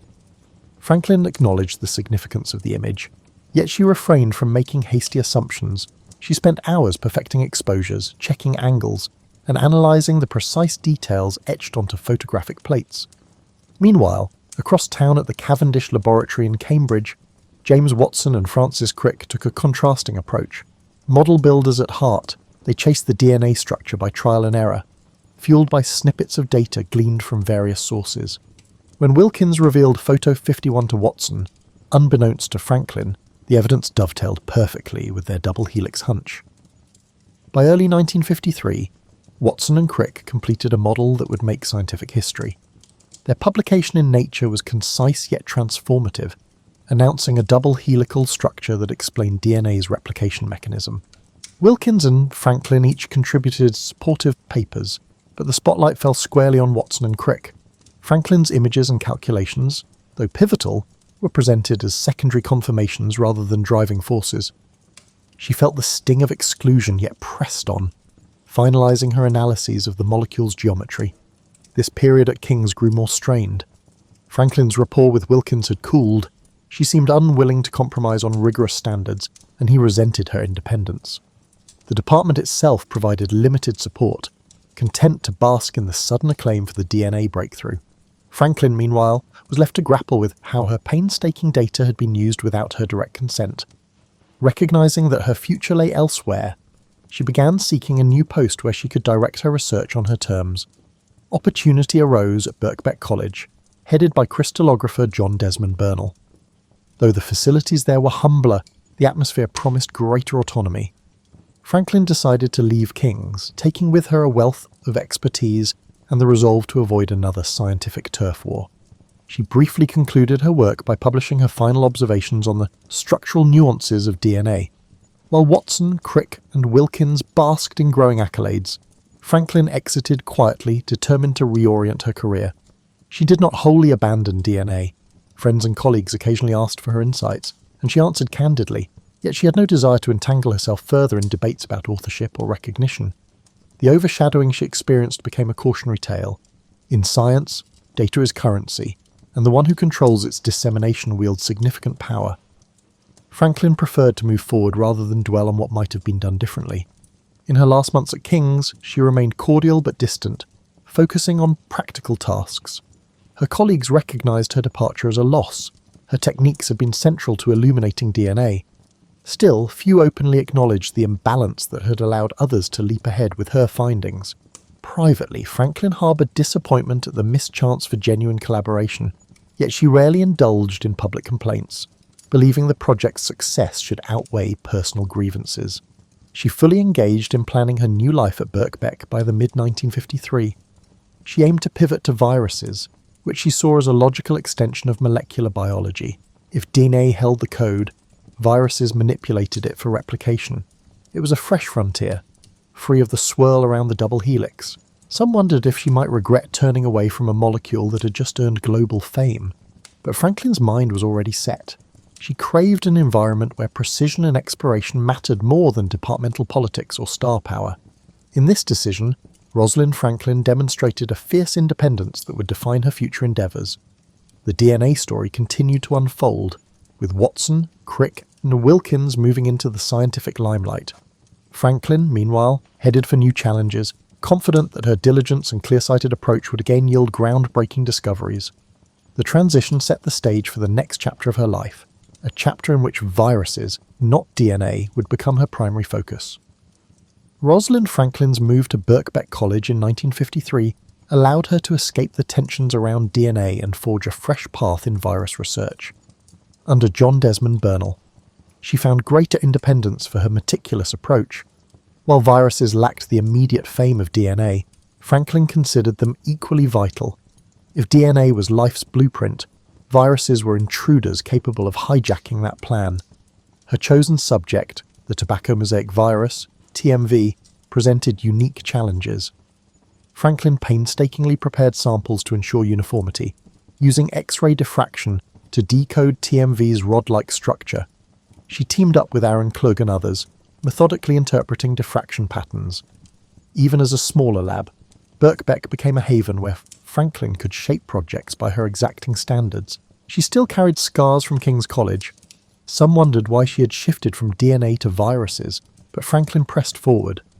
Drawing parallels to her earlier work, she again insisted on data-driven analysis, never rushing to publish before confirming every detail. Her lab environment combined intensity with a collaborative spirit, offering trainees an unparalleled education in crystallographic rigor. Between 1954 and 1955, Franklin's group made steady gains. They confirmed TMV's protein subunits arranged in repeating units around the viral RNA. These findings, though less glamorous than the double helix, garnered respect among structural biologists. Unfazed by the overshadowing DNA narrative, Franklin kept expanding her scope. She ventured into spherical viruses, hypothesizing that structural symmetry might unify diverse pathogens. Her reputation grew, and she presented at conferences, describing how the same methods that had illuminated DNA could unpack viral design. Publicly, Watson and Crick dominated headlines, but within crystallography circles, Franklin was acknowledged as a leading figure. She rarely spoke of the DNA controversy, though colleagues sensed unresolved feelings. Instead, she concentrated on perfecting viral data. Believing scientific progress mattered more than personal credit. Outside the lab, Franklin led a quiet life. She enjoyed travel and found respite in the outdoors, but her main passion remained the quest to visualize biological structures. Funding was tight, and she often lobbied for grants to buy better equipment. Each new insight strengthened her conviction that viruses, small yet formidable, merited the same painstaking scrutiny as DNA. By 1956, her work expanded further. Collaborators like Aaron Klug advanced diffraction analysis, revealing intricate protein shells encasing viral RNA. Franklin believed these advances might guide future strategies against viral diseases. The thoroughness she had applied to DNA now propelled virology forward, an accomplishment overshadowed by the double helix's spotlight but crucial to understanding viral replication. Yet signs of illness emerged. She dismissed bouts of pain as stress, unwilling to slow down. Unbeknownst to her, she faced a serious condition that would soon escalate. For the moment, research remained her anchor, and she pressed on, analysing each image that emerged from her diffraction apparatus. Her dedication ignited excitement at Birkbeck, motivating younger scientists to follow in her footsteps. Though Watson, Crick, and Wilkins gained prizes and public adoration for DNA, Franklin never openly displayed envy. Friends noted she remained courteous about the double helix, maintaining the stance that data, not politics, fueled real progress. In her lab, she was known for forging new ground in virus structure, determined that careful work would eventually earn its acknowledgement. Amid these virus studies, Franklin's commitment to excellence never wavered. She had departed King's to find a more supportive environment, and at Birkbeck, she discovered purpose in unravelling new puzzles. The breakthroughs she spearheaded may not have led to global headlines, but they contributed significantly to the emerging field of molecular virology. All the while, her health concerns simmered beneath the surface. She continued to travel and lecture, sharing insights and forging collaborations. Researchers worldwide adapted her techniques, marvelling at how the same X-ray approach used on DNA could dissect viral architecture. Each success confirmed her choice to abandon the fame of DNA and explore a less explored path. Rosalind Franklin's years at Birkbeck stand as a testament to her resilience and intellectual drive. Where others saw missed fame, she saw a chance to deepen knowledge on a frontier with vast implications for medicine and agriculture. This period defined her as more than the woman behind Photo 51. She became a leading light in virus crystallography, advancing an entire field through tireless devotion. By late 1956, Rosalind Franklin could no longer dismiss her discomfort as mere fatigue. Severe abdominal pain sent her to a specialist, where she received a stark diagnosis: ovarian cancer. News of the disease hit hard. She was only in her mid-30s, with a thriving lab at Birkbeck and an unrelenting drive to uncover the secrets of viruses. She tackled the situation with the same unwavering determination that characterized her scientific pursuits.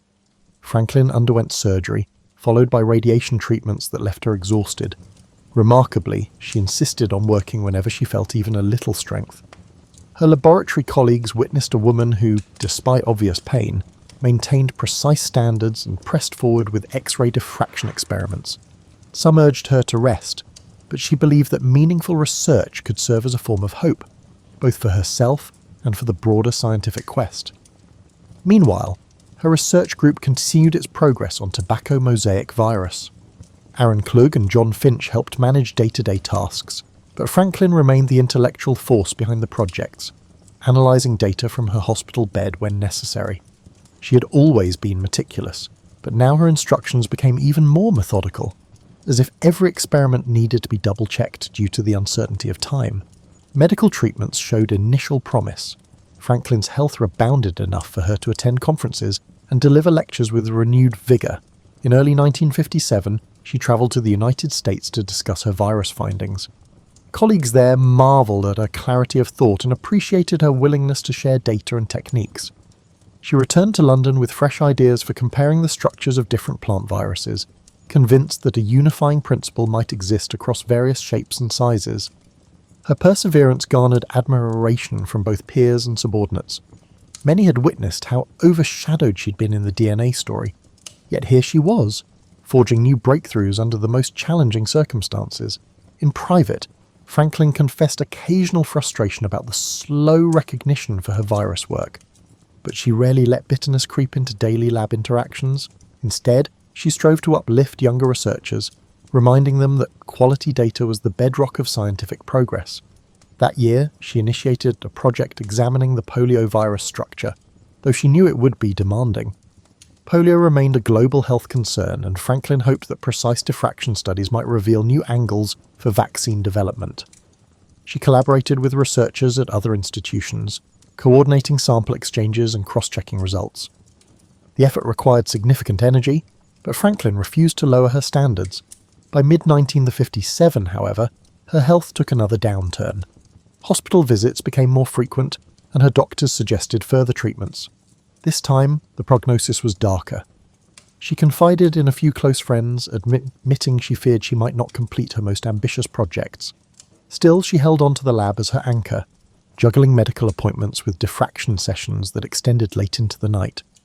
In August, a sudden improvement sparked renewed optimism. She joked with colleagues about planning a celebratory trip once she fully recovered. Letters to friends abroad show her balancing gratitude for extended life with a scientist's inherent curiosity about her illness. She compared cancer's invasion to a virus infiltrating a cell, determined to observe and fight it with all the tools available. Yet the disease progressed relentlessly. By fall, pain flared again, and even routine tasks became difficult. Franklin's unwavering determination masked its severity to most outsiders. She drafted research notes from her bed, outlining next steps for her team. In an act of foresight, she delegated leadership roles, ensuring that ongoing experiments wouldn't falter if she had to step away. Those around her admired this quiet resilience. Despite her personal struggles, Franklin never overlooked the wider impact of her research. She viewed viruses as intricate pieces of nature, with each discovery serving as a crucial tool for comprehending disease and safeguarding human lives. Observers found her courage extraordinary, though she rarely framed herself as heroic. In her view, she was simply continuing what she had always done, methodically gathering data, refining conclusions, and believing in the power of science to uplift humanity. As 1957 came to an end, Rosalind Franklin found herself at a pivotal point. Her lab is brimming with fascinating research on viruses that may help unravel biological mysteries.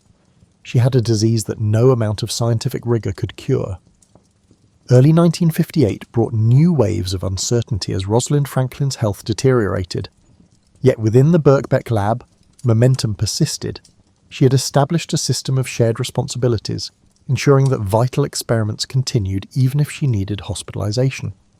Aaron Klug and others stepped up, organising data from the tobacco mosaic virus and now the poliovirus studies Franklin had launched. Despite her weakened state, she remained mentally sharp, offering guidance from her bedside in carefully written directives. Franklin's presence was palpable during her occasional visits to the lab. Sporting a lab coat over her frail frame, she would scrutinise the latest diffraction photographs, pointing out slight anomalies in symmetry or angle.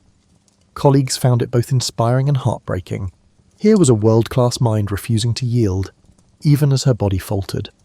She updated notebooks with unwavering clarity, as though the act of writing itself could keep her tethered to the work she loved.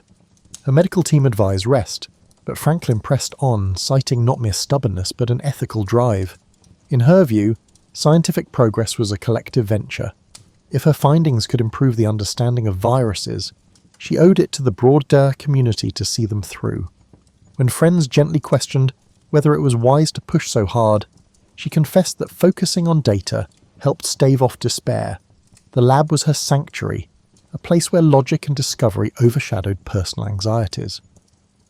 One highlight came in February 1958. A journal accepted her team's detailed paper on TMV's structural transitions, lauding Franklin's rigorous methodology. She allowed herself a quiet moment of satisfaction, knowing such recognition was hard-won. A few days later, she penned letters to collaborators, proposing further investigations into spherical virus shells. Though physically diminished, her intellectual curiosity knew no bounds. Outside the lab, Franklin's close circle began preparing for the possibility of bad news. Her father, Ellis, had passed away years earlier, but extended family members rallied around her. She maintained stoicism, rarely discussing prognoses. Instead, she inquired about others' well-being, asked about the latest scientific gossip, and meticulously planned the next steps for her virus research.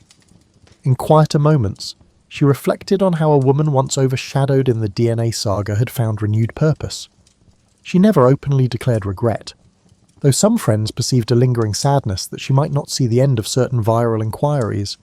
Rumours circulated about potential nominations for significant awards.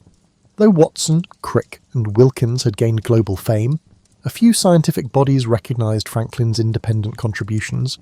Nothing concrete materialised, however, and she expressed little interest in accolades. She believed real achievement lay in the data itself, the patterns, the angles, the consistent results that built a foundation for future work. As spring approached, her symptoms worsened. Sharp pains returned, and another surgery was scheduled. This time, medical intervention offered diminishing returns. Franklin faced the prospect that her life might be cut short.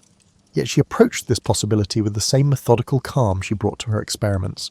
She revised her will, setting aside funds for scientific causes and ensuring that certain personal items went to cherished friends.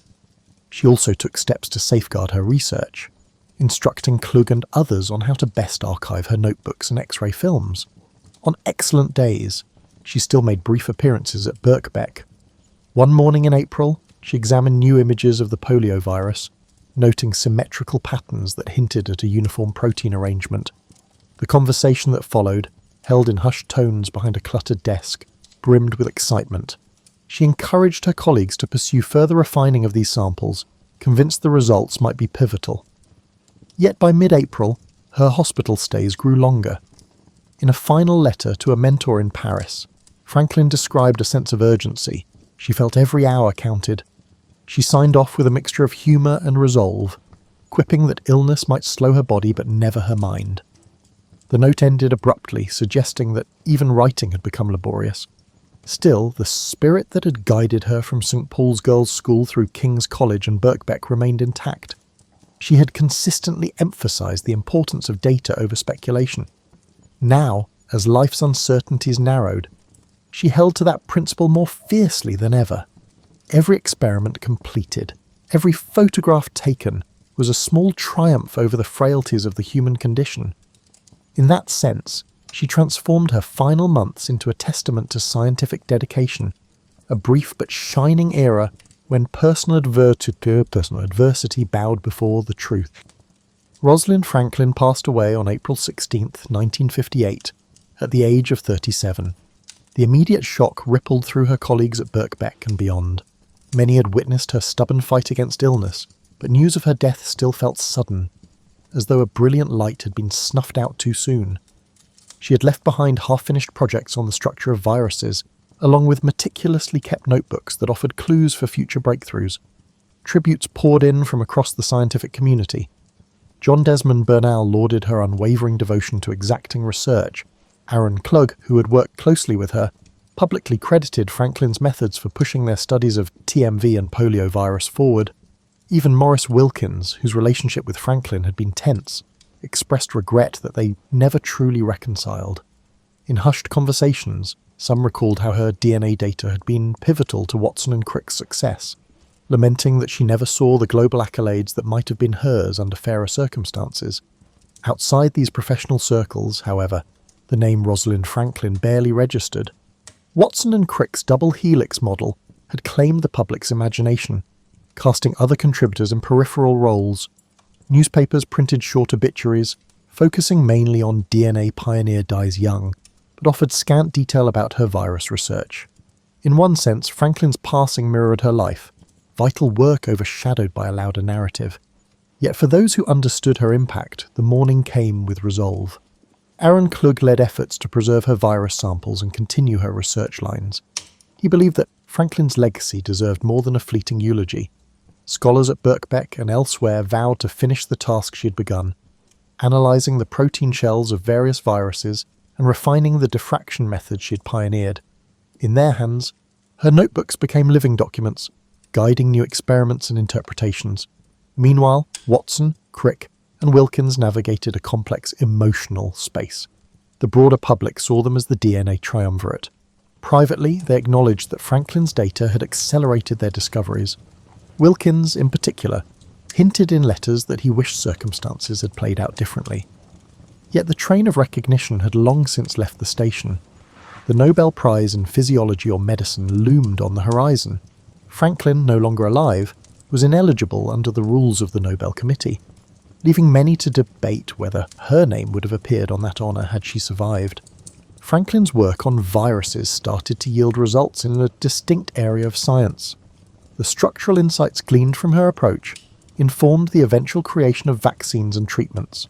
Subsequent generations of researchers, delving into polio and other viral pathogens, cited her pioneering methods.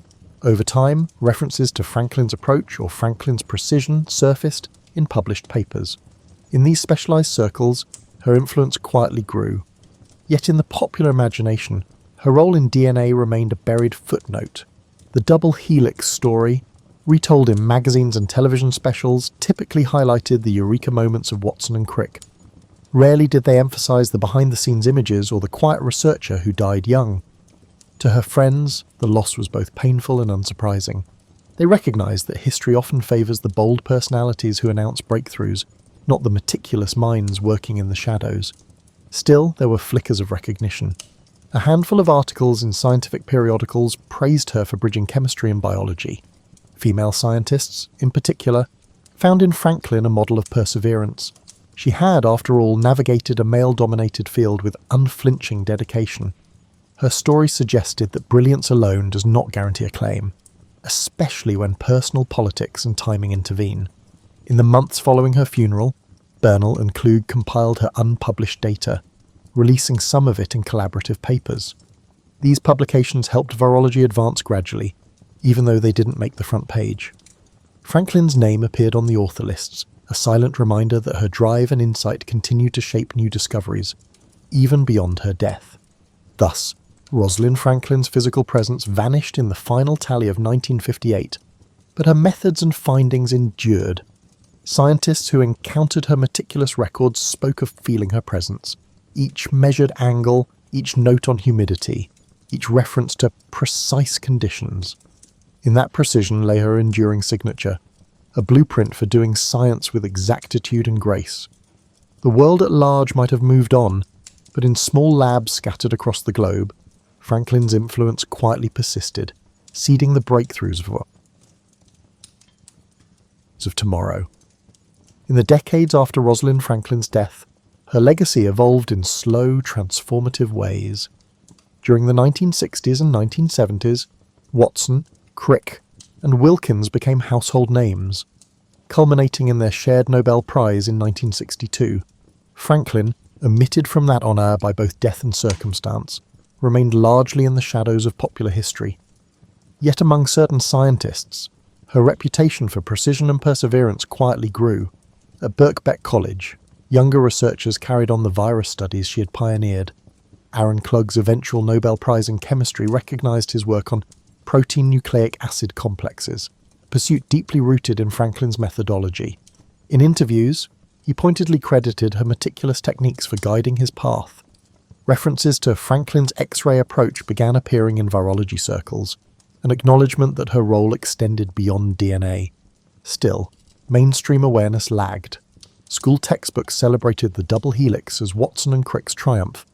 Only a handful of paragraphs, if any, acknowledged Franklin's Photo 51 or the King's College drama. A shifting social climate, however, sparked renewed interest in lesser-known female scientists. Feminist scholars and historians began probing archival materials, determined to uncover the stories of women whose contributions had been eclipsed. By the 1980s, a wave of re-examinations cast a spotlight on Rosalind Franklin. Journalists and academics scrutinised correspondence, lab notes, and memoirs from her colleagues. They unearthed the reality that Franklin had not just assisted, but been instrumental in unravelling DNA's structure. The evidence showed that her data, shared without her full approval, had crystallised Watson and Crick's thinking. Popular media picked up on the controversy, framing Franklin as the wronged heroine of the DNA saga. While this characterisation sometimes veered into caricature, it revived her name. Simultaneously, interest in her virus research flourished among specialists. A new generation of molecular biologists rediscovered her Birkbeck work, amazed at how she had tackled the complexities of viruses with the same tenacity she brought to dinner. A series of papers analysing her notebooks revealed that her approaches to sample preparation and diffraction analysis were decades ahead of their time. Pharmaceutical researchers aiming to combat viral outbreaks drew inspiration from her methods, demonstrating that her impact reached far beyond a single molecule. By the 1990s, Rosalind Franklin became a symbol for women in STEM. Universities established fellowships and awards bearing her name, each designed to support female researchers in fields like chemistry, crystallography, and molecular biology. Statues and plaques appeared at King's College London and in her hometown, celebrating her achievements. Though many tributes still focused on DNA, the deeper picture of her broader scientific passion began to take shape. Documentaries and books offered more nuanced portraits. A brilliant scientist who navigated the prejudice of her time, worked herself to exhaustion, and died young, leaving a treasure trove of insights. Debates about ethics and credit allocation continued, with some championing Watson and Crick's accomplishments, while also acknowledging the injustice done to Franklin. The complexities of her relationships at King's, her shift to Birkbeck, and her brave fight against cancer found their way into mainstream awareness, painting a portrait of a woman whose intellect defied the era's constraints. Today, Rosalind Franklin stands as a beacon of unyielding dedication. Her story resonates with those who value precision, resilience, and collaborative respect. Museums showcase her notebooks, featuring the small details that once seemed inconsequential, meticulously labelled film plates, humidity logs, and carefully drawn diagrams. Each artifact testifies to her belief that every scrap of data mattered. In academic circles, Franklin's name now holds genuine weight. She is cited not as a footnote, but as a pioneer who bridged chemistry and biology, advanced crystallography, and helped birth modern virology research. Initiatives encourage young scientists, especially women, to follow her example, embodying curiosity, discipline, and the courage to question norms. The arc of Rosalind Franklin's reputation thus reveals a broader truth. Recognition in science can be capricious, delayed, or uneven. What was once overshadowed can, through persistent re-examination, rise to its rightful place. Franklin's data lit the path for one of the greatest discoveries in biology, and her virus research paved the way for critical future breakthroughs. Generations after her passing, the full story of her contributions has come into clearer focus, ensuring that her voice, once muffled, now echoes across labs and lecture halls worldwide. And just like that, we've reached the end of our main story tonight about someone who was truly brilliant with science. Hopefully you've already drifted to sleep by now, but if not, I know my insomniacs when I see them. We got your back with stories of different types in case this wasn't something interesting to you. I hope you have a fantastic day and get the best rest that you deserve. Sleep peacefully, my friends, and as always, good night. Think about how cool it would be to wear all of your savings on your wrist. This is not a smartwatch that displays your bank balance, but rather real money transformed into something beautiful that complements any outfit. For more than 1,000 years, such jewellery wasn't a fantasy. It was the everyday life of millions of people in Africa and beyond. Bracelet money, which had different names in different cultures, was precisely what it sounds like. Money that you could wear. These were carefully crafted metal bands. They were carefully made pieces of functional art, each one representing a different value. Each one was designed to catch the light as you moved your arm, and they were all heavy enough that you could feel your wealth with every gesture. We are used to paper bills and plastic cards, so the idea may seem strange to us. But bracelet money solved many problems that would be hard for any ancient economy to deal with. First, it was portable in a way that made sense for societies where people move frequently. Traders, herders, and seasonal farmers who needed to carry their wealth with them. Second, it was valuable in and of itself because it was made of metals that were worth more than just their money value. Third, and maybe the smartest thing, it was both useful and lovely, working as both money and decoration. These bracelets came in many different shapes and sizes, with each area making its own unique styles and rules. Some were thick and heavy, and wearing a lot of them would make a satisfying metallic sound with every movement. Some were fragile and complicated, made to fit nicely on a forearm. Copper and bronze, both valuable and easy to work with, were the most common. However, some special pieces used iron, brass, or even precious metals for transactions that were very valuable. The weight of the bracelet money was crucial to how it worked, in contrast to modern currency, where the physical object has little to do with its stated value. The value of bracelet money was directly related to how much metal it had. This meant that a heavier bracelet was worth more than a lighter one, which made it very difficult to fake or lower the value of the money. You couldn't just print more money when you needed it. You had to mine the metal, melt it down, and shape it into the right shape. What was intelligent about bracelet money was how it solved the problem of making change.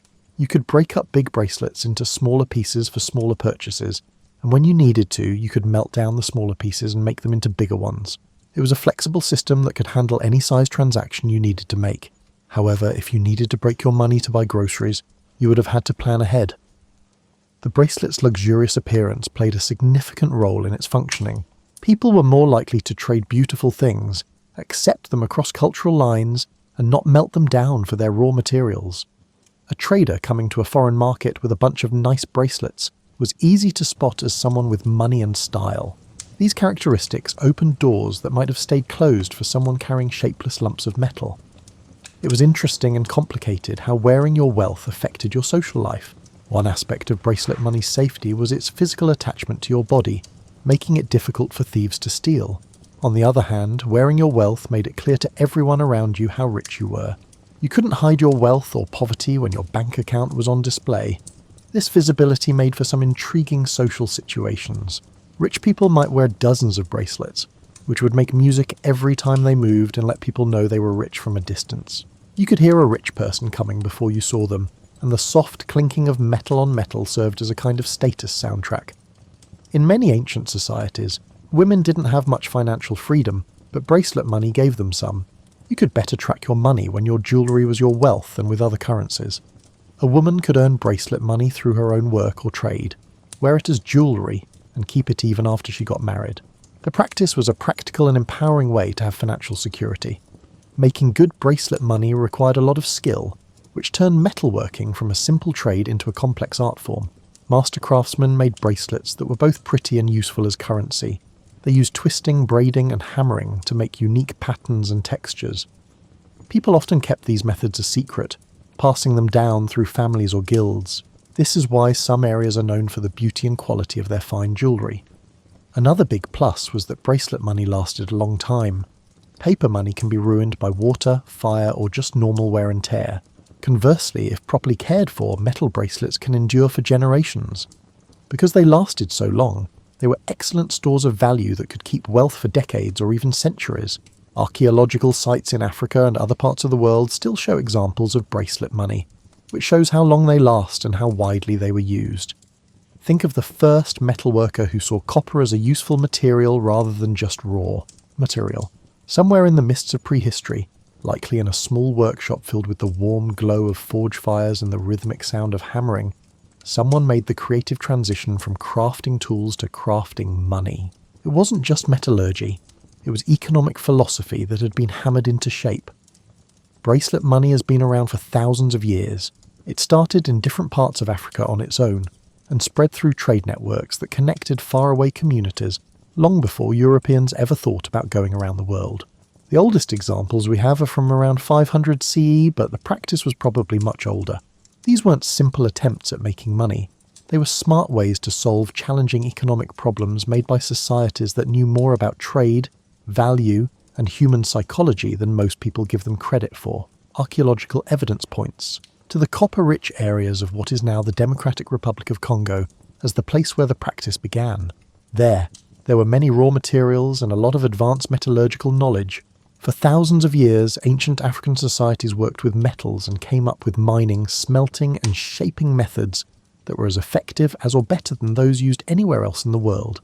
These societies needed a way to trade over long distances, so they naturally turned to their strongest technology.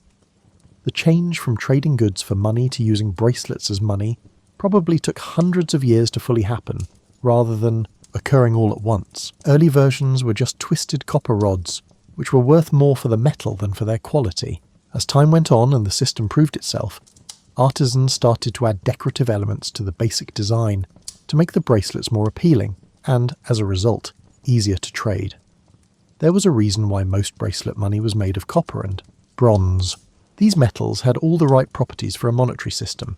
They were valuable enough to give the money worth, yet common enough to allow small purchases. They could be used at relatively low temperatures, so local blacksmiths could make and change them without needing advanced industrial infrastructure. They were also resistant to rust, so your money wouldn't literally disappear in your hands. When iron was used for bracelet money, it changed the way things worked. Iron bracelets were often worth more than copper ones because iron was harder to work with, and because people always needed iron tools and weapons. An iron bracelet was a sign of wealth that could be turned into useful things when needed. For example, your money could become a spear point or a hoe blade if you needed it to. Standardizing bracelet money was a big step forward in early economics.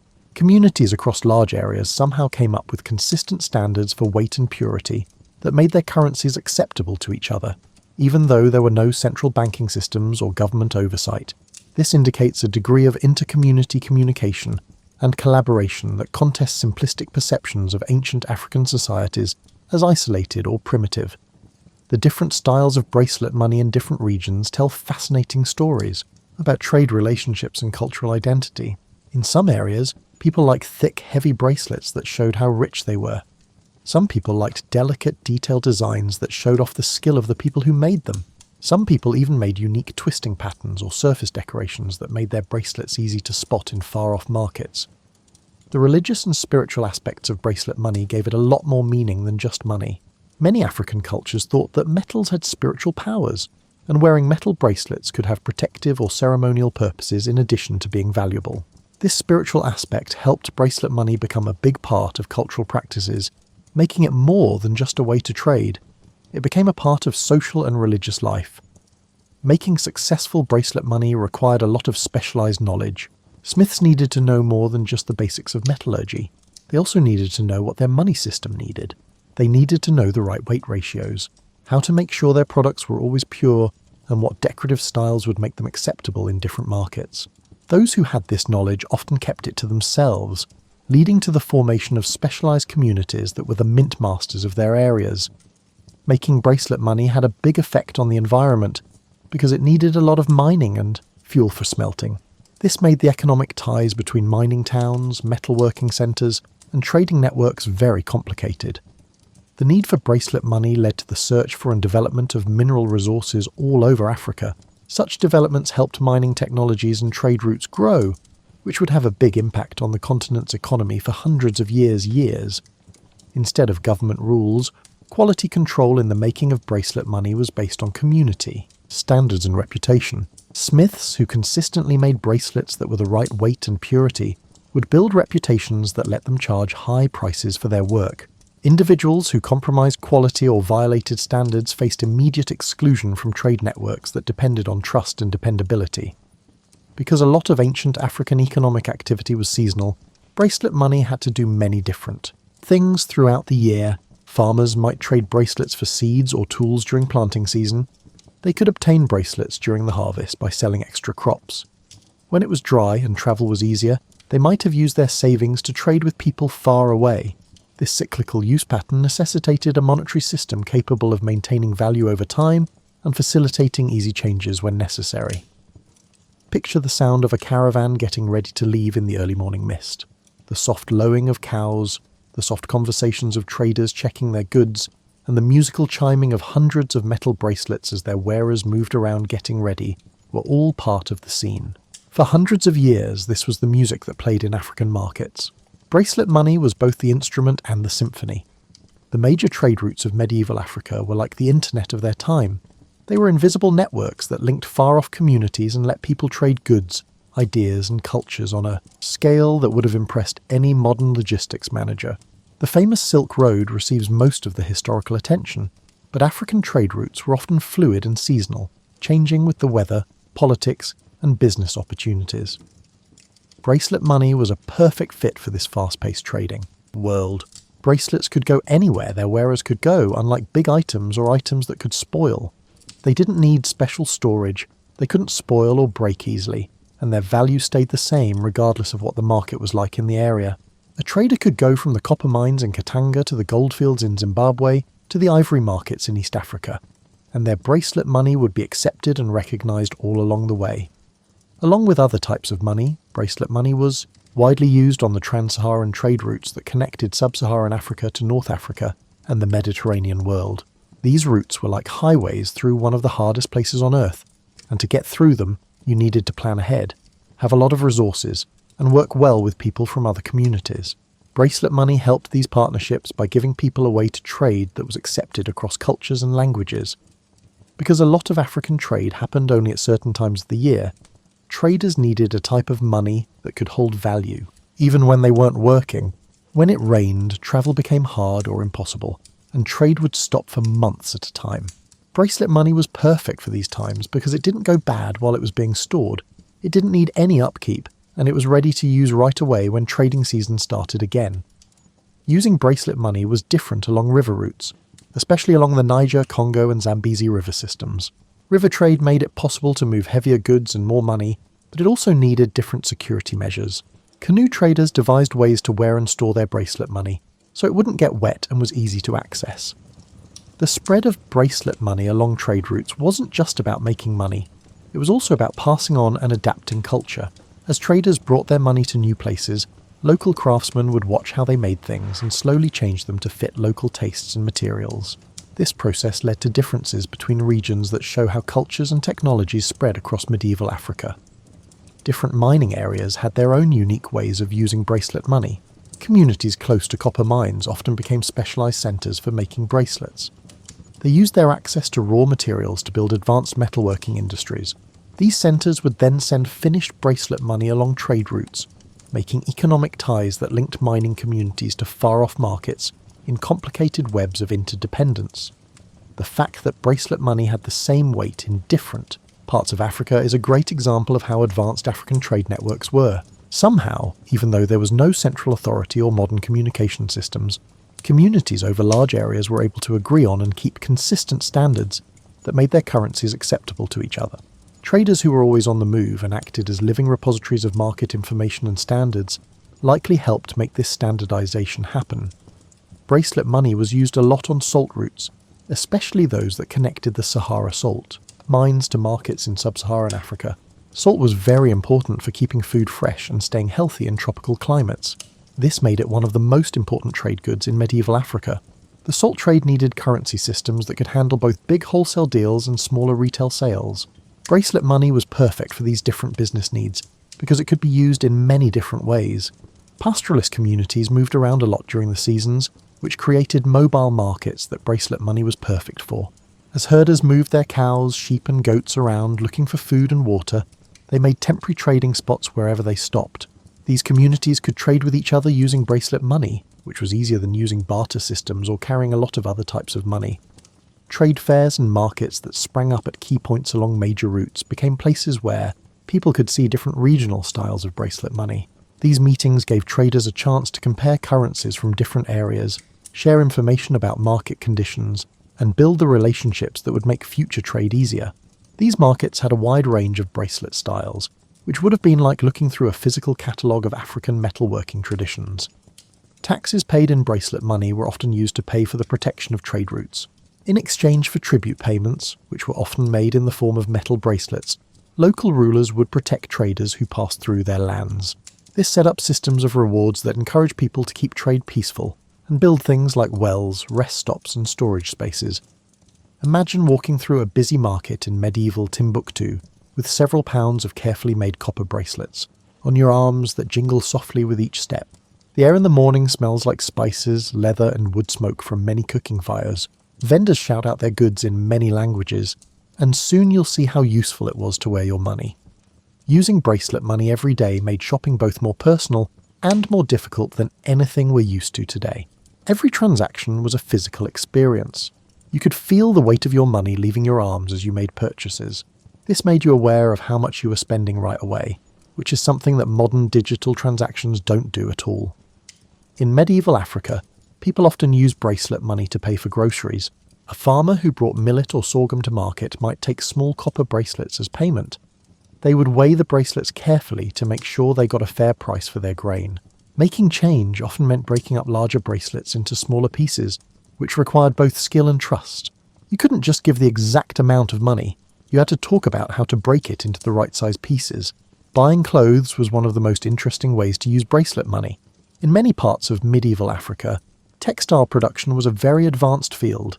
They had elaborate cotton weaving traditions and complicated dyeing methods that made fabrics that were as good as anything made anywhere else in the world. A piece of high-quality cloth could cost several heavy bracelets, so you would have to be very careful when talking about weights and purity. It was ironic that you were using jewellery to buy things to make other kinds of jewellery. Food vendors in busy markets became very good at dealing with bracelet money transactions. While they were cooking and serving customers, they had to be able to quickly figure out how much different bracelets were worth. A bowl of stew could cost one small bracelet, but a full meal with meat and vegetables could cost several. These vendors probably had very strong arms because they were lifting weights all day as part of their job. Buying and selling livestock was one of the most valuable ways to use bracelet money in everyday business. A cow could be worth dozens of heavy bracelets, while a goat or sheep could be worth a few smaller ones. These deals often had a ceremonial feel to them. For example, the buyer would show off their wealth by wearing all the payment bracelets at once before giving them to the seller. Picture how impressive it would be to see someone walking through a market with enough metal coins to buy a cow. They would have sounded like a one-person percussion section. People who bought crafts basically traded their skills for money that they could wear. A skilled potter might trade a set of cooking pots for a few bracelets, which they could wear until they needed to buy more things. This led to some interesting situations where successful artisans could become very wealthy, as shown by the heavy bracelets on their arms. In traditional African societies, people often paid for medical services with bracelet money. This made for interesting relationships between healers and their patients. Depending on how complicated the treatment was, a traditional healer might charge different amounts. For example, serious illnesses might need a lot of money and heavy bracelets. Because their income was directly tied to how well they treated patients, this system gave healers reasons to keep their reputations and effectiveness up. Bracelet money payments were often used to pay for school, especially for specialized training in trades or crafts. A young person learning metalworking, weaving, or other useful skills might pay their teacher with bracelets that their family has collected over time. This led to investment relationships where families would literally wear their children's educational savings on their arms until it was time to pay for school. In the past, when people had different ideas about property ownership, housing, transactions sometimes involved bracelet money. You could use metal bracelets to pay for building materials, construction work and rental agreements. However, because you needed so many of them, you often had to melt them down and make them into more useful shapes. The social aspects of buying things with bracelet money gave each purchase more meaning. When you took off your bracelets to pay for something, you were telling the world about your wealth and what was important to you. This visibility put social pressure on people to spend wisely and show off their wealth in a way that was appropriate for their social status. People started to shop at certain times of the year because of the way farming and trade worked in cycles. Farmers would turn their crops into wearable wealth during harvest seasons, which would lead to more bracelet money circulating in markets. During planting seasons, the flow would change as people turned their stored bracelet wealth back into seeds, tools, and other things they needed for the next growing season. Taking care of and maintaining bracelet money made its own mini-economy of services. Metalworkers cleaned, fixed and changed worn out or broken bracelets. They could also make larger bracelets out of smaller ones, or break larger bracelets into smaller ones as needed. These services were necessary to keep the currency system working and gave skilled craftsmen a steady income. Different strategies were needed to store and protect bracelet money than modern money. Rich people might have special boxes or cloths to keep their bracelets when they weren't wearing them, but the safest place to keep them was usually on their own arms. This made for interesting sleeping arrangements.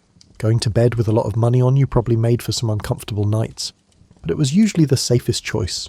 Get even more comfortable and picture the steady rhythm of feet on old paths, the slow plodding of pack animals, and the soft, metallic music of thousands of bracelets moving with their wearers along trade routes that crossed the whole continent. These weren't random wanderings. They were the arteries of a sophisticated economic system that moved goods, ideas and bracelet money across distances that would challenge modern logistics companies. The spread of bracelet money along established trade routes happened naturally, like water flowing along the path of least resistance. Traders, who were always practical, quickly saw the benefits of a currency that was easy to carry, store and keep its value across cultures. They not only carried their own bracelet wealth along their usual paths, but they also brought the idea of wearable money to new communities. The Swahili coast, with its advanced cities and large networks of maritime trade, became an important centre for the flow of bracelet money. Indian Ocean trade brought together merchants from Arabia, Persia, India, and China. This made cosmopolitan markets where bracelet money competed with and worked well with other currency systems. The fact that bracelet money could be used in these multicultural settings showed that it was a good way to trade. Coastal communities made their own versions of bracelet money that showed how much they cared about the sea. These coastal versions were often made from alloys that were less likely to corrode in salt air. Their designs sometimes included patterns related to sea life or maritime activities. A trader coming from the interior with regular copper bracelets might trade them for these special coastal ones before doing business at sea. Bracelet money was widely used in the Great Lakes region of East Africa because Lakes Victoria, Tanganyika, and others made it easy to move goods by water. Canoe-based trade networks brought bracelet money, ivory, iron goods, and agricultural goods to places where people fished, farmed and traded. These networks linked fishing communities with farming areas and trading centres. Local merchants must have been happy to see a loaded canoe pull up to a lakeside market, with its passengers wearing the musical wealth of many trading trips. In mining areas, people had special relationships with bracelet money that went beyond just using it as money. People who lived near iron deposits often made iron bracelets that could be used for two things: as money when worn, and as tools or weapons when needed. Iron bracelets were especially useful in frontier areas where useful tools were just as important as money. The spread of Islam along trade routes made it interesting to use bracelet money. Islamic law had strict rules about usury and money exchange that didn't always match up with how African currencies were usually used. But bracelet money's intrinsic value and ability to be both a commodity and a currency made it more adaptable to Islamic commercial law than purely symbolic currencies. In agricultural areas, people used bracelet money in ways that matched the seasons of their farming. Farmers would turn stored bracelet wealth into seeds, tools and labour during planting seasons. They would gather bracelets by selling extra crops during the harvest. Traders who had been doing this for a while learned to expect and take advantage of these predictable flows of money. Setting up permanent markets at key points along trade routes created places where people could trade bracelet money, which was almost like modern foreign exchange markets. These markets let traders switch between different regional styles of bracelet money, making sure that their money would be accepted no matter where they went next. The exchange rates between different types of bracelets were based on complicated math that took into account the quality of the metal, the quality of the craftsmanship, and the preferences of the region. Royal courts along major trade routes often got a lot of bracelet money from tribute, taxes, and trade. These collections had many uses.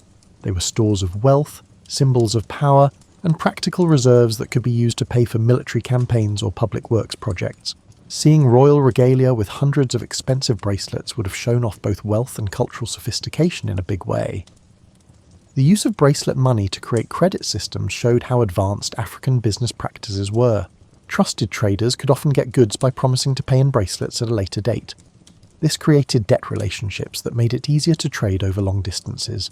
These credit arrangements needed a level of knowledge about market conditions, trader reputations, and currency values that was on par with what you would find in modern European or Middle Eastern business centres. There was a lot of bracelet money going around on pilgrimage routes, especially those used by Muslims going to and from Mecca. Pilgrims needed money that they could carry with them, and that would keep its value while they travelled. Bracelet money was perfect for this. During certain times of the year, a lot of pilgrims would come together, and this would create temporary markets where bracelet money from all over the world would be shown and traded. The use of bracelet money in diplomacy gave it a new dimension as it spread along trade routes. To start or keep political relationships, rulers often sent each other elaborate bracelets as gifts. These diplomatic gifts helped make designs and values more consistent across different areas.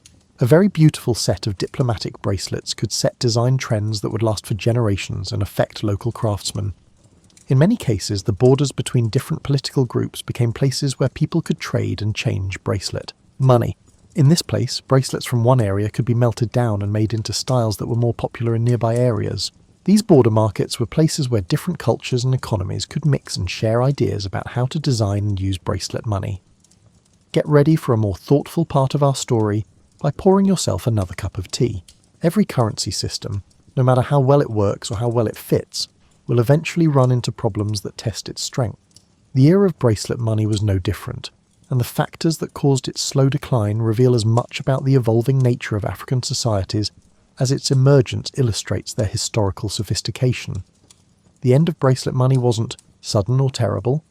It was more like watching a tide slowly go out, leaving behind signs of its presence while slowly giving way to new economic realities. This change happened over the course of several centuries, from the 1400s to the 1800s. It was caused by a complicated mix of technological advances, political changes, and outside forces that changed African economies.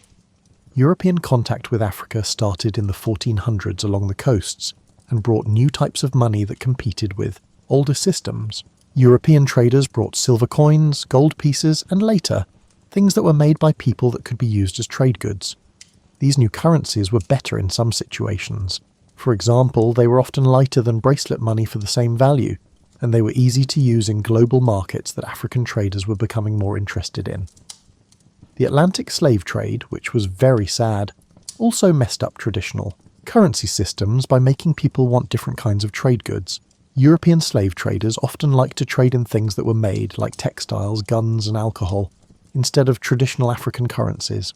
This change in trade patterns slowly made bracelet money less useful in coastal areas, where Europeans had the most contact. Changes in technology in metallurgy and manufacturing started to have an effect on the economics of making bracelet money. As European industrial methods became available, the cost advantage of traditional African metalworking started to go away. Handmade bracelets often cost more than mass-produced metal goods, so bracelet money wasn't as good of a store of value. In many parts of Africa, centralized political systems grew, which made people want more standard currency systems. When kingdoms and empires were trying to strengthen their power, they often liked currencies that they could control and regulate more easily than the traditional bracelet money systems that had grown up naturally through trade networks. Rulers had more direct control over their economies when they used government-issued money. Changes in religion, like the spread of Christianity through missionary work, sometimes put cultural pressure on people to stop doing things like using bracelet money. Some missionaries were wary of traditional African practices and urged their converts to adopt European-style economic practices, including the use of European currency. As African economies became part of global trade networks, there was a need for currencies that could easily be exchanged in international markets. Bracelet money worked well for trade between African countries, but it wasn't as useful for trade between countries where European and Middle Eastern currencies were becoming standard. People who wanted to trade in global markets needed money that would be accepted in London, Paris, or Cairo. As cities grew in many parts of Africa, the economy changed in ways that weren't as good for bracelet money. In cities with a lot of people, where people worked in more specialised jobs and didn't have as much direct contact with farming cycles, the seasonal patterns of bracelet money use became less important. People who lived in cities often liked currencies that were easier to store and move around in small spaces. As banking and credit systems based on European models grew, they slowly took over some of the jobs that bracelet money used to do. These new banks could give out loans, keep money safe, and make it easier to do business over long distances, which was often better than the old bracelet money systems, especially for big businesses. When colonial governments came to different parts of Africa, they actively tried to get rid of traditional currency systems in favour of colonial currencies that were easier to control and tax. Colonial governments had strong reasons to get rid of traditional currencies that they didn't directly supervise or control. The drop wasn't the same in every area or community. People in rural areas, places with few European contacts, and places where traditional political systems were still strong often used bracelet money long after it had disappeared from coastal cities. Some communities kept two types of money: bracelet money for everyday transactions and newer currencies for trading with other markets. The same durability that made bracelet money such a good currency also meant that examples kept going around long after new ones stopped being made. For decades after they stopped being made as money, people could reuse, melt down, or pass down old bracelets. This made the bracelet money systems useful for a long time after they stopped being made. It wasn't always easy or welcome to stop using bracelet money. A lot of communities had strong cultural ties to their old money systems, and the loss of bracelet money was more than just a change in the economy. It was the loss of traditions that had linked communities to their ancestors and to each other. It was often harder to find a replacement for bracelet money's social and ceremonial uses than for its purely economic ones. Some groups tried to keep bracelet money systems going by making changes to fit new situations. They could keep making bracelets for ceremonial use while switching to newer currencies for everyday business. Or they could change traditional designs to use new materials or techniques that made them more competitive with imported options. As demand for quality bracelet money went down, the skills and knowledge needed to make it started to fade away. Master craftsmen who had spent their whole lives perfecting traditional skills found it harder to find apprentices who wanted to learn skills that seemed to be going out of style. This loss of technical knowledge was a kind of cultural loss that went far beyond just money. As you sip your bedtime drink and maybe look at the jewellery on your wrists, think about this amazing fact: the traditions and new ideas that led to bracelet. Money didn't just go away when the currency itself stopped being used. Like all truly important human inventions, bracelet money left behind marks that still have an impact on African societies and global culture, in ways that may surprise you. The metalworking traditions that made bracelet money didn't die out. They changed and grew. Many of the methods used to make currency bracelets were also used to make decorative jewellery, ceremonial items, and works of art. Modern African metalsmiths still use techniques that can be traced back to the artisans who made jewellery that medieval traders could wear as wealth. There are clear links between modern African jewellery styles and old bracelet money styles. Many African cultures today prefer big, meaningful jewellery. This is because jewellery and wealth used to be the same thing. The heavy bangles, fancy armlets, and big necklaces that are popular all over Africa today are similar to the design ideas that made bracelet money both useful and pretty. In modern Africa, where the economy is unstable and there aren't many banks, the idea of portable wealth is still important. Traditional Western financial systems aren't as reliable. Many African communities still like to keep their money in forms that are easy to move, last a long time, and keep their value even when the economy or politics change. For example, gold jewellery today does many of the same things that bracelet money did hundreds of years ago. Many cultural ceremonies in Africa include things that are clearly based on bracelet money traditions. People often wear or give away big metal jewellery at weddings, coming-of-age ceremonies, and religious celebrations. This jewellery has symbolic meanings related to wealth, status, and being part of a community. These traditions keep the social and ceremonial roles that bracelet money used to have in African cultures. With more people interested in traditional African culture, bracelet money is once again being appreciated as both a historical artifact and an artistic inspiration. Modern African artists often use bracelet money designs in their jewellery, making pieces that connect wearers to their cultural heritage while also looking good. Museums all over Africa and the world now see bracelet money as important cultural objects that should be preserved and studied.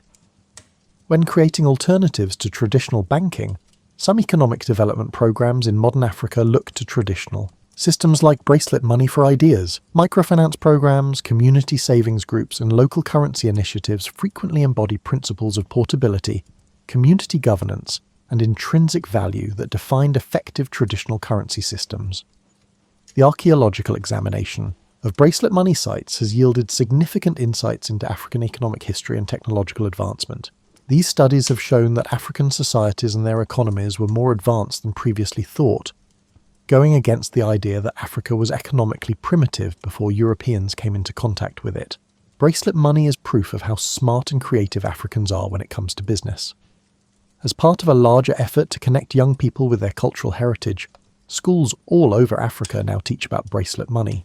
Students learn to appreciate the depth and complexity of African civilizations and develop pride in their cultural heritage when they learn about traditional economic systems.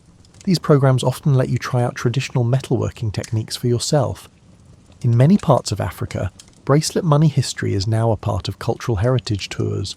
While buying modern copies of old bracelet money designs, visitors can learn about how traditional African economies worked. This kind of tourism helps local artisans and lets people all over the world learn about African culture. Academic research on bracelet money has enhanced the comprehension of the evolution and operation of currency systems. Economists and anthropologists examine bracelet money as a case study of how societies can establish complex financial systems devoid of centralized authority or governmental oversight. These studies offer insights pertinent to current dialogues regarding alternative currencies and decentralized financial systems. When creating programs for communities that don't have access to regular banks, international development organizations have looked at traditional African currency systems like bracelet money. Development workers can make programs that are more likely to work by learning how traditional systems worked, instead of just using Western financial models.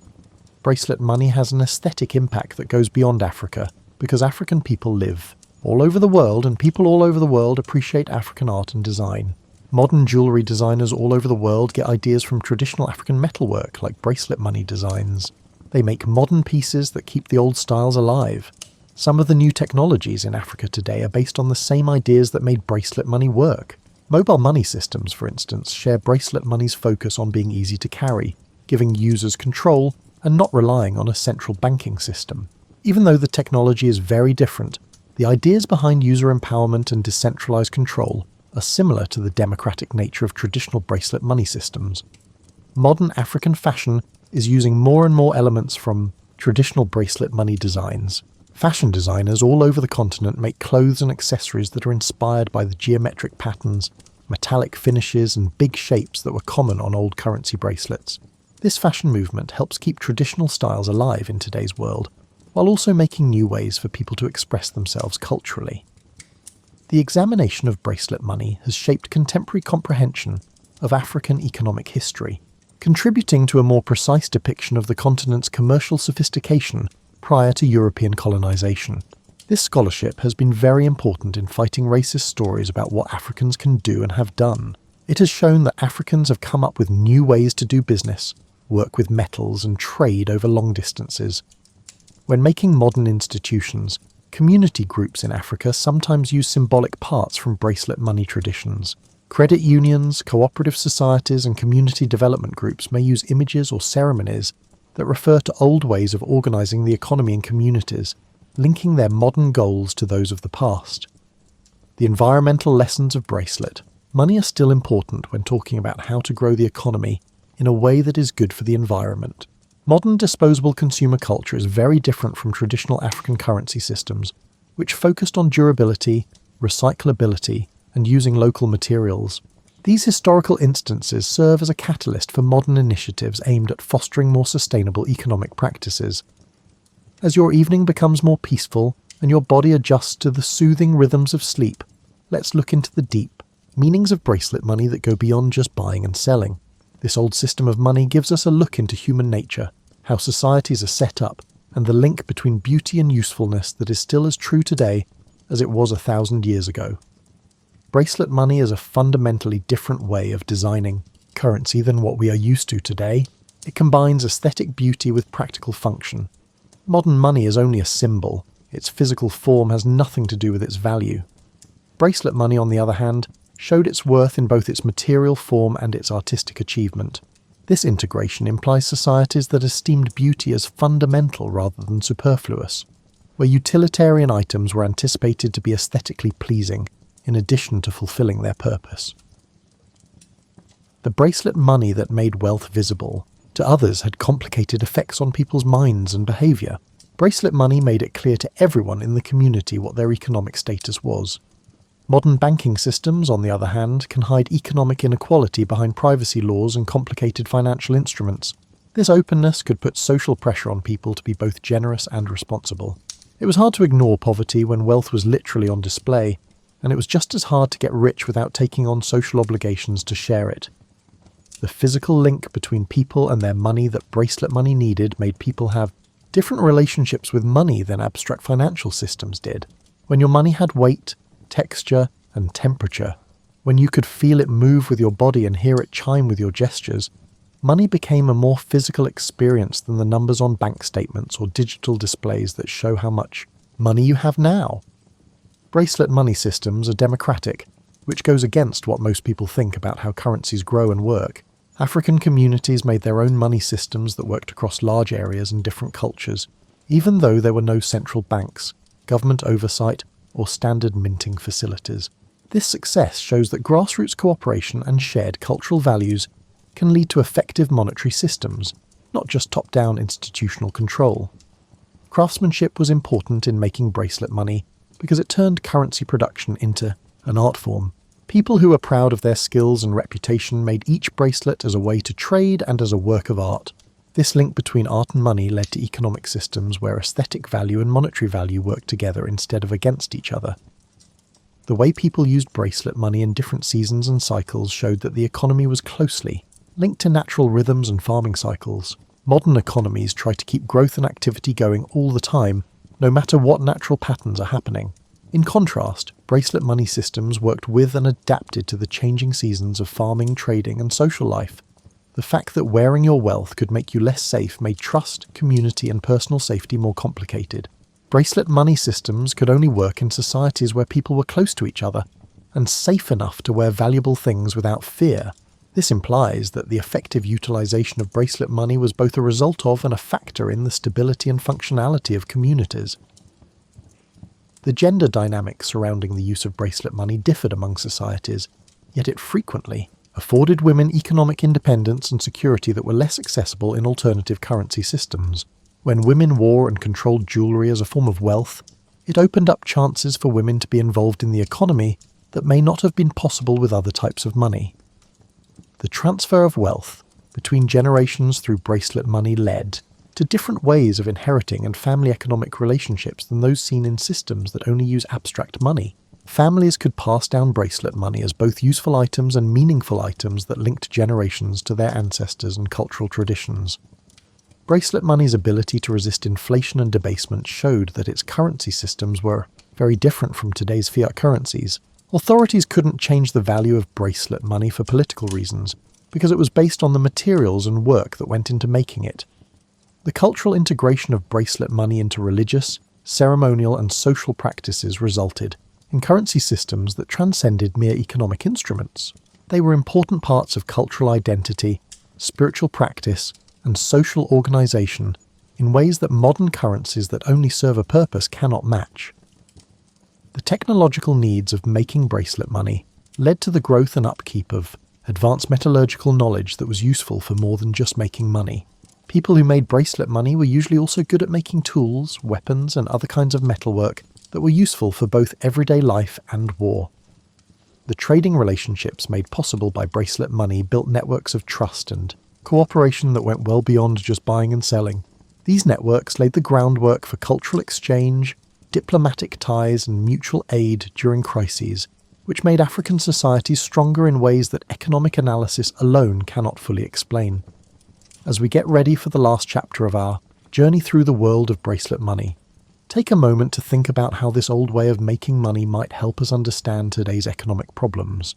The ideas that made bracelet money work for hundreds of years still apply today, even though we now do most of our transactions online, and the world of finance is much more complicated. Bracelet money was based on intrinsic value, which is very different from modern currency systems that are based only on faith and government support.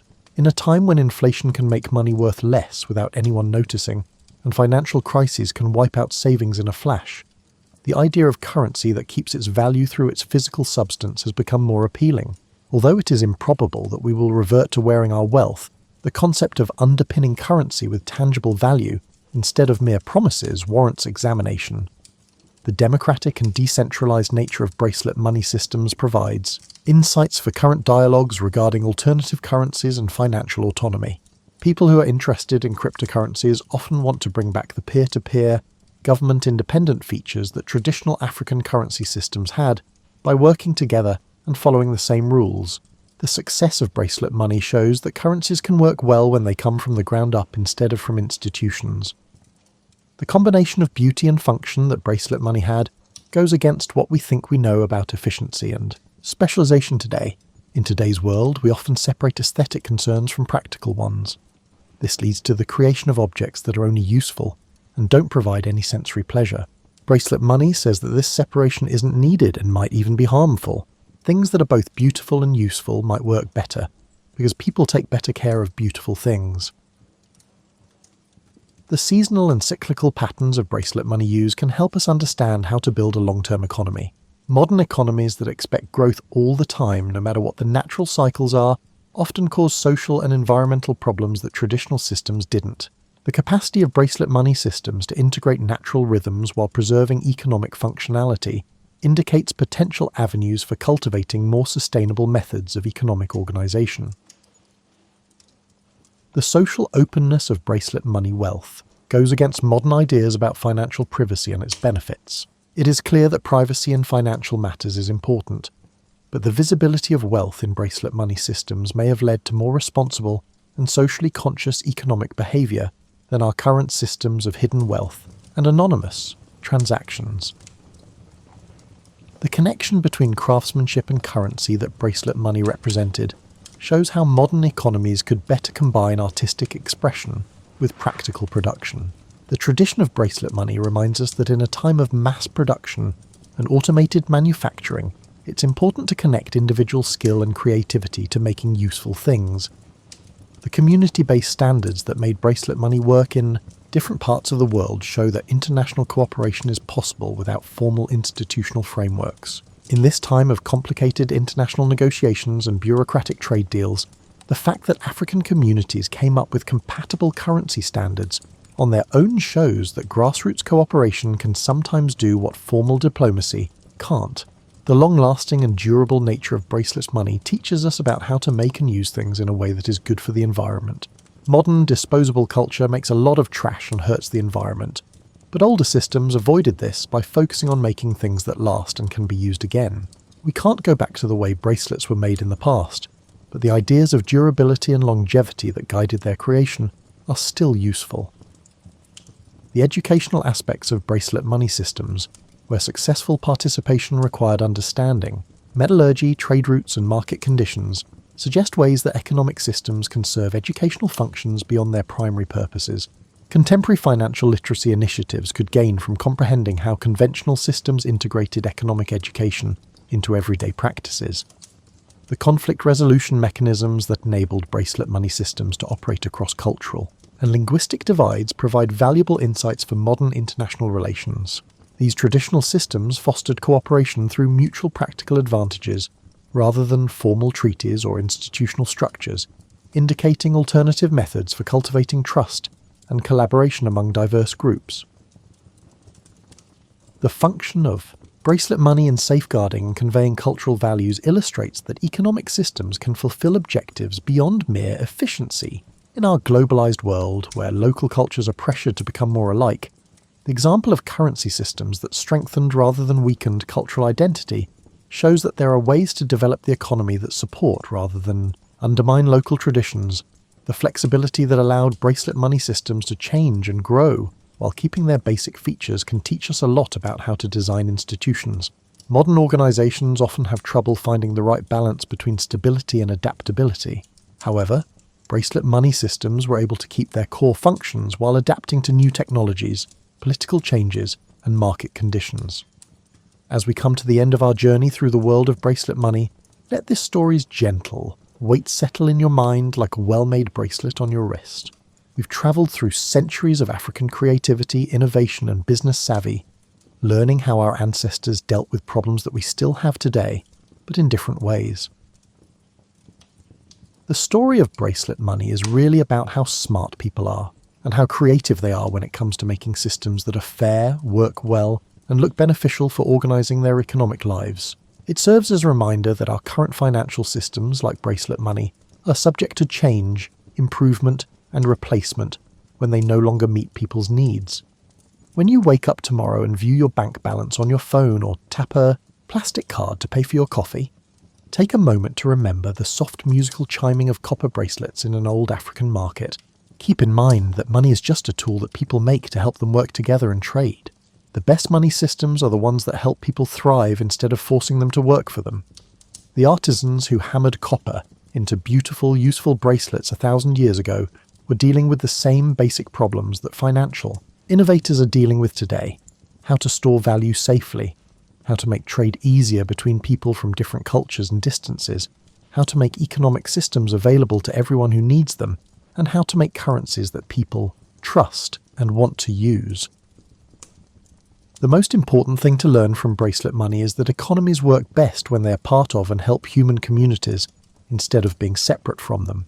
The bracelets worked because they linked people to their wealth in direct physical ways and linked communities to each other through shared standards and recognition.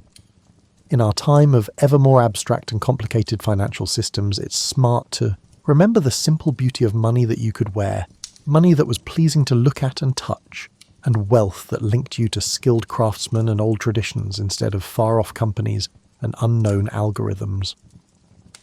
The slow pace of bracelet, money transactions, carefully weighing, feeling the quality and talking to each other during each exchange, made economic systems that were more community-oriented and human-scaled than what we usually see today. We should not try to bring back the economies of medieval Africa, but we can learn from how they valued personal relationships, community standards, and combining beauty with usefulness. As you drift off to sleep, remember that you're part of the same ongoing story of people coming up with new ideas, changing to fit new situations and working together. The need for portable wealth, reliable standards, and systems that work across cultural boundaries are problems that every generation has to confront in its own way. The sound of bracelet money may be gone from African markets, but people are still coming up with new ways to work together and be creative. The spirit of bracelet money lives on every time someone comes up with a new way to solve an old problem, every time communities work together to make something useful and beautiful, and every time people find ways to trade and share that make their relationships stronger instead of weaker. Rest easy, knowing you are part of a long line of people who have run their businesses according to their values and goals. The story of bracelet money is also yours. It shows that people have always been smart enough to change the systems they need when they do, and maybe tonight, in your dreams, you'll hear the distant sound of metal hitting metal, the soft beat of prosperity moving through old markets, bringing with it the hopes, dreams, and practical advice of people who knew how to make their money as beautiful as their lives. The boy who would reshape continents took his first breath in the shadow of the Altai Mountains. Kublai Khan came into the world in 1215, not as the obvious heir to power, but as the fourth son of Tolui and Sorghajtani Beki. While his grandfather Genghis Khan carved an empire with blood and thunder, young Kublai's education took a different path, one that would eventually redefine what it meant to rule the largest contiguous land empire in history. Unlike his brothers, who mastered horseback archery before they could properly speak, Kublai found his early calling in the quieter pursuits of the mind. Sorghajtani, his Nestorian Christian mother, made a calculated decision that history would later vindicate. While ensuring her son possessed the riding and shooting skills expected of Mongol nobility, she also engaged Chinese scholars to tutor him in Confucian classics, Buddhist philosophy, and the sophisticated administrative techniques of sedentary civilizations. This unconventional upbringing wasn't merely academic indulgence, It was strategic foresight. Sorghaghtani recognized that conquering China, the wealthiest and most complex society on Earth, would require more than military might. It would demand cultural understanding and administrative finesse that no Khan before had possessed. "The bow conquers the throne," went an old Mongol saying, "but ink preserves it." Kublai internalized this wisdom in ways his predecessors never had.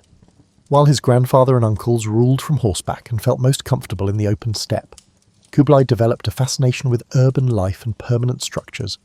As a young man, he constructed an experimental Chinese-style palace in the Mongolian heartland, a move that scandalized traditionalists who saw dwelling in anything but felt tense as an affront to their nomadic identity.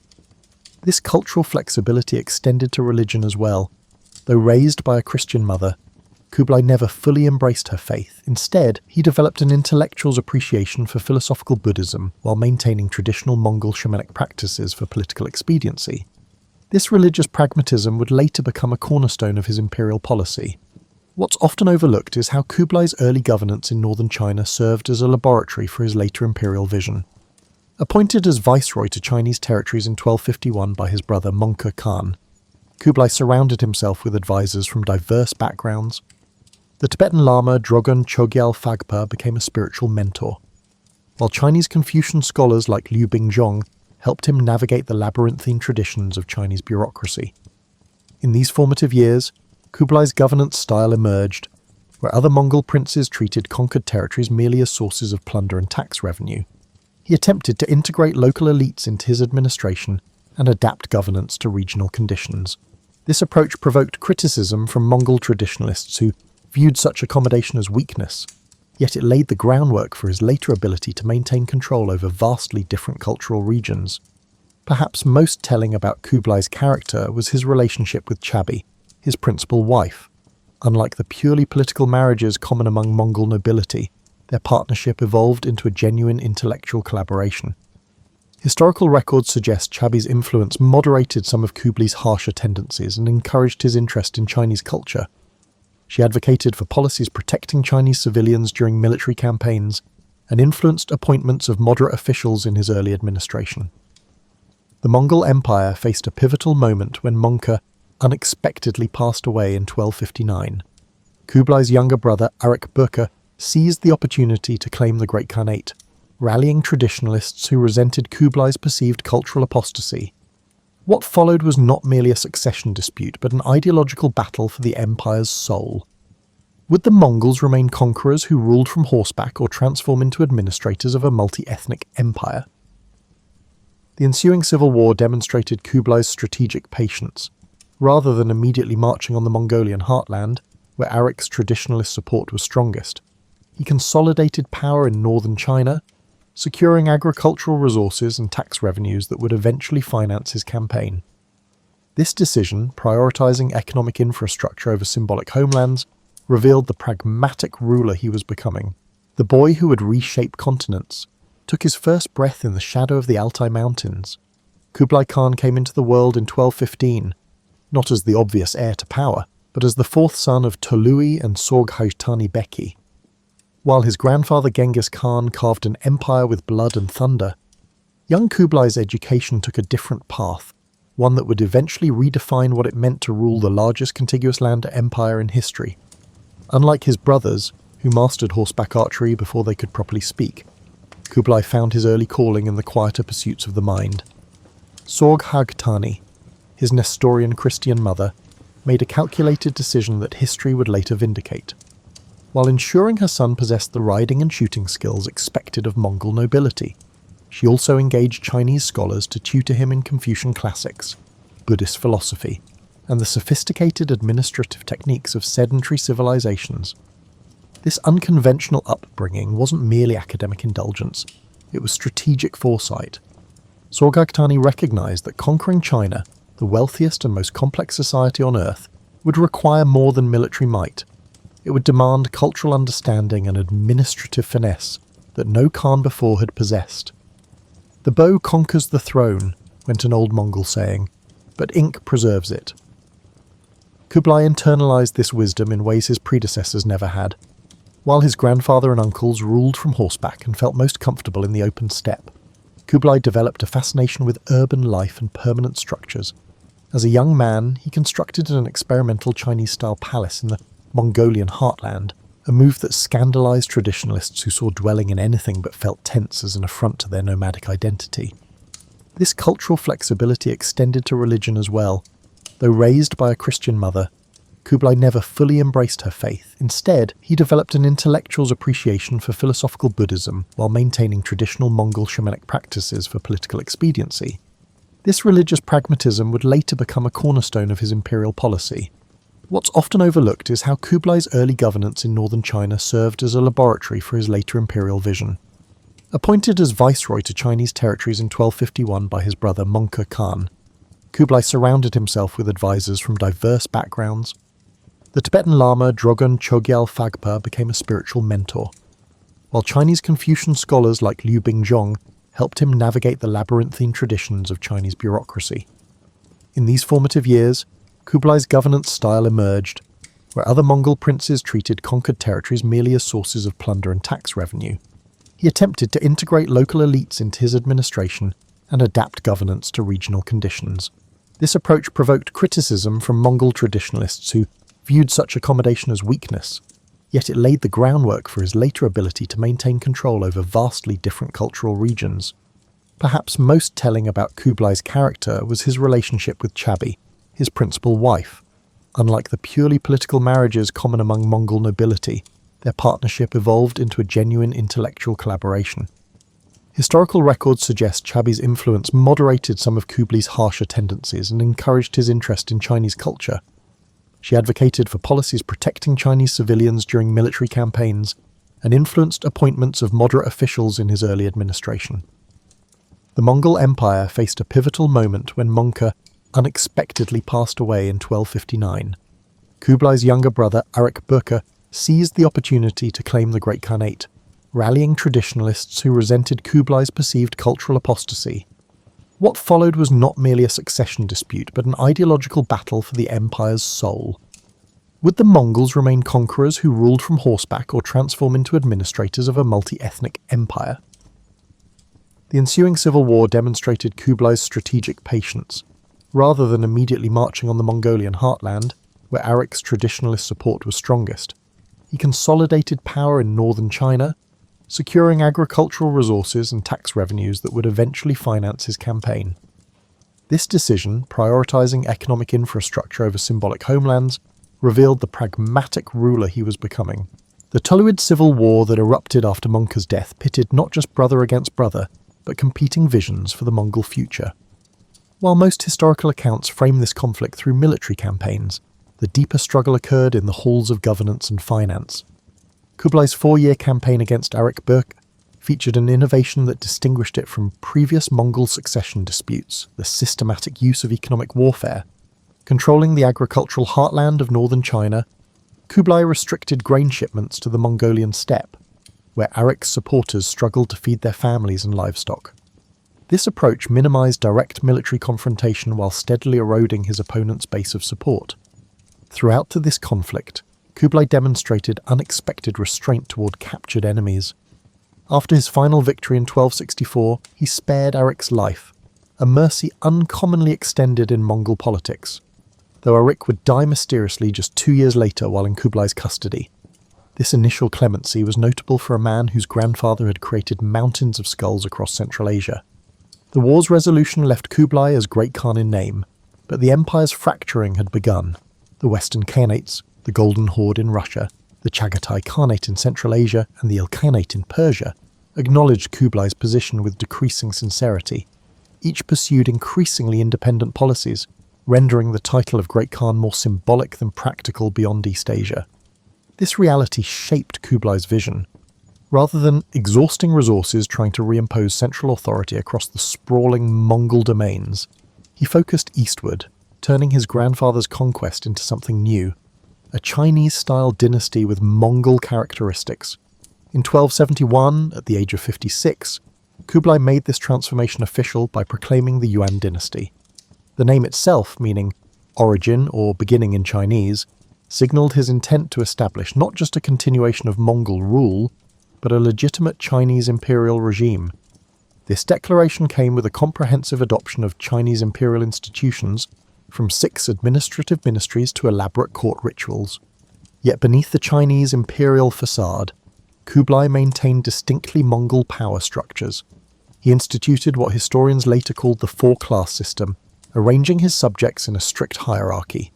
Mongols at the top, followed by Central Asian Muslims and other non-Chinese peoples, the Semu, then Northern Chinese, and finally Southern Chinese at the bottom.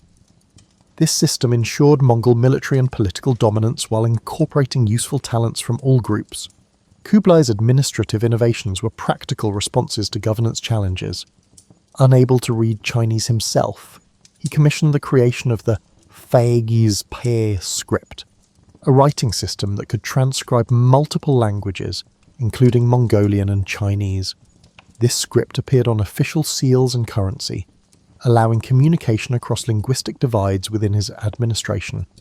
His legal system represented a similar hybrid approach.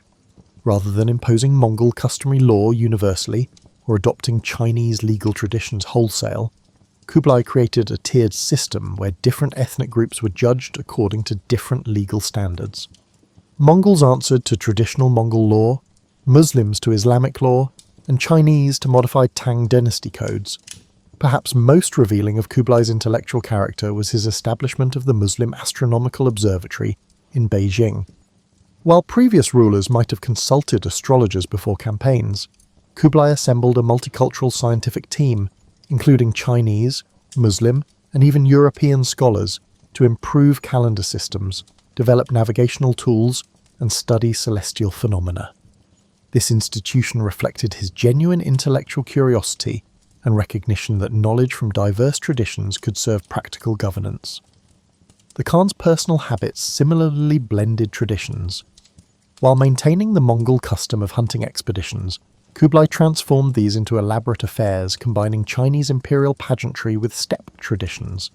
His hunting park at Xanadu, made famous centuries later by Coleridge's poem, featured not only game reserves but also agricultural demonstrations and botanical collections, reflecting his interest in natural sciences. By the time he consolidated his position as Emperor of China, Kublai Khan had evolved from a Mongol prince with Chinese tutors into something history had not seen before. A ruler equally comfortable discussing Confucian ethics, Buddhist cosmology, and the practical logistics of cavalry warfare. Perhaps most revolutionary was Dadu's religious landscape. Previous Chinese capitals had hierarchically arranged temples reflecting imperial orthodoxy.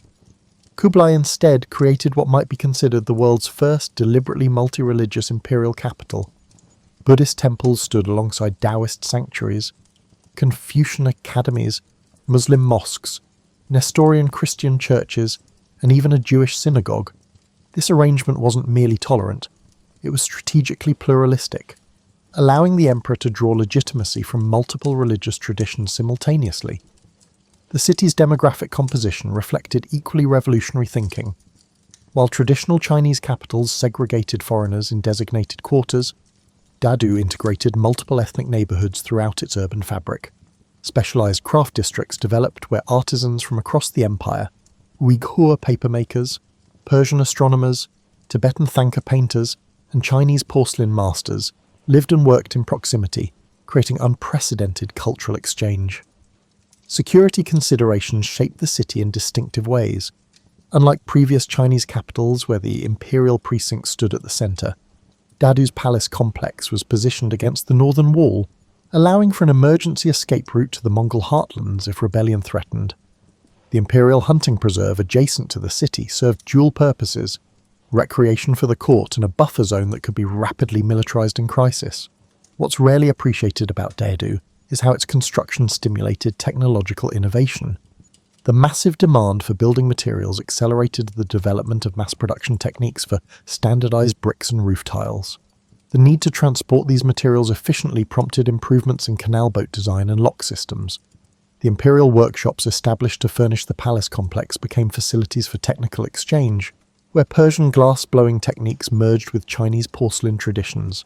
By the time foreign visitors like Marco Polo arrived at Kublai's court, Dadu had already transformed from a construction project to a functioning imperial capital.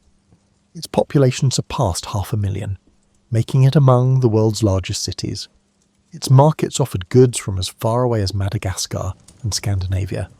Its libraries housed texts in dozens of languages, and at its centre sat a ruler whose very environment now reflected his unique position, neither fully Mongol nor Chinese, but something history had never witnessed before. While Kublai Khan's continental conquests earn prominent attention in most historical accounts, his maritime ambitions and their spectacular failures reveal perhaps more about the limitations of his imperial vision than his successes on land ever could. The Khan who conquered the Sung dynasty did not simply inherit China's existing naval capacity, he dramatically expanded it, creating the largest maritime force Asia had seen up to that point. By 1274, Kublai controlled over 5,000 ships, from river patrol vessels to massive ocean-going warships. His shipyards along the Yangtze and in Korea constructed vessels that dwarfed anything found in European waters during the same period. What drove this continental ruler toward maritime expansion? The answer lies partly in economic calculation. By the 1270s, maritime trade routes connected East Asia with Southeast Asia, India, and the Middle East in a network that transported more wealth than the traditional Silk Road ever had. Controlling these sea lanes promised greater revenue than taxing caravan trade. Additionally, Kublai recognized that naval power could outflank regional rivals who might block land routes.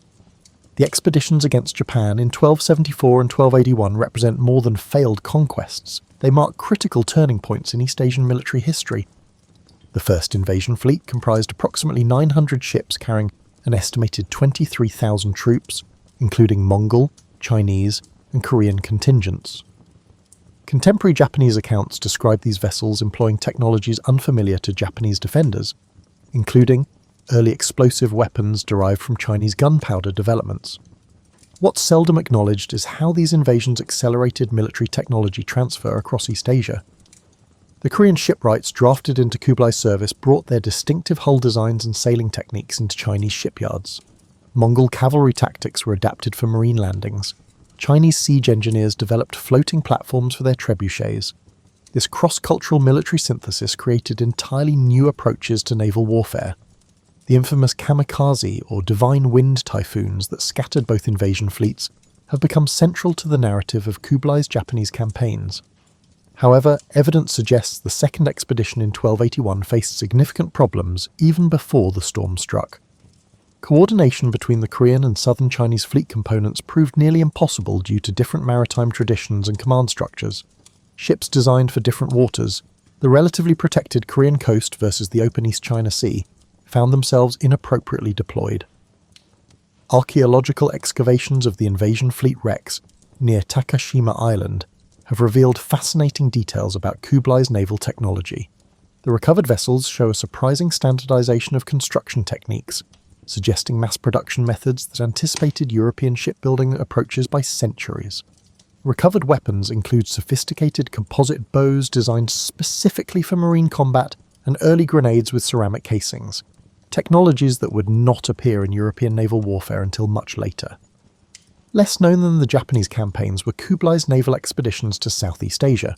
Between 1278 and 1287, he dispatched multiple fleets to various parts of what are now Vietnam, Cambodia, Myanmar, and Indonesia. These expeditions faced challenges different from those in Japan. Tropical diseases decimated northern troops, and dense river systems negated the mobility advantages of Mongol cavalry once they landed. The campaign against Java in 1293 represented the furthest extension of Kublai's maritime reach, nearly 3,500 miles from his capital, and encountered unique difficulties. Local understanding of monsoon timing gave Javanese forces a decisive advantage.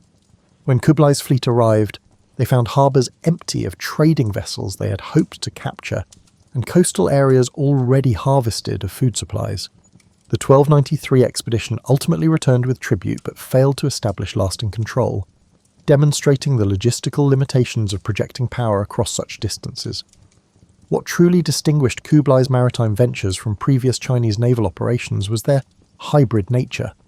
His fleets incorporated personnel and techniques from multiple traditions: Chinese navigational knowledge, Korean shipbuilding, Mongol command structures, and even Muslim navigators familiar with Indian Ocean conditions. ships carried multiple types of provisions to accommodate diverse crews, including kumis, fermented mare's milk, for Mongol officers alongside rice for Chinese sailors. Perhaps most tellingly, these naval expeditions altered Kublai himself. Court records describe him becoming increasingly fascinated with maritime technologies. He personally interviewed returning captains, collected nautical maps, and commissioned treatises on Southern Ocean navigation. The Khan, who had begun his career as a steppe horseman, eventually developed such appreciation for maritime affairs that he established specialized schools for navigational astronomy and map-making in his capital. Yet despite these innovations, Kublai's maritime ambitions ultimately represented imperial overreach.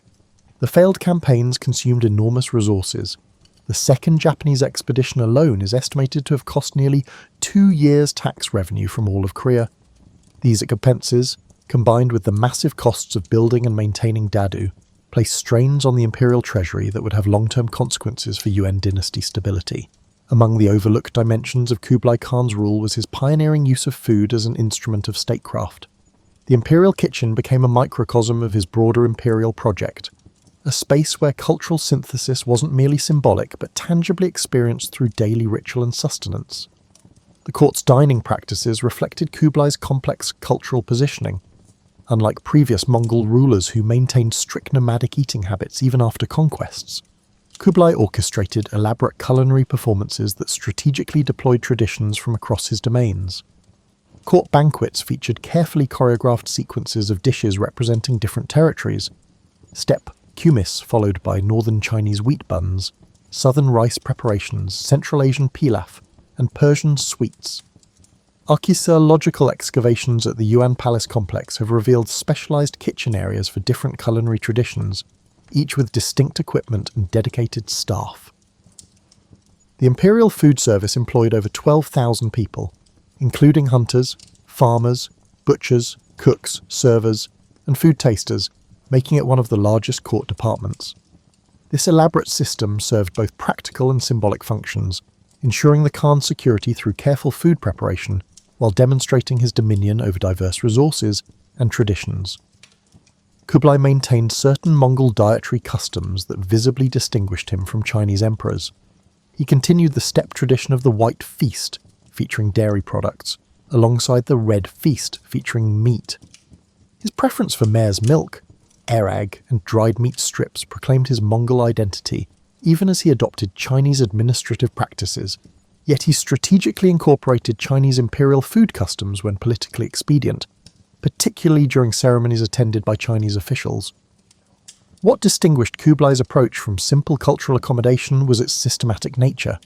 Court records detail elaborate protocols for determining which culinary traditions would be featured at which events, with specific foods functioning as diplomatic signals. When receiving emissaries from Tibet, the court served butter tea prepared in the Tibetan style, despite the Khan's personal dislike for it. Muslim diplomats were presented with meals prepared according to halal requirements, overseen by Muslim cooks maintained specifically for such occasions. The Khan's personal dining regimen combined medical theories from multiple traditions. His physicians included practitioners of Chinese medicine, Islamic Unani medicine, and traditional Mongol shamanic healing. Each contributed dietary recommendations that were synthesized into the Khan's eating plan. Contemporary accounts describe medicinal soups combining Chinese herbs, Central Asian spices, and ingredients from as far as India, prepared according to schedules aligning with both Chinese cosmological calendars and Islamic medical timing. Kublai's famous hunting expeditions at his summer capital of Xanadu, Shangdu, featured elaborate outdoor feasting that merged Mongol traditions with imperial Chinese ritual. These events, which could involve thousands of participants, followed precisely choreographed sequences. The Khan would first honour his ancestors with traditional Mongol offerings, then participate in the hunt itself, culminating in a feast where animals killed during the hunt were prepared using techniques from multiple culinary traditions. The multicultural composition of Kublai's court created unprecedented culinary exchange. Chinese techniques for fermenting vegetables spread northward into Mongolia. Mongol methods for preserving meat influenced Chinese practices. Persian fruit cultivation techniques transformed gardens around Dadu. This cross-cultural exchange accelerated the development of what would later be recognized as distinct regional Chinese cuisines. Some of Kublai's most effective diplomatic deployments of food occurred during his interactions with foreign emissaries. According to Marco Polo's account, visitors were first served familiar foods from their homelands, prepared by cooks who specifically researched foreign techniques, before being gradually introduced to Mongol and Chinese delicacies. This culinary progression mirrored the broader diplomatic process of establishing comfort before negotiation. One of Kublai's most significant culinary innovations was the development of imperial food supply chains that connected distant ecological zones. Specialized imperial farms around Dadu cultivated fruits and vegetables from across Eurasia. Fast horse relay stations, primarily developed for military and administrative communication, were adapted to transport perishable delicacies. Court records note shipments of fresh seafood from the Yellow Sea, reaching the imperial table within days of harvest, and fruits from tropical southern provinces arriving in edible condition at the northern capital. Archaeological evidence from Yuan dynasty elite tombs reveals the material culture supporting this culinary cosmopolitanism. Burial goods include Persian-influenced metal serving vessels alongside Chinese porcelain and Mongol ceremonial cups. This material hybridization reflected the lived experience of dining at Kublai's court, where the vessels themselves communicated political messages about cultural synthesis and imperial reach. By the later years of his reign, Kublai's court cuisine had evolved into something distinctly different from both traditional Mongol fare and Chinese imperial dining. It represented a third tradition, a Yuan court cuisine that embodied in edible form the Khan's vision of universal rule transcending ethnic and cultural boundaries, a sensory embodiment of his new type of empire. Beyond his military campaigns and architectural ambitions, Kublai Khan's most enduring innovation may have been his transformation of how information moved through and shaped his vast domains. Under his direction, the Mongol Empire evolved from a conquest state into an information empire whose administrative sophistication would influence East Asian governance for centuries. The cornerstone of this transformation was Kublai's development of the world's most extensive postal relay system. Building upon the Mongol Yam network established by Genghis Khan, Kublai systematically expanded and formalized this communications infrastructure until it encompassed over 1,400 postal stations across East Asia. Unlike earlier iterations that primarily served military coordination, Kublai's postal system became a comprehensive information network supporting administrative governance. What made this system revolutionary was its unprecedented speed and reliability. Official communications could travel up to 250 miles per day, a pace unmatched anywhere else in the medieval world. This goal was achieved through a precisely organized relay system, where stations were positioned approximately 25 to 30 miles apart, the distance a horse could gallop at speed before requiring replacement. Special passport tablets, paisa, issued in silver, gold, or platinum indicated the bearer's authority level and determined how many horses they could requisition and how quickly local stations needed to respond. The scale of this operation was staggering. Historical records indicate that at its peak, the system maintained approximately 300,000 horses, employed tens of thousands of riders and station personnel, and delivered not just messages, but also officials, tax shipments, and commercial goods deemed important to imperial interests. The entire system operated under the jurisdiction of a specialized ministry whose records documented every horse, rider, and parcel in motion across the empire. This communications infrastructure enabled another of Kublai's innovations, standardized administrative reporting. Local officials throughout the realm were required to submit regular reports on population, agricultural production, weather conditions, and local events according to standardized formats. These reports flowed upward through provincial centers to the capital, creating what historians now recognize as one of history's first systematic government information gathering operations. The bureaucracy Kublai established to process this information was equally innovative. Unable to staff the entire administration with Mongols, who lacked experience in managing sedentary populations, he created a multi-ethnic civil service that included Chinese scholar officials, Uyghur financial experts, Persian astronomers, and Tibetan religious administrators. Most notably, he established specialized training academies where officials from different backgrounds learned standardized administrative methods, creating institutional knowledge that transcended individual cultural traditions. Particularly significant was Kublai's approach to language within this bureaucracy. Rather than imposing a single imperial language, as most conquering regimes did, he developed a sophisticated translation system. Key documents were produced in multiple scripts, including Chinese, Mongolian Fagspa script, Uyghur, Persian, and Tibetan. The imperial secretariat included dedicated translation bureaus for each major language group within the empire, ensuring that directives from the centre could be accurately implemented across diverse regions. The wealth of data flowing into Dadu enabled novel approaches to governance.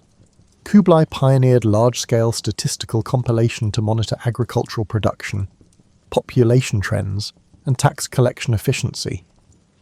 When unusual patterns appeared, such as unexpected population declines or harvest yields, specialized investigators would be dispatched via the postal system to assess conditions directly. This feedback loop created a more responsive imperial administration than previous Chinese dynasties had achieved. Perhaps most remarkable was Kublai's development of paper currency as an instrument of economic integration. While paper money had existed in China previously, Kublai expanded its use and standardized its implementation across his territories. The notes issued under his authority, backed by silver reserves and carrying stern warnings against counterfeiting, facilitated commerce across regions with different traditional currencies and commodity standards. These notes represented more than economic policy. They were information technology that allowed the centre to influence distant markets. By controlling the quantity of currency in circulation, the Khan's financial ministers could respond to regional economic conditions more quickly than physical commodity money would allow. When Marco Polo described these paper that passes for money to European audiences, he was documenting not just a curious foreign practice, but one of history's most advanced economic control systems. The information infrastructure extended beyond government administration into the realm of scientific knowledge.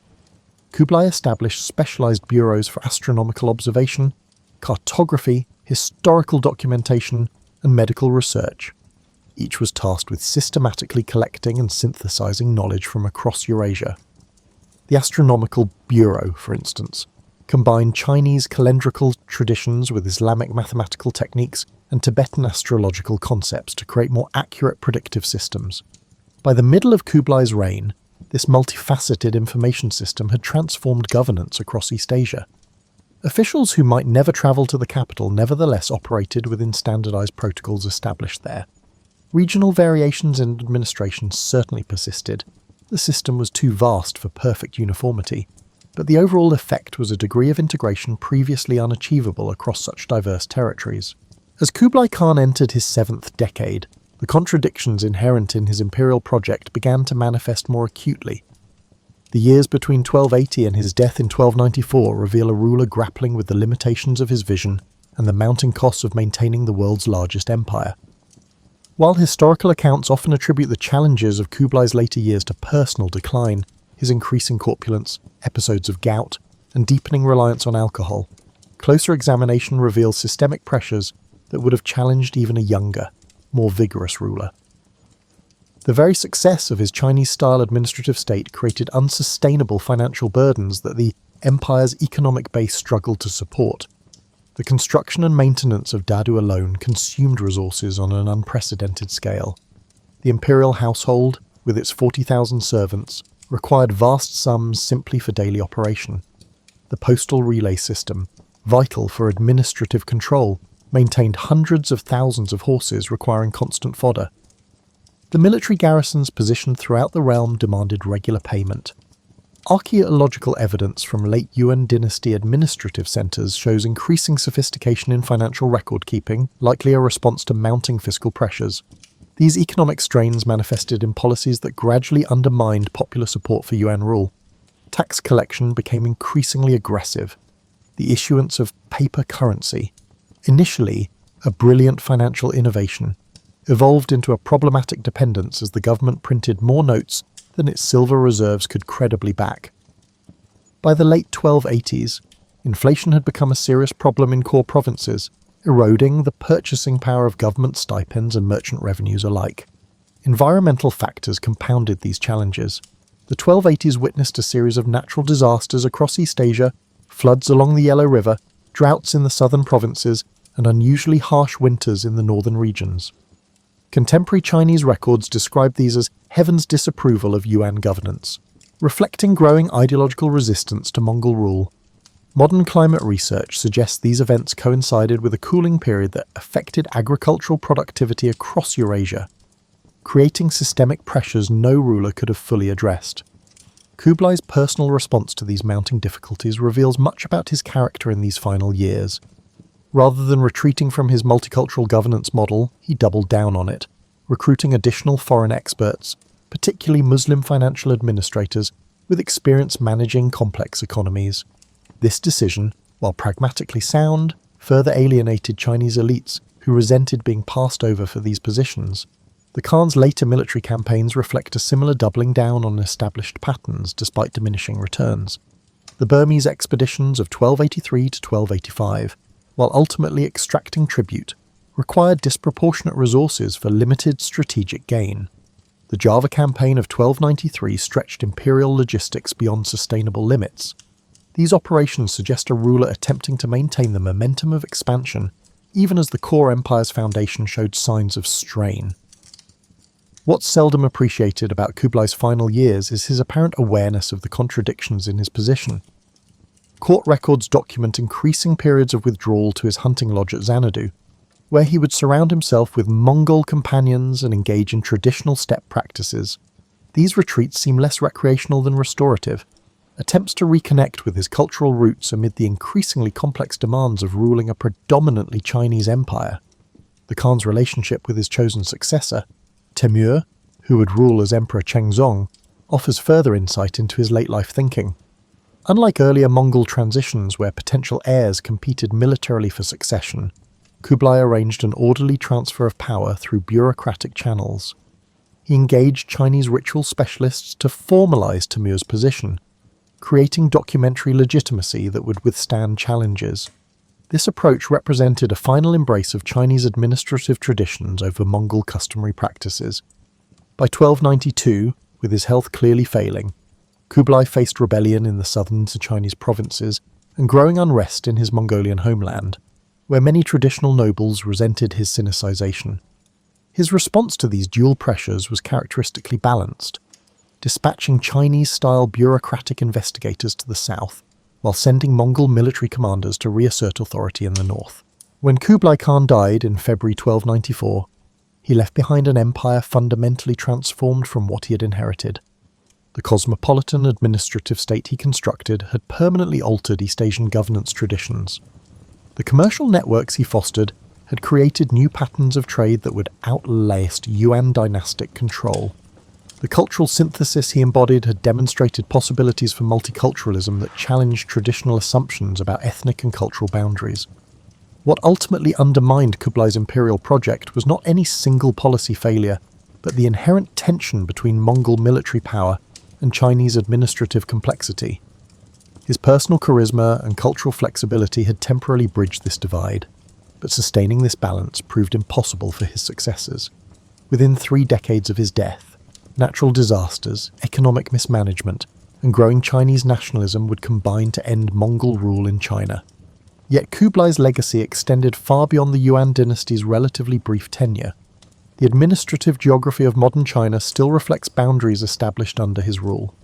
The concept of China as a multi-ethnic state rather than exclusively Han Chinese traces its roots to Yuan governance models. The integration of Central and East Asian cultural traditions that characterizes northern Chinese cuisine, architecture, and art finds many of its origins in the cultural policies of his reign. Perhaps most significantly, Kublai Khan's rule marked a pivotal moment in global history, when the world's largest land empire attempted to transform itself from a conquest state into a sustainable administrative system. The ultimate failure of this transformation in no way diminishes the ambition of the attempt or its lasting influence on subsequent political formations across Eurasia. As the winter winds swept across the steppes in 1294, they carried away a ruler unlike any before him, a man who had bridged worlds and reimagined what empire could mean. The great Khan was gone, but the world he had remade would never be the same.